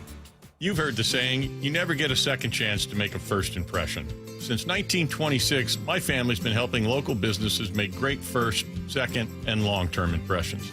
We know how to make your company look good with quality uniforms, logoed apparel, floor mats, linens, and more. If you're paying for linen service or doing it yourself, let's have the conversation. The information and quote are free, but the savings and service can really add up. Visit suplinen.com. Superior Linen Service. It's what we do. Swedish Cyberknife is expanding. Dave Wyman with exciting news about Swedish adding a second Cyberknife in Seattle. Cyberknife is a non-invasive, extremely precise prostate cancer radiotherapy treatment. Compared with other radiation therapies, which last 6 to 9 weeks, the Cyberknife treatment period is much shorter, typically 5 days with daily sessions under an hour. Treat prostate cancer with Swedish Cyberknife. Swedish.org/cyberknifeprostate. From groceries to home prices, the cost of living in Washington state keeps going up. Now, Olympia politicians are proposing the largest tax increases in state history. Don't be fooled. If taxes go up, we'll all pay even more. Washington needs lower costs, not higher taxes. Tell the politicians no by visiting www.affordablewashington.org. Paid for by the people for an affordable Washington. Top 5 contributors are Washington Alliance for Competitive Economy, Microsoft, Madrona, T-Mobile, and Amazon. From the Quantum Fiber Studio, you're listening to Bumpin' Stacy. Weekdays 10 to 2. On Seattle Sports and 97.3 FM HD2. Adam Schefter's hearing things ahead of the NFL draft. Earlier at 10:45, we talked about him expecting that if the Seahawks successfully trade Sam Howell, maybe they're more open to drafting a quarterback. That's not what we're going to talk about here. We already discussed that once, so we got a few other points to get to. There is one concerning the Seahawks, but I'm going to save it, and we're going to start with these. I'm going to start with this. He says New Orleans hasn't used a first-round pick on a quarterback since 1971 when it drafted Archie Manning at number 2 overall. Yet even with that drought, even with Derek Carr dealing with a lingering shoulder injury, there's still a healthy dose of skepticism that the Saints are interested in Sanders at number 9. This one was surprising to me. I fully expected that, like, not only maybe Shedeur Sanders going, 3 to the Giants shocks us all, but that, like, there's no way he's getting by the Saints because what are the Saints going to do at quarterback? And yet, it seems that he could fall well out of the top 10. And Derek Carr is hurt, too, right? Shoulder issues, I believe. This could just be smoke. Right? There's no way if Shedeur Sanders is sitting there. You don't think there's fire even there? Jackson Dart is sitting there. You're not going to draft a quarterback? Jackson Dart is a better physical talent than Shedeur Sanders, but Shedeur is more accurate. Throws me and my buddy were talking about this the other day. A friendly football, throws a friendly football, easy for receivers to catch. But I think it'd be completely irresponsible for the Saints to not draft a quarterback with that slot. You have to start somewhere. You typically start with the quarterback. You're paying your running back like $14 million in Kamara, like the fourth highest paid running back in the game. He's still got some juice left in him. You gotta grab a quarterback, man. I'm gonna call. They're bluffing right now. They're bluffing. They're gonna draft. How do you feel about Shedeur Sanders instead of going at number 9 to New Orleans? Maybe something like, to the Steelers. Adam says, sources said the Steelers had not been planning to draft a quarterback in round 1. That being said, I will interrupt Adam to say that there have been many mocks sending Jackson Dart to the Steelers. But anyways, but they also were not expecting Sanders to fall out of the top 10. Now all options seem to be on the table, and they are preparing in the case they have the option to draft Shedeur Sanders. It sure doesn't seem like he'll be getting past them. No, if Shedeur is available at 21, he's going to the Steelers. And that tells me if Shedeur is available, that means that the Saints grab Jackson Dart. They're not going to pass on a quarterback. What if they pass on a quarterback? I don't think they are. Or Milroe. Like, why is Milroe being invited to the festivities over there at the draft? Fun. Just for memories. fun. Just to hang out. You don't want those memories, man. I really don't see it. I think again, it'd be so responsible for them not to do that. You need a franchise quarterback. Derek Carr is not the answer there. Where are you going to go? So, no, if you were to drop to 21, the Steelers are for sure grabbing that young man. CBS Sports has the Saints selecting Kelvin Banks Jr. So addressing, obviously, and to be fair, Jon Ledyard was just on with us, Ledyard, and said that he thinks that there's going to be a relatively early run on offensive linemen, on those tackles. Bluffing. So maybe the Saints know that if they take Shedeur, they're going to miss out on that tackle. I don't believe it, not one bit. I don't know. Don't believe it. Okay, next up. Now I'm getting to the Seahawks. He said, Adam Schefter, that granted, we had all been hearing clearly that teams were not interested in trading up. He said that that's in part due to the lack of blue chip quarterback talent, and that 2 of the only teams he'd heard that were willing to trade up to get Cam Ward. That would be the Giants trading up from 3. They made a big effort to try to get up to take Cam at number 1, and then the Browns were trying to trade up to take Cam. So the only 2 teams trying to trade up were just doing it for Cam Ward. Yeah. And they were trading up from 2 and 3 respectively. He said, on the other side of things, the Steelers at number 21 are among teams interested in moving back from their first-round slot. That list also includes the Jags at number 5, Panthers at 8, 49ers at 11, Falcons at 15, and Seahawks at 18.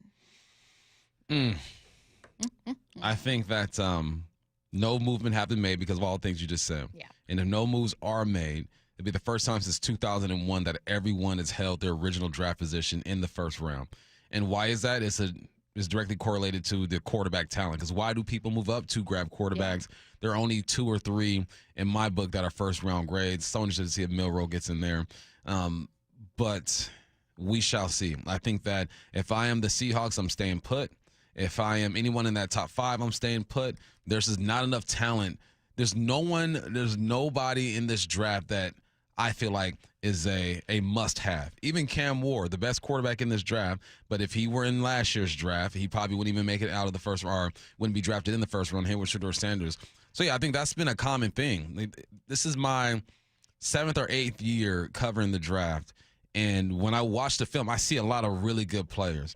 But last year I saw some outstanding players, and exclude the quarterbacks like Latu out of UCLA. Like the things that he was doing with his hands and all that stuff, it was impressive. So no, I'm hoping that everyone stays put. He did. We just ride this thing out. Yeah, he did say that. So again, Seahawks, one of the teams that Adam Schefter is hearing were interested in trading back. Seahawks, obviously, at pick number 18.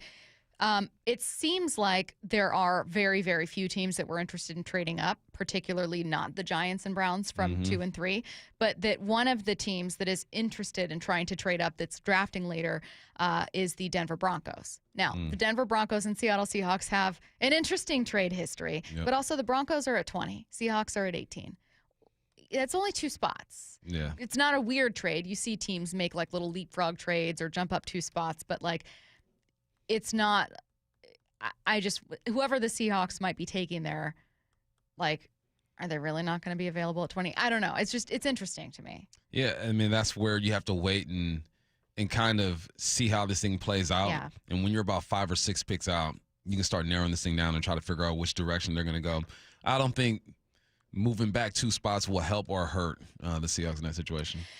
He has a lot of quotes on Ashton Genty and Jalen Milroe. One of them is a surefire first-round pick, and the other one will be there, just making memories and friends. And he said of Jalen Milroe, a quote from Andrew Berry, GM of the Browns. Browns will not be taking Milroe, obviously, at number 2 overall. But he said that Milroe is a rare physical talent and maybe the only quarterback who's faster than Lamar Jackson. Yeah. Milroe, I mean, when it comes to just pure athleticism, I haven't seen a quarterback like this in a long time. I think he's probably more athletic than Lamar. Lamar's just more elusive than he is. Yeah, it's interesting. But when's the last time we saw a really athletic quarterback just shine? I think Lamar is it, right? Yeah. Other than that, Anthony Richardson is not. Josh Allen wasn't considered like wildly athletic. No. It was more of like, this kid can run. Yeah, but and then also He we drew haven't comparisons had to Jake Locker at we times. haven't had that many freakishly athletic quarterbacks either. Like we're just starting to see the quarterback position kind of resemble some of the things we're seeing. Yeah, you're right. We are going to hear from John Schneider and Mike McDonald sitting down for their pre-draft press conference. It's coming your way next.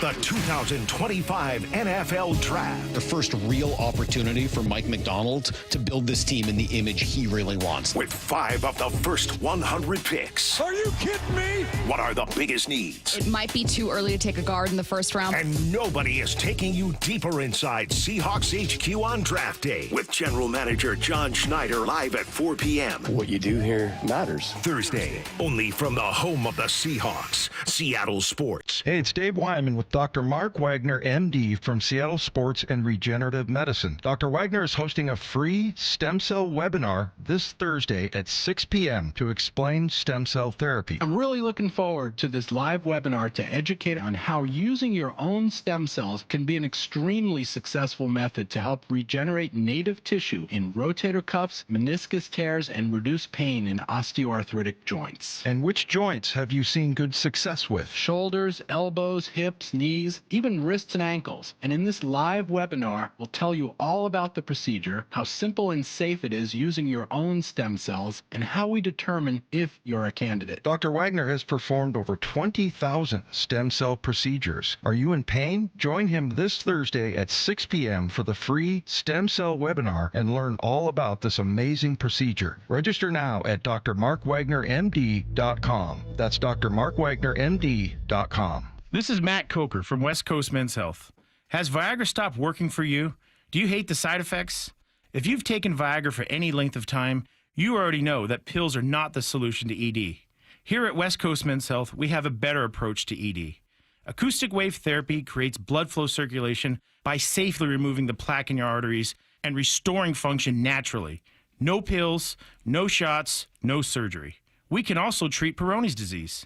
Our non-invasive treatment for ED is painless and highly effective. We have treated thousands of men just like you. Stop living with this problem and do something about it. Do yourself a favor, do your partner a favor, and call us today. Call 206-519-6541. That's 206-519-6541. 206-519-6541. Online at westcoastmenshealth.com. HSA cards welcome and financing available. This is a story of the one. As a maintenance specialist for university housing, he knows college students can major in wear and tear. Plus, housing so many students doesn't leave a lot of room to house all the supplies he needs. That's where Grainger comes in. With over 1 million industrial-grade products and fast, dependable delivery, Grainger carries the quality products he needs so he doesn't have to. From a new door hinge to a whole new faucet. Call, click Grainger.com, or just stop by. Grainger, for the ones who get it done. Workdays can be unpredictable, but your workwear shouldn't be. With the Cintas Apparel Plus program, you'll have freshly laundered garments for everyone on your team delivered every week. Cintas has workwear for just about any job imaginable, with high-performance fabrics and an uncompromising fit that stretches and moves with you. Don't leave looking and feeling good to chance. Visit Cintas.com. Oh, I'm ready! And get ready for the workday. Hey, get in. What? Who are you? I'm future you. Constipation with belly pain still coming back? Yeah. Mia, our doctor figured it out. She said it's irritable bowel syndrome with constipation, or IBS-C, and Linzess could help you get ahead of it. Linzess linaclotide is a prescription medicine that treats IBS-C in adults. It's not a laxative. It's a once-daily pill that helps you get ahead of your symptoms. It's proven to help you have more frequent and complete bowel movements and helps relieve overall abdominal symptoms, belly pain, discomfort, and bloating. These symptoms were studied in combination, not individually. Do not give Linzess to children less than 2. It may harm them. Do not take Linzess if you have a bowel blockage. Get immediate help if you develop unusual or severe stomach pain, especially with bloody or black stools. The most common side effect is diarrhea, sometimes severe. If it's severe, stop taking Linzess and call your doctor right away. Other side effects include gas, stomach area pain, and swelling. Talk to your doctor and say yes to Linzess. Learn more at linzess.com or call 1-800-LINZESS. So I formed Davis Law Group about 30 years ago, and I would get, the same questions from people about what to do in the case of an accident. Do you need a lawyer? To the point where I decided that I would at least write a book which would answer the common questions that I would receive as a lawyer. Once I wrote my first book, it proved to be hugely popular. I decided to write then a series of books in different accident cases so that we could really teach people about their rights, how to protect them, and how to decide on whether they need a lawyer and what lawyer to hire. I've found in my career that having a client that is educated and knowledgeable about their particular type of case really helps the client and also usually ends up making the case or the claim more successful. To get your free copy of any of my Washington accident books, visit WashingtonAccidentBooks.com. Let's go!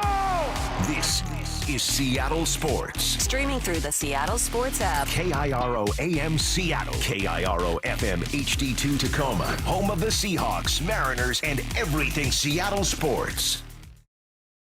Seattle Sports Snapshot. ESPN's Adam Schefter's latest column shares everything he's hearing days ahead of the NFL draft. Among the most interesting notes is this one. New Orleans hasn't used a first-round pick on a quarterback since 1971, a drought that could continue since there's still a healthy dose of skepticism that they're interested in Shedeur Sanders out of Colorado at number 9 overall.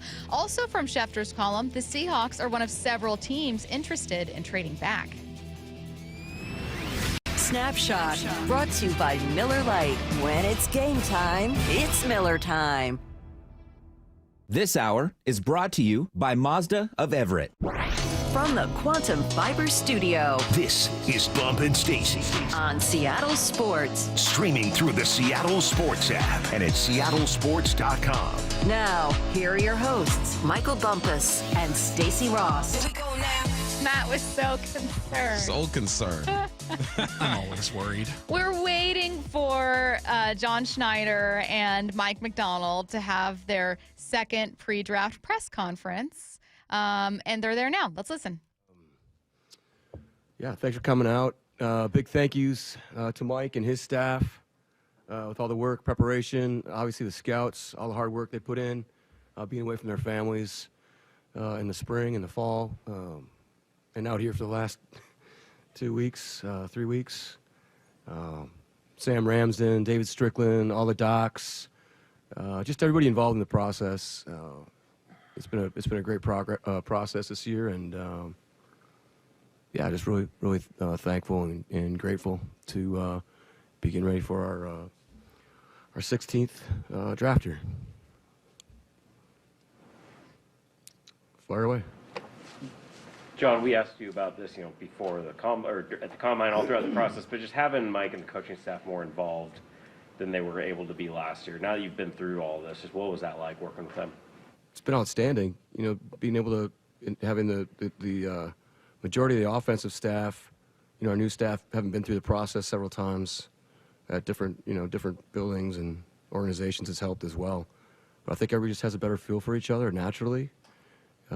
You're Mike and I are constantly evaluating the evaluators, right? So that's coaches, it's scouts, it's doctors, trainers, it's everybody, and it's just a much stronger comfort level. Mike, for you, just same kind of thing. Just now that you've gotten all this experience doing this with John, what's it been like for you? Yeah, I think you have a real a really strong feel for the cadence about what happens and when and what those conversations are like. But just like Jon said, I mean, it's year 2. Understanding our process and how we do it, it really helps. How do you avoid, with all the information you have available to you, overthinking as you get closer to the draft? And what are the points that change your opinion the most about a player in the process? Did you see were you here yesterday? Did you see the draft board yesterday? Yeah. No, it's funny you say that. It's a great question. It's really just, we're just kind of wrapping up everybody's opinions, and, we'll get to a spot where, Mike and I just can walk through every scenario, and so we're not in a position to overthink things, especially once we get to the weekend. We want to be able to have it look like we want it to look, and our kind of guys, and just be able to maneuver and pick good players for this talented staff. And at the league meetings, you had mentioned that the compensation for trading back in the back of the first round has kind of changed in recent years. Have you figured out why that is? So, yeah, I mean, there's tons of different, a lot of people used to use Jimmy Johnson's, grading scale, right, the point system. Now that, like, the advent of analytics, there's, like, more and more, like, you have salary caps, you have salary cap numbers, you have a lot of people that just have different systems. So what we're doing over the next 2 days is really having our guys, make sure they're contacting the other teams, the teams that they're responsible for in terms of trades, and making sure that we're in the same vicinity, because everybody seems to be using different grading or trading scales, point systems, and so you want to be able to move in a very fast manner, so we want to get all that kind of laid out ahead of time. You don't want to be like in the moment and having like to be negotiating a ton. There's a certain level of negotiation that goes on there, but you don't want it to be, taking up more than the decision-making process, more time than the decision-making process. Has analytics adjusted how your chart has maybe changed over the years? Yeah. Yep. We've switched it a little bit. Yeah. You never traded up in the first round, but you've traded up multiple times on day 2. Is there a reason for that? No. It just hasn't happened. Yeah. What do you make of the fact there haven't been any trades in the first round yet, among first-round picks? Yeah, I was just talking to a gentleman this morning about that from another team.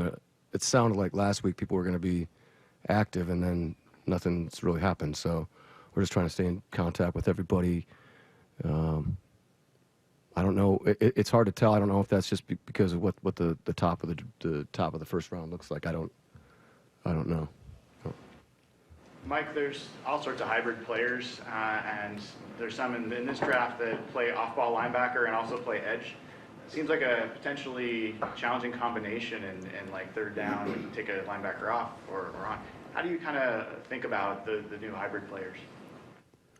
Well, they're really exciting. I think, especially in this year, it's when you're evaluating these guys, you try to have a vision for what their role would be immediately, and then what it would grow to.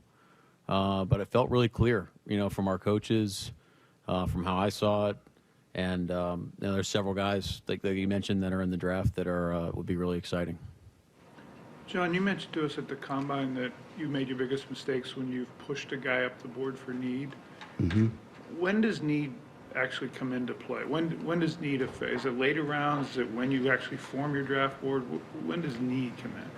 It ends up pretty much being all the way through. But really, your need ends up being part of our grading system too. It's part of, we're comparing prospects to our players. Not necessarily, it's just the way we do it, not necessarily the rest of the National Football League. What does our team look like?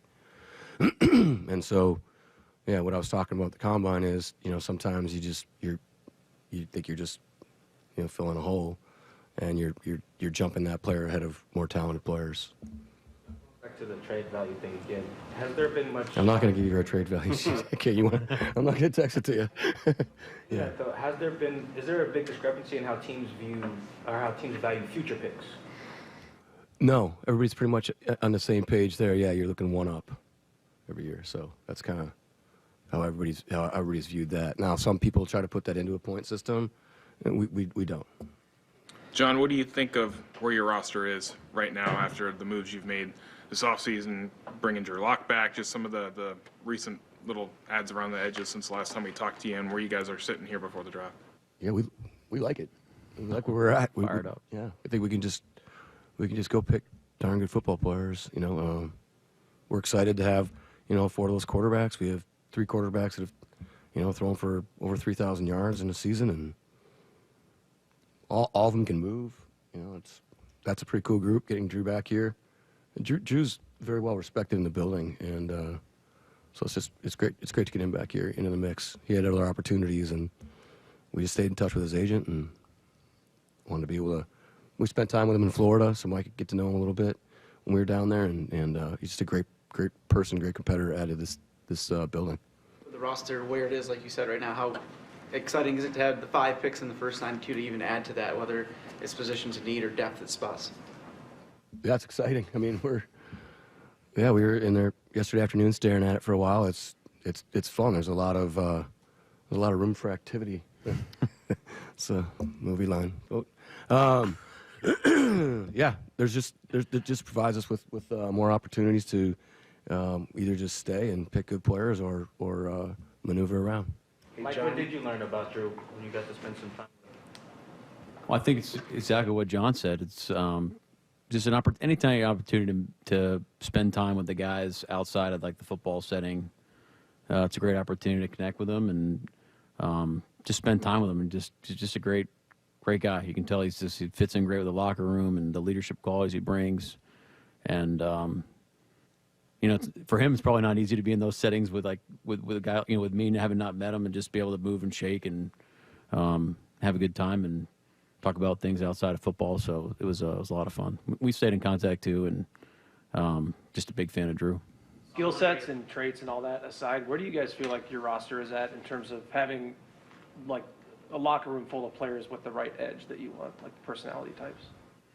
I mean, this is an interesting timing for me and ours, like, as a coach, because normally you're about a week or two into the process as the draft week comes up. So I'm excited to start our process as a team to see how everything's going to kind of come into focus over the next 8 to 10 weeks and into camp. But I'm really excited about our guys. I mean, it's just today, a lot of the guys are starting to trickle in. We start officially tomorrow, so seeing guys we haven't seen in a good bit, and just like their excitement for the offseason program, and just feels like spirits are really high, enthusiasm's high, and we got a lot of work to do, but I feel like the guys' mental's in the right spot, and we got a great opportunity in front of us.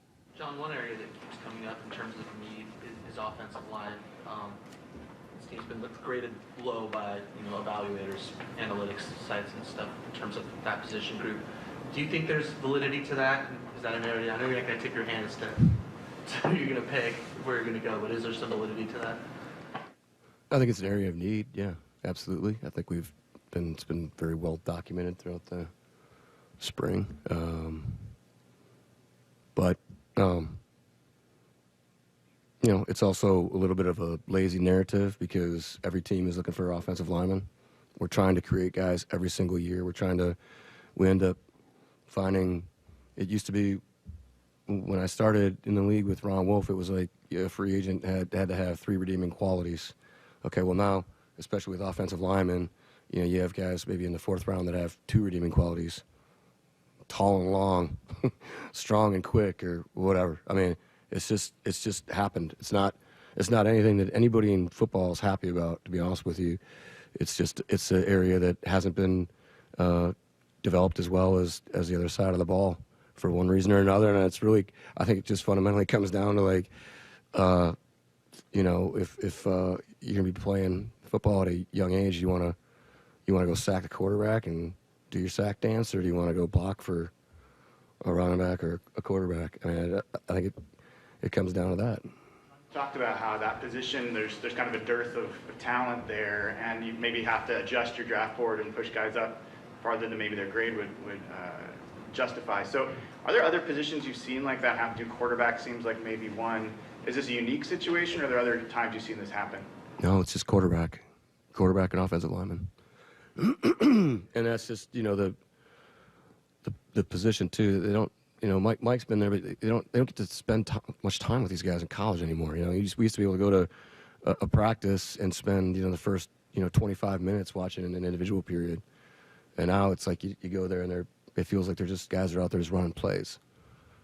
So, things were much better when we had NFL Europe. We were able to put guys in there and have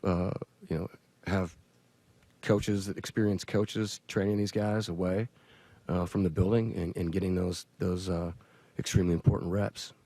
And again, same thing with the quarterback position. Mike, I know your ability to talk to guys is a little bit limited right now this time of year and everything, but pretty big changeover on the roster with Gino and DK Tyler all moving on different places and such. What's been the kind of the feedback you guys have got about just where you guys are heading directionally, the shift and having so many guys that have been a big part of this team not be here, and the shift that's made for you guys so far? Well, I think I kind of answered that the last time. It's just there's a lot of enthusiasm. Our guys are really excited. I'm going off of the conversations I've had with the guys on our roster, and it's not to make a comment about the guys that weren't here and the guys that are here. It's just there's a lot of respect for the guys that are on our football team, and a lot of prior relationships too that have kind of come back into the mold, and so guys are excited about kind of renewing that relationships that they've had with those guys and being in this setting here, at the VMAC every day. So I'm really encouraged. I'm really excited, and this time tomorrow we'll be finishing up our first day, and then we'll go do it day 2 and do that for the next 10 weeks. It'll be a lot of fun. Mike, what does the acquiring Drew mean for Sam Howell? Well, it means that those guys are going to be competing.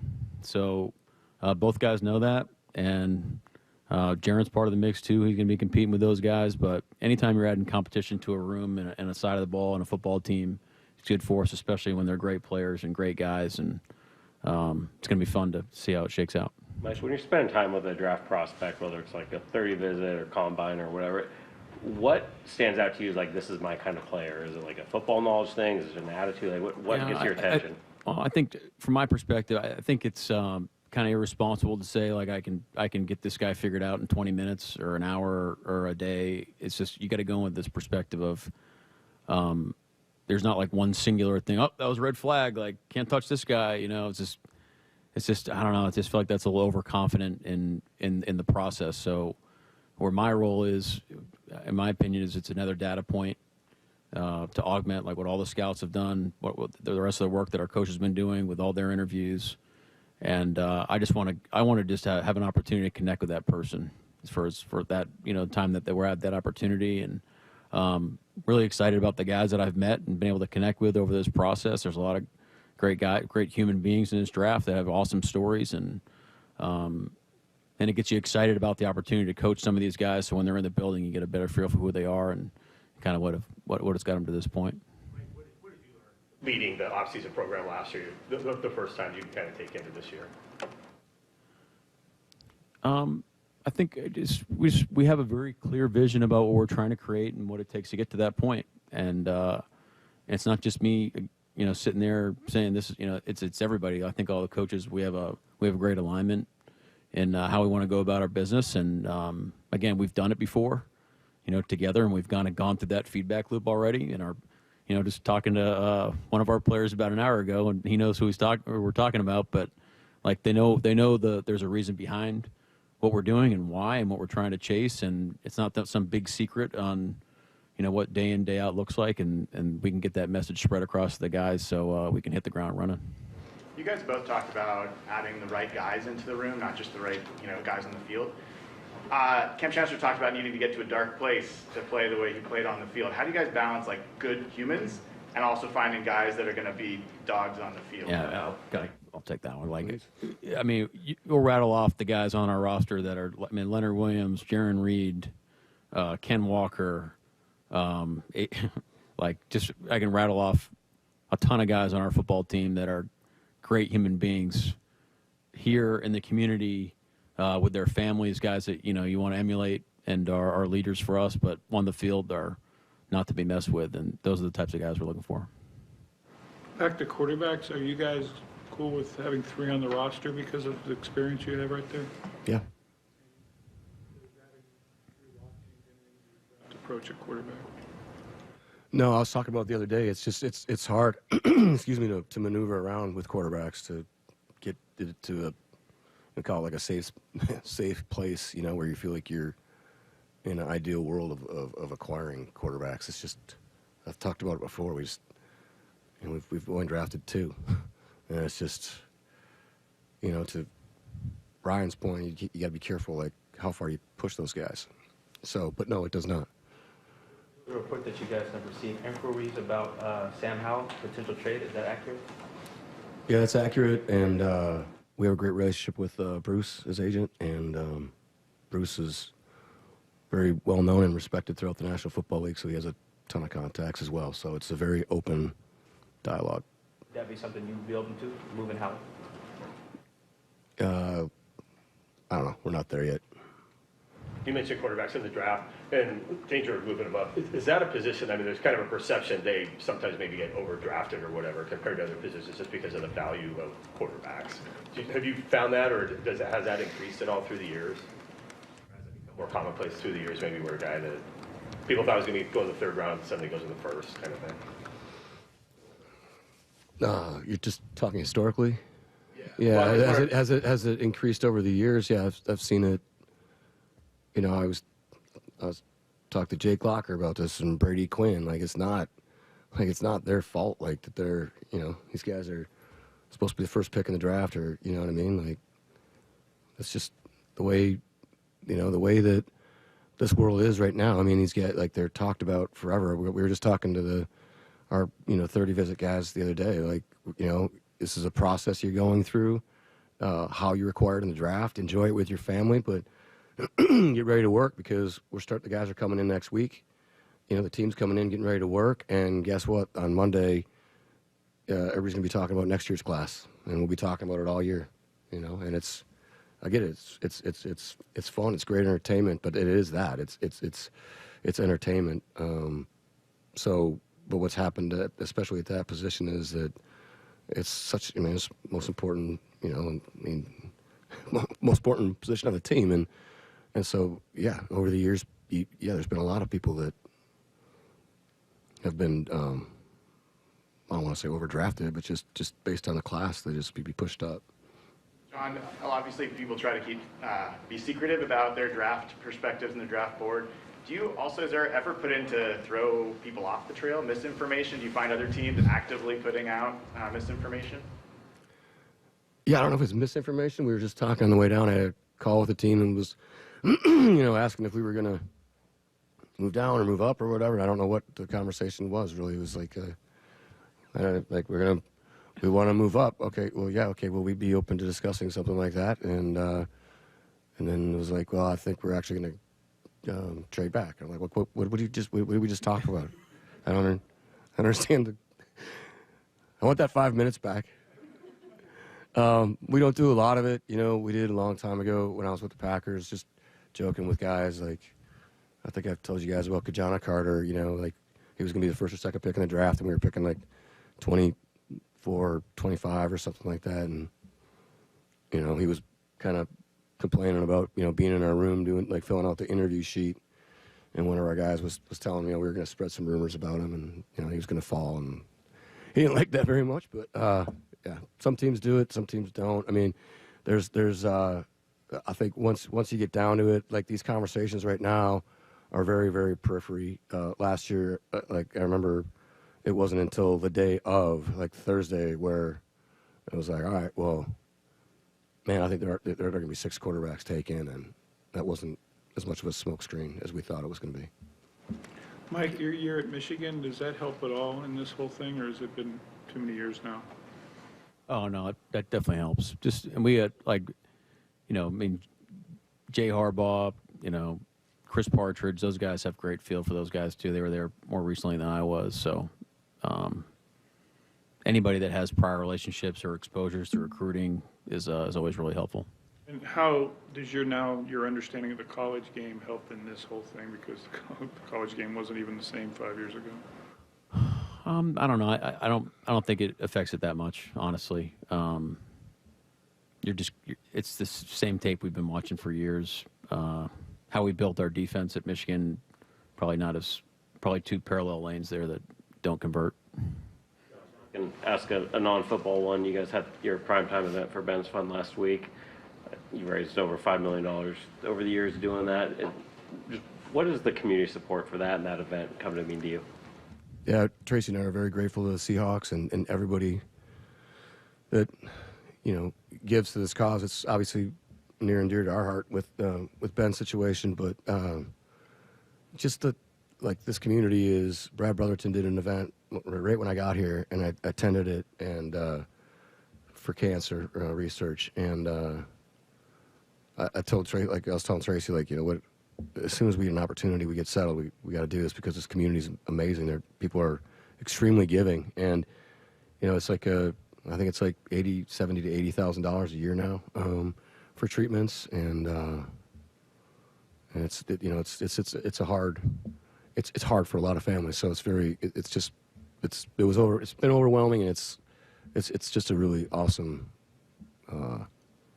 reflection on the community here in Seattle and state of Washington. John, I think you said on the radio that you were kind of cautioning against calling the quarterback class weak or not very good. In general, position aside, when someone says asks you if the class is good, what do you hear when you say that? What do you have to say to say yes?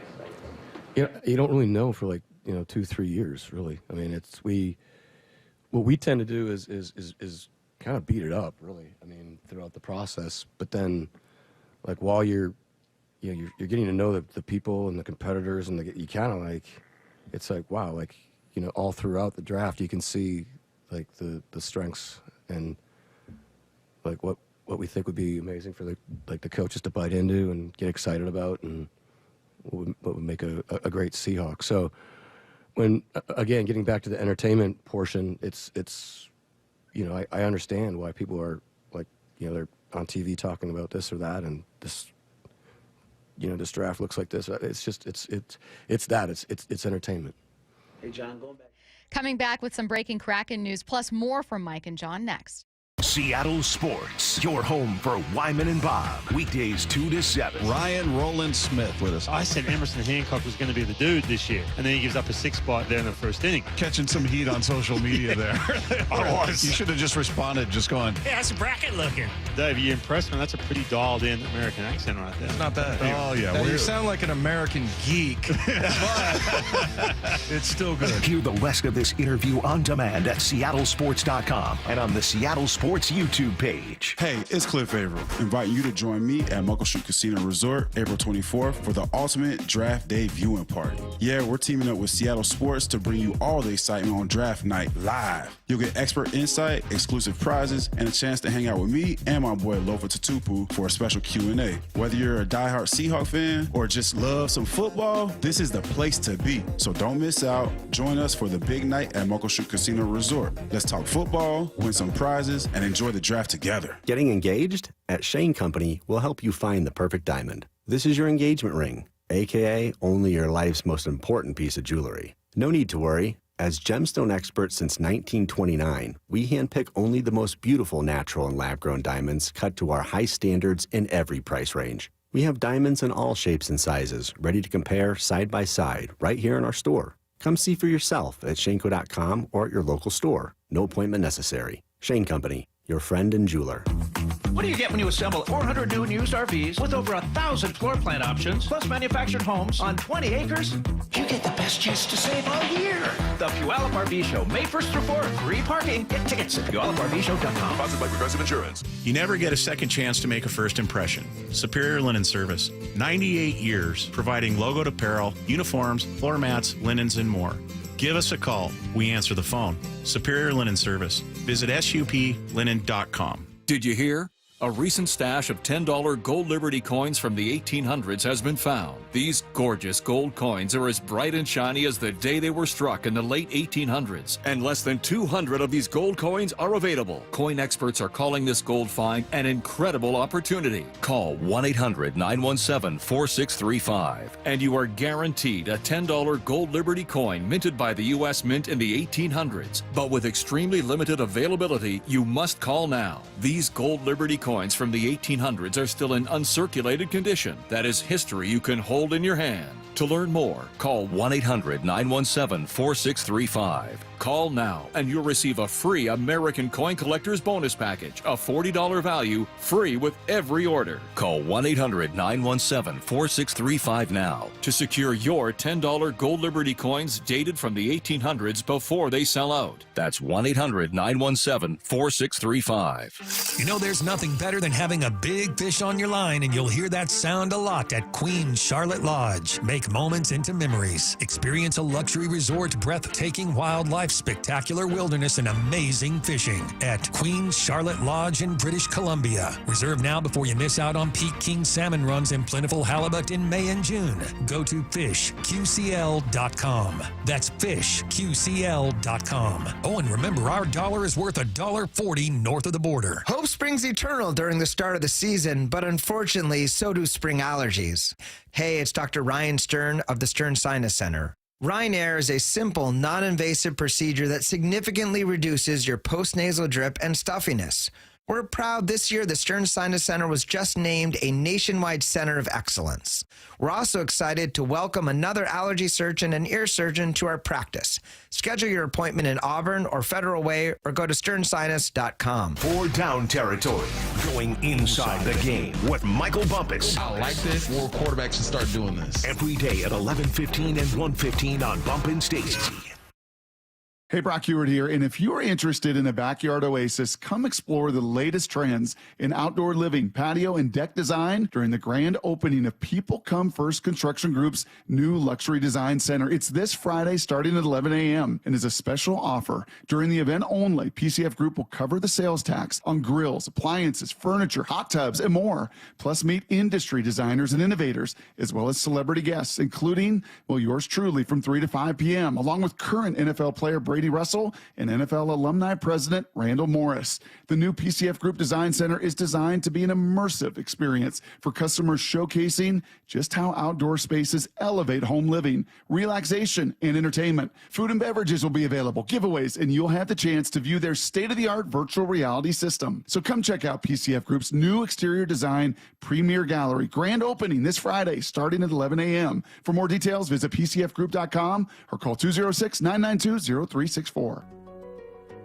So I formed Davis Law Group about 30 years ago, and I would get, the same questions from people about what to do in the case of an accident. Do you need a lawyer? To the point where I decided that I would at least write a book which would answer the common questions that I would receive as a lawyer. Once I wrote my first book, it proved to be hugely popular. I decided to write then a series of books in different accident cases so that we could really teach people about their rights, how to protect them, and how to decide on whether they need a lawyer and what lawyer to hire. I've found in my career that having a client that is educated and knowledgeable about their particular type of case really helps the client and also usually ends up making the case or the claim more successful.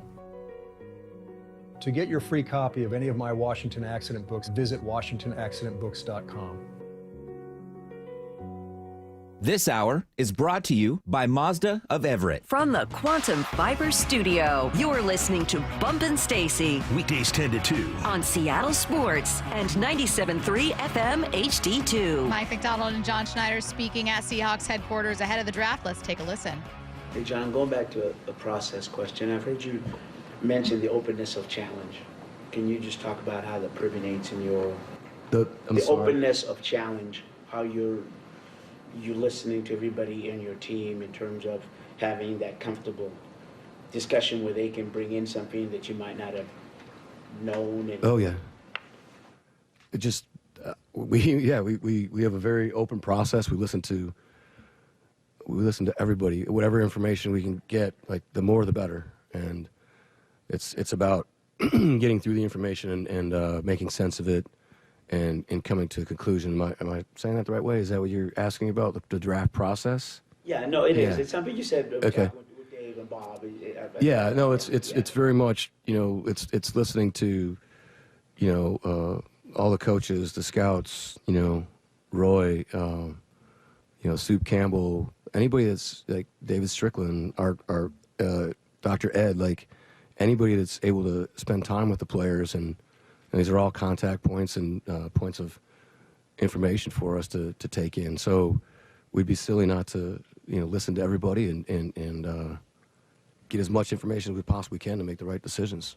Maybe a little deeper on that. How have you changed in terms of being open throughout these years now, getting consensus?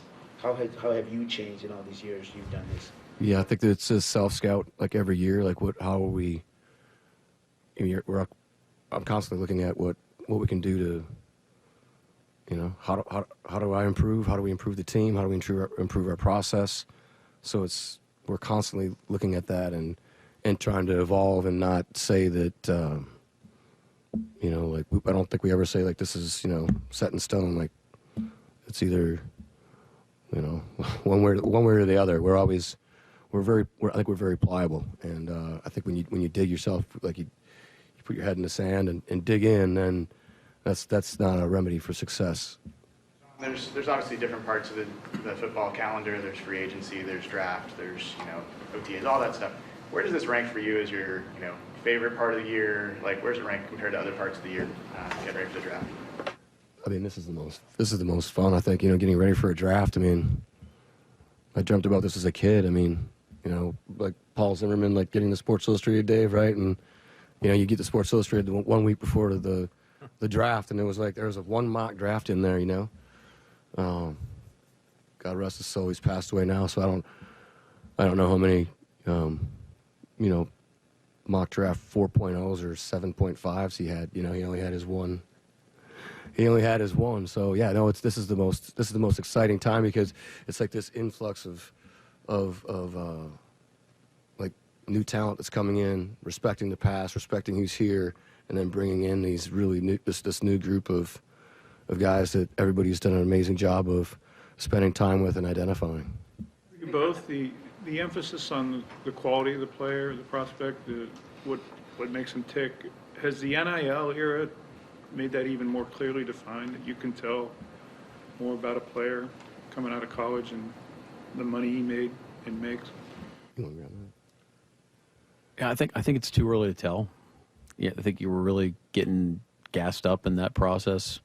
When we were at Michigan, it just started. That was 21, so yeah, I guess we're 4 years in now, so probably more returns on that over the next couple of years. I think if you put more eggs in one basket one way or the other, I think it might be a little dangerous. You start like attributing it to certain things. You may or may not be correct, and that might not be the right way to go. You found that the sort of later parts of the draft aren't as maybe strong in the NL era because some guys who they could get more money going back to school than they would being a 5th or 6th round pick. Yeah, that's happened. For some reason, this year's group looks right now feels. I don't know if it's because we spent so much time now with these guys, but it seems like it's pretty strong throughout. But yeah, that's legit. A lot of guys staying, 5th round, 6th, 5th on down probably. Does that make smaller school guys, or you had 2 Division IIs in the last 3 years, does that make them even more worth scrutinizing because maybe their road hasn't been as easy and they're not getting paid? No, I wouldn't. No, because it's all part of the same group. They're all part of I guess one big class. Charles is optional. Deadline's in a couple weeks, I think. Yeah, we'll answer that at a later date. They're still moving, but how do Clint Kubiak and John Benton affect the way you guys might be evaluating offensive linemen in this draft? Well, I think the system has been defined and they've been running it for quite a long time. I think what's cool about what these guys, you could make the mistake of saying, hey, we're going to be really myopic, and this is what we need, and we're not budging. They're not like that. You know, they're kind of seeing the whole player and then having a vision for how they would fit with us. But definitely understand, like, what we're going to be asking of them to do is really clear. John, is there still music in the draft room? And it's been a while since I asked this, so you know, what's on the playlist? Who's in charge of the playlist in the draft room now? Is it still Bob Marley like it was 15 years ago? Yeah, it was, but people are getting tired of me playing that, so they want other stuff. So, yeah, my son, I think, Jack's coming back, you know, so that'll probably be his job, you know, if I can get him to turn it down, you know, at the appropriate times. He's way more hip than I am, so, yeah. It changes throughout the weekend, but, yeah. John, WIA sanctioned girls flag football today as a WIA sport. This has been an organization that cares about pushing flag football forward, so just your reaction to that news. Yeah, amazing. I mean, I think that's pretty cool. State of Washington and, you know, the Seahawks, you know, the people upstairs do a great job getting out in the community and impacting women's flag, all flag football, women's flag football. We had a camp here this weekend with a bunch of people here, you know, spending time with young people, future prospects. So, no, it's pretty exciting. Do you have any more update on how Chen is doing and whether he'd be ready for camp? I don't think it's changed since we last talked, but excited. He's in a good spot. Yeah, it's the same kind of emotion. Anytime you're calling a guy that you're about to pick him, you knowing that's like a life-changing phone call to that person. What is that like for you? Yeah, it's really exciting. You know, I mean, it's much more fun than negotiating a contract. I'll say that. Yeah, we're gonna get, you know, the area guys doing it more as well, because these guys spend so much time with the individuals now. It's pretty awesome. I was saying to Aaron Heinlein today, I was like, hey, you know, would you mind calling such and such's agent to see if we can get him hooked up with the coaches? And he's like, well, why don't I just call him myself? I was like, even better. And these guys do a great job of, like, you know, everybody, you know, just creating relationships with these guys. So it's pretty cool to have, like, free agents in here later on, you know, 3, 4, 5 years later, you know, giving us crud for not taking them because they really wanted to come here and stuff like that. So, and the relationships that they've developed with the area scouts over the years. You did more of that last year with the area guys calling. What kind of caused you to say, hey, I'm going to do that this year? Just the experience that you know, Mike and I have, you know, Coach Carroll for years being able to make that, like, have that call to the person's. I mean, it's a fun, it's exciting deal to hear the enthusiasm in their voice. You know, some guys are screaming, some guys are crying, some guys don't pick up their phones. That's the one I was thinking of. So. Anything else? Thank you. All right, a lot on deck right now. First, Elliot Friedman reporting the Seattle Kraken are making a coaching change. Dan Bylsma will be let go. Quote, and a full search will begin. So we're going to come back, react to that, get your questions in for what I need to know. 866-979-3776. Let's see what's on tonight. What's on tonight with Bump and Stacy, brought to you by Caesars Sportsbook at Muckleshoot. Now, here's what's on tonight. Get your Mariners fix with Extra Innings, hosted by Curtis Rogers. It airs from 7 to 9 p.m. tonight on Seattle Sports. What I need to know coming your way next. The 2025 NFL Draft. The first real opportunity for Mike McDonald to build this team in the image he really wants. With 5 of the first 100 picks. Are you kidding me? What are the biggest needs? It might be too early to take a guard in the first round. And nobody is taking you deeper inside Seahawks HQ on draft day with General Manager John Schneider live at 4 p.m. What you do here matters. Thursday, only from the home of the Seahawks, Seattle Sports. Mike Salk here, and you've probably heard me mention that Crawl Pros has a full-service pest control division called Pest Pros, and they can prevent bug and rodent infestations from reoccurring at your house. You probably also know that it's especially important to keep a close eye on any signs of pest intrusion in your home during the spring. Why? Well, let's start with rodents. They're at the peak of their reproductive season, so if just one makes its way into your house, it could quickly turn into hundreds, and then you've got damage to insulation, insulation, wiring, even structural features, not to mention they're disgusting and carry disease. You may also see an increase in bugs, especially ants this time of year, as they're just looking for food. But if you got kids, you know they leave food everywhere, so this can become an even bigger issue. If you have any reason to think you've got a pest problem, you want to take care of it quickly before you have a much larger problem on your hands. So call Pest Pros. They'll come in, do a free corner-to-corner inspection, just like they did at my house, and fix the problem. If you're worried that any type of critter is making a home of your home, call Pest Pros or visit gopestpros.com. If you're 55 and up, T-Mobile has plans built just for you. 2 lines of unlimited for just $30 a line. That's a 45% savings compared to Verizon and AT&T. But don't just take our word for it. It's not just the savings that are great with our T-Mobile plan. There's all this value from all these other things that T-Mobile offers. T-Mobile has been such a savings for us. We love it. Switch today and get 2 free 5G phones like the Motorola Edge with Turbo Power charging that gives you power for the day in just 15 minutes. And customers 55 and up can get 2 lines of talk, text, and data for only $30 a line. Go to T-Mobile.com/55 to learn more. With 24 monthly bill credits and 2 new lines with autopay for well-qualified customers plus taxes, fees, and $35 per line connection charge. Credits end and balance due if you pay off early or cancel. Contact us plus $5 per line without autopay. Debit or bank account required. 45% off 2 lines versus AT&T Starter and Verizon Welcome. Plan benefits vary. See details at T-Mobile.com. Motorola Edge requires 68-watt charger. Charger sold separately. Actual performance will vary based on usage and configuration. Imagine finding your dream home and moving in right away. No waiting to sell your old place first. Sounds perfect, right? That's exactly what Orchard's Move First, Sell Later program lets you do. Buy your new home now and sell the old one later. Here's how it works. Orchard gives you cash so you can buy and move into your new home first, on your timeline. No waiting, no showings, no double moves. Then the Orchard experts take it from there. They handle repairs on your old home for you so you attract the right buyers. Once they're done, a local Orchard agent lists and sells your home for top dollar. Orchard's Move First program gives you the freedom to buy and move into your new home first and sell your old home later. Buy before you sell and get top dollar for your home with Orchard. Ready to find out how much your home is worth? Visit Orchard.com to get your free home valuation.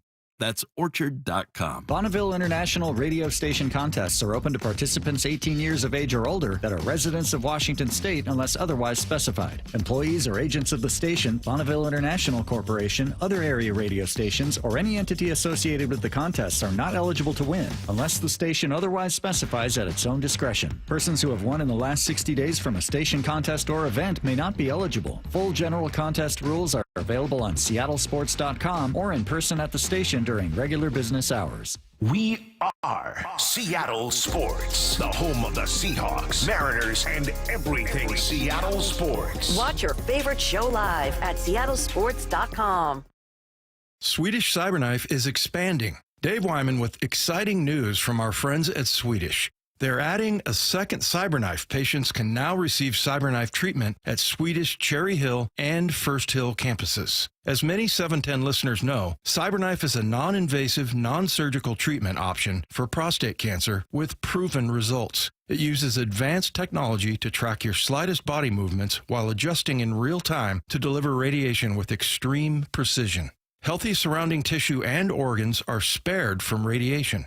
The end result? Excellent long-term cancer control and significantly reduced side effects. Compared with other radiation therapies, which last 6 to 9 weeks, the Cyberknife treatment period is typically only 5 days, with each session lasting less than an hour.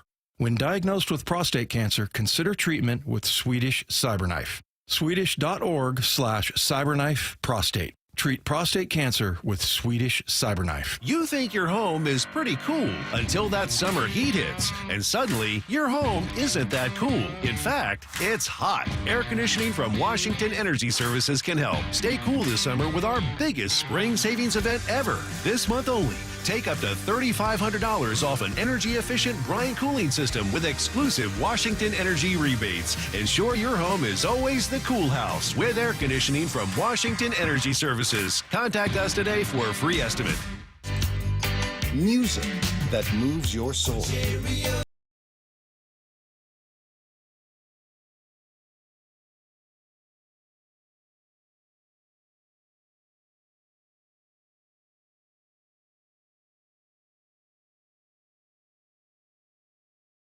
at Muckleshoot Event Center Thursday, April 24th. Get tickets before they sell out at muckleshootcasino.com.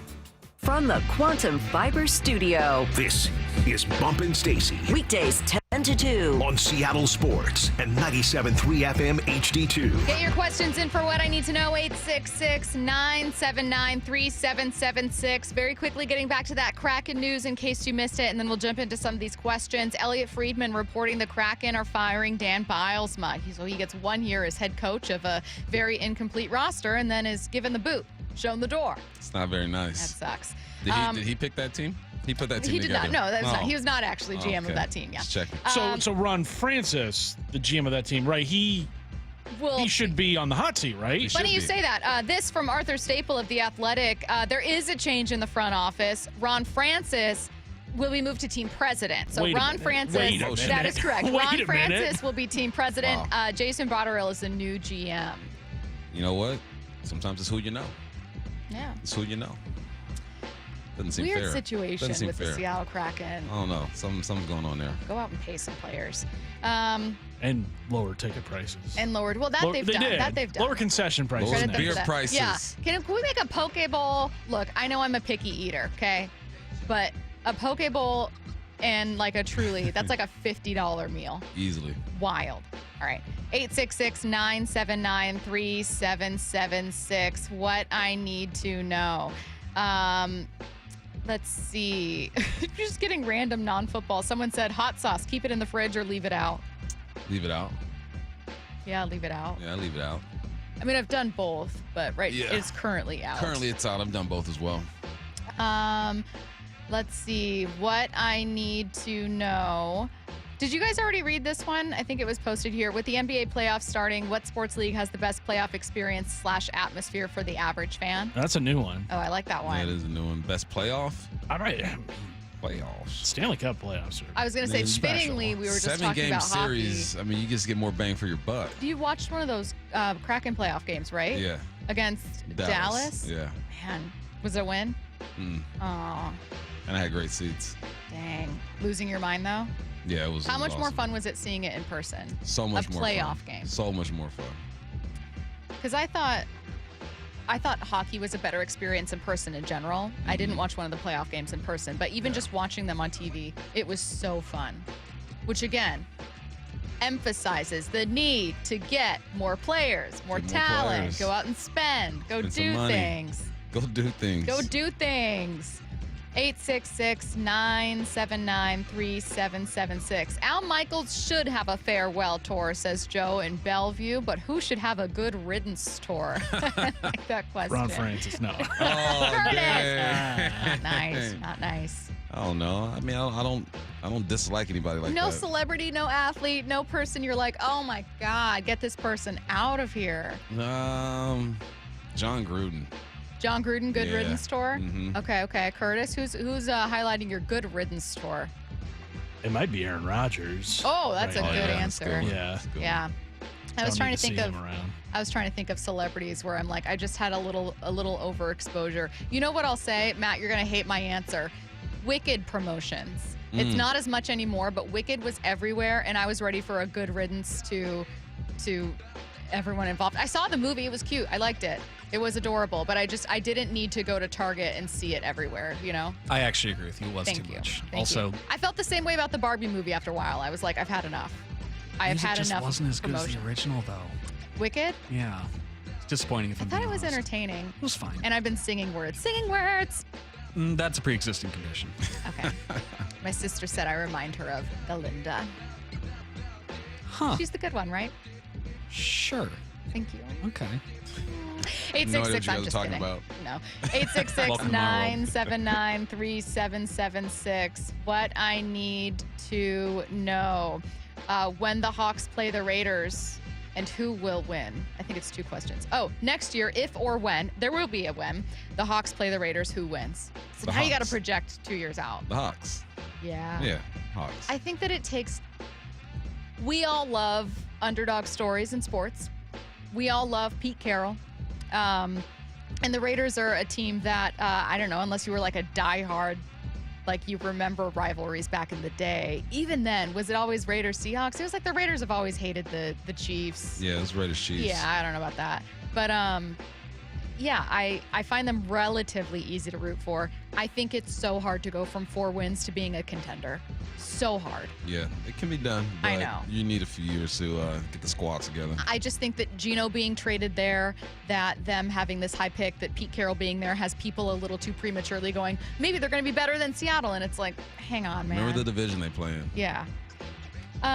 Let's see. 866-979-3776. What I need to know, are you hitting up any Everett Aqua Sox games this year? Aqua, I've only been to like 2. They're pretty fun. I'll probably go to 1. Yeah. You ain't going. I've been to 1. But you're not going. No, probably not. But, Everett's where it's at, apparently. Hey.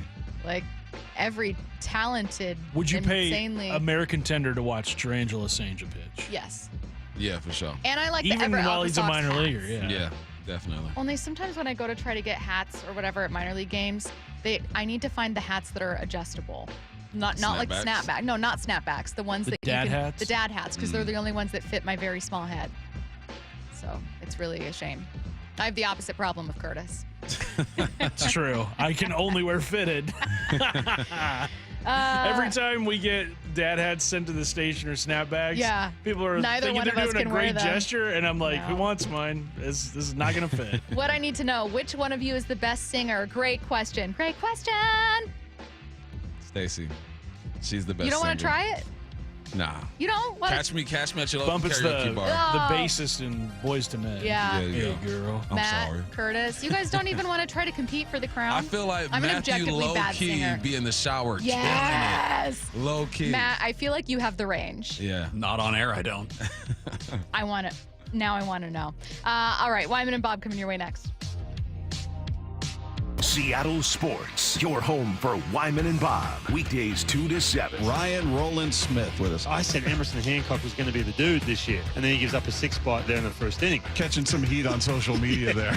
I was. You should have just responded, just going, Hey, how's the bracket looking? Dave, you impressed me. That's a pretty dialed-in American accent right there. not bad. Oh, yeah. Well, you sound like an American geek, but it's still good. Hear the rest of this interview on demand at seattlesports.com and on the Seattle Sports YouTube page. Well, this week's First Mark Challenge victory goes to Robert. Robert, why did you call First Mark Insurance? I heard an ad, and my wife and I had just got our policy renewals from our previous provider, and everything had gone up quite a bit, 30-40%, so I thought I'd give it a try. It was a pleasant experience, very easy. It only took a couple of days to get the good news back. And were they able to save you money? Yeah, we were able to save well over $1,000. Not only did we save money, our agent found that we had some gaps in coverage, and they were able to not only save money, but improve our coverage. Well, now you can be a good friend, and you can tell everybody about it.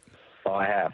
I've, in fact, passed it on to a couple of my good friends, and they're taking the challenge as well. So it's been great. Robert did it. My family did it. Now you got to do it, and it's totally free. Go take the First Mark Challenge today. See how much they can save you and how much better your coverage will get. Maybe you could be our next First Mark Challenge victory. Just go to firstmarkinsurance.com. Firstmarkinsurance.com. Hey, guys. Did you know that half of men over age 50 have erectile dysfunction on some level? Whether you have mild, moderate, or severe ED, West Coast Men's Health can help. We don't prescribe pills and hope they work. Instead, we treat the root cause of the problem with acoustic wave therapy, which breaks down plaque, unclogs arteries, and restores blood flow. We have treated thousands of men across our 11 locations nationwide and have established ourselves as a leader in the industry. So whether you have ED, Peyronie's disease, or suffer from chronic pain, such as neuropathy, carpal tunnel, or Dupuytren's contracture, West Coast Men's Health can help. No pills, no shots, no surgery, just results. With clinics in Redmond and Tacoma, call West Coast Men's Health at 206-519-6541. That's 206-519-6541. 206-519-6541. Online at westcoastmenshealth.com. Goodbye, winter mud. Hello, Dream Yard. Spring is here. Synthetic Turf Northwest has you covered. No more soggy lawns or weekend yard work. Just green, clean, and ready for backyard barbecues, wiffle ball, or kicking back. Synthetic Turf Northwest, the area leader in synthetic grass, residential and commercial installs, plus turf supplies out of our Woodinville warehouse, and soon in Fife, right off I-5. Mention Seattle Sports and save up to $1,000 off your project. Visit syntheticturfnorthwest.com today. It's time to celebrate Seattle golf with a community swing event. Graz here telling you that Tuesday, April the 29th at the Jackson Park Golf Course, 11 to 6, they'll have music on the range, free 10-minute lessons, club fitting, food and beverage specials, bucket golf, and free face painting. A Seattle golf celebration. $25 greens fees after 11 a.m. at Jackson, Bill Wright in West Seattle. Free top tracer at Inter Bay, along with food and beverage specials at all Seattle locations. Play the courses. Play virtual. Play Premier. PremierGC.com. If you're 55 and up, T-Mobile has plans built just for you. 2 lines of unlimited for just $30 a line. That's a 45% savings compared to Verizon and AT&T. But don't just take our word for it. It's not just the savings that are great with our T-Mobile plan. There's all this value from all these other things that T-Mobile offers. T-Mobile has been such a savings for us. We love it. Switch today and get 2 free 5G phones like the Motorola Edge with turbo power charging that gives you power for the day in just 15 minutes. And customers 55 and up can get 2 lines of talk, text, and data for only $30 a line. Go to T-Mobile.com/55 to learn more. With 24 monthly bill credits and 2 new lines with autopay for well-qualified customers, plus taxes, fees, and $35 per line connection charge. Credits end and balance due if you pay off early or cancel. Contact us, plus $5 per line without autopay. Debit or bank account required. 45% off 2 lines versus AT&T Starter and Verizon Welcome. Plan benefits vary. See details at T-Mobile.com. Motorola Edge requires 68-watt charger. Chargers sold separately. Actual performance will vary based on usage and configuration.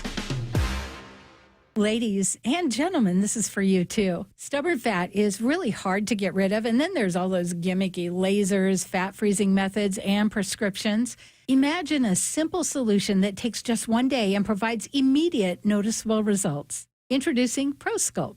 ProSculpt uses air-assisted technology that's safe and gentle yet powerful, delivering instant fat-reducing and skin-tightening results. Performed by board-certified plastic surgeons while fully awake, ProSculpt contours your body with minimal downtime. It's designed to target those problem areas: waistline, neck, face, arms, thighs. ProSculpt gently removes unwanted fat and tightens loose skin with FDA-cleared plasma technology, all in a simple, guaranteed 1-day procedure.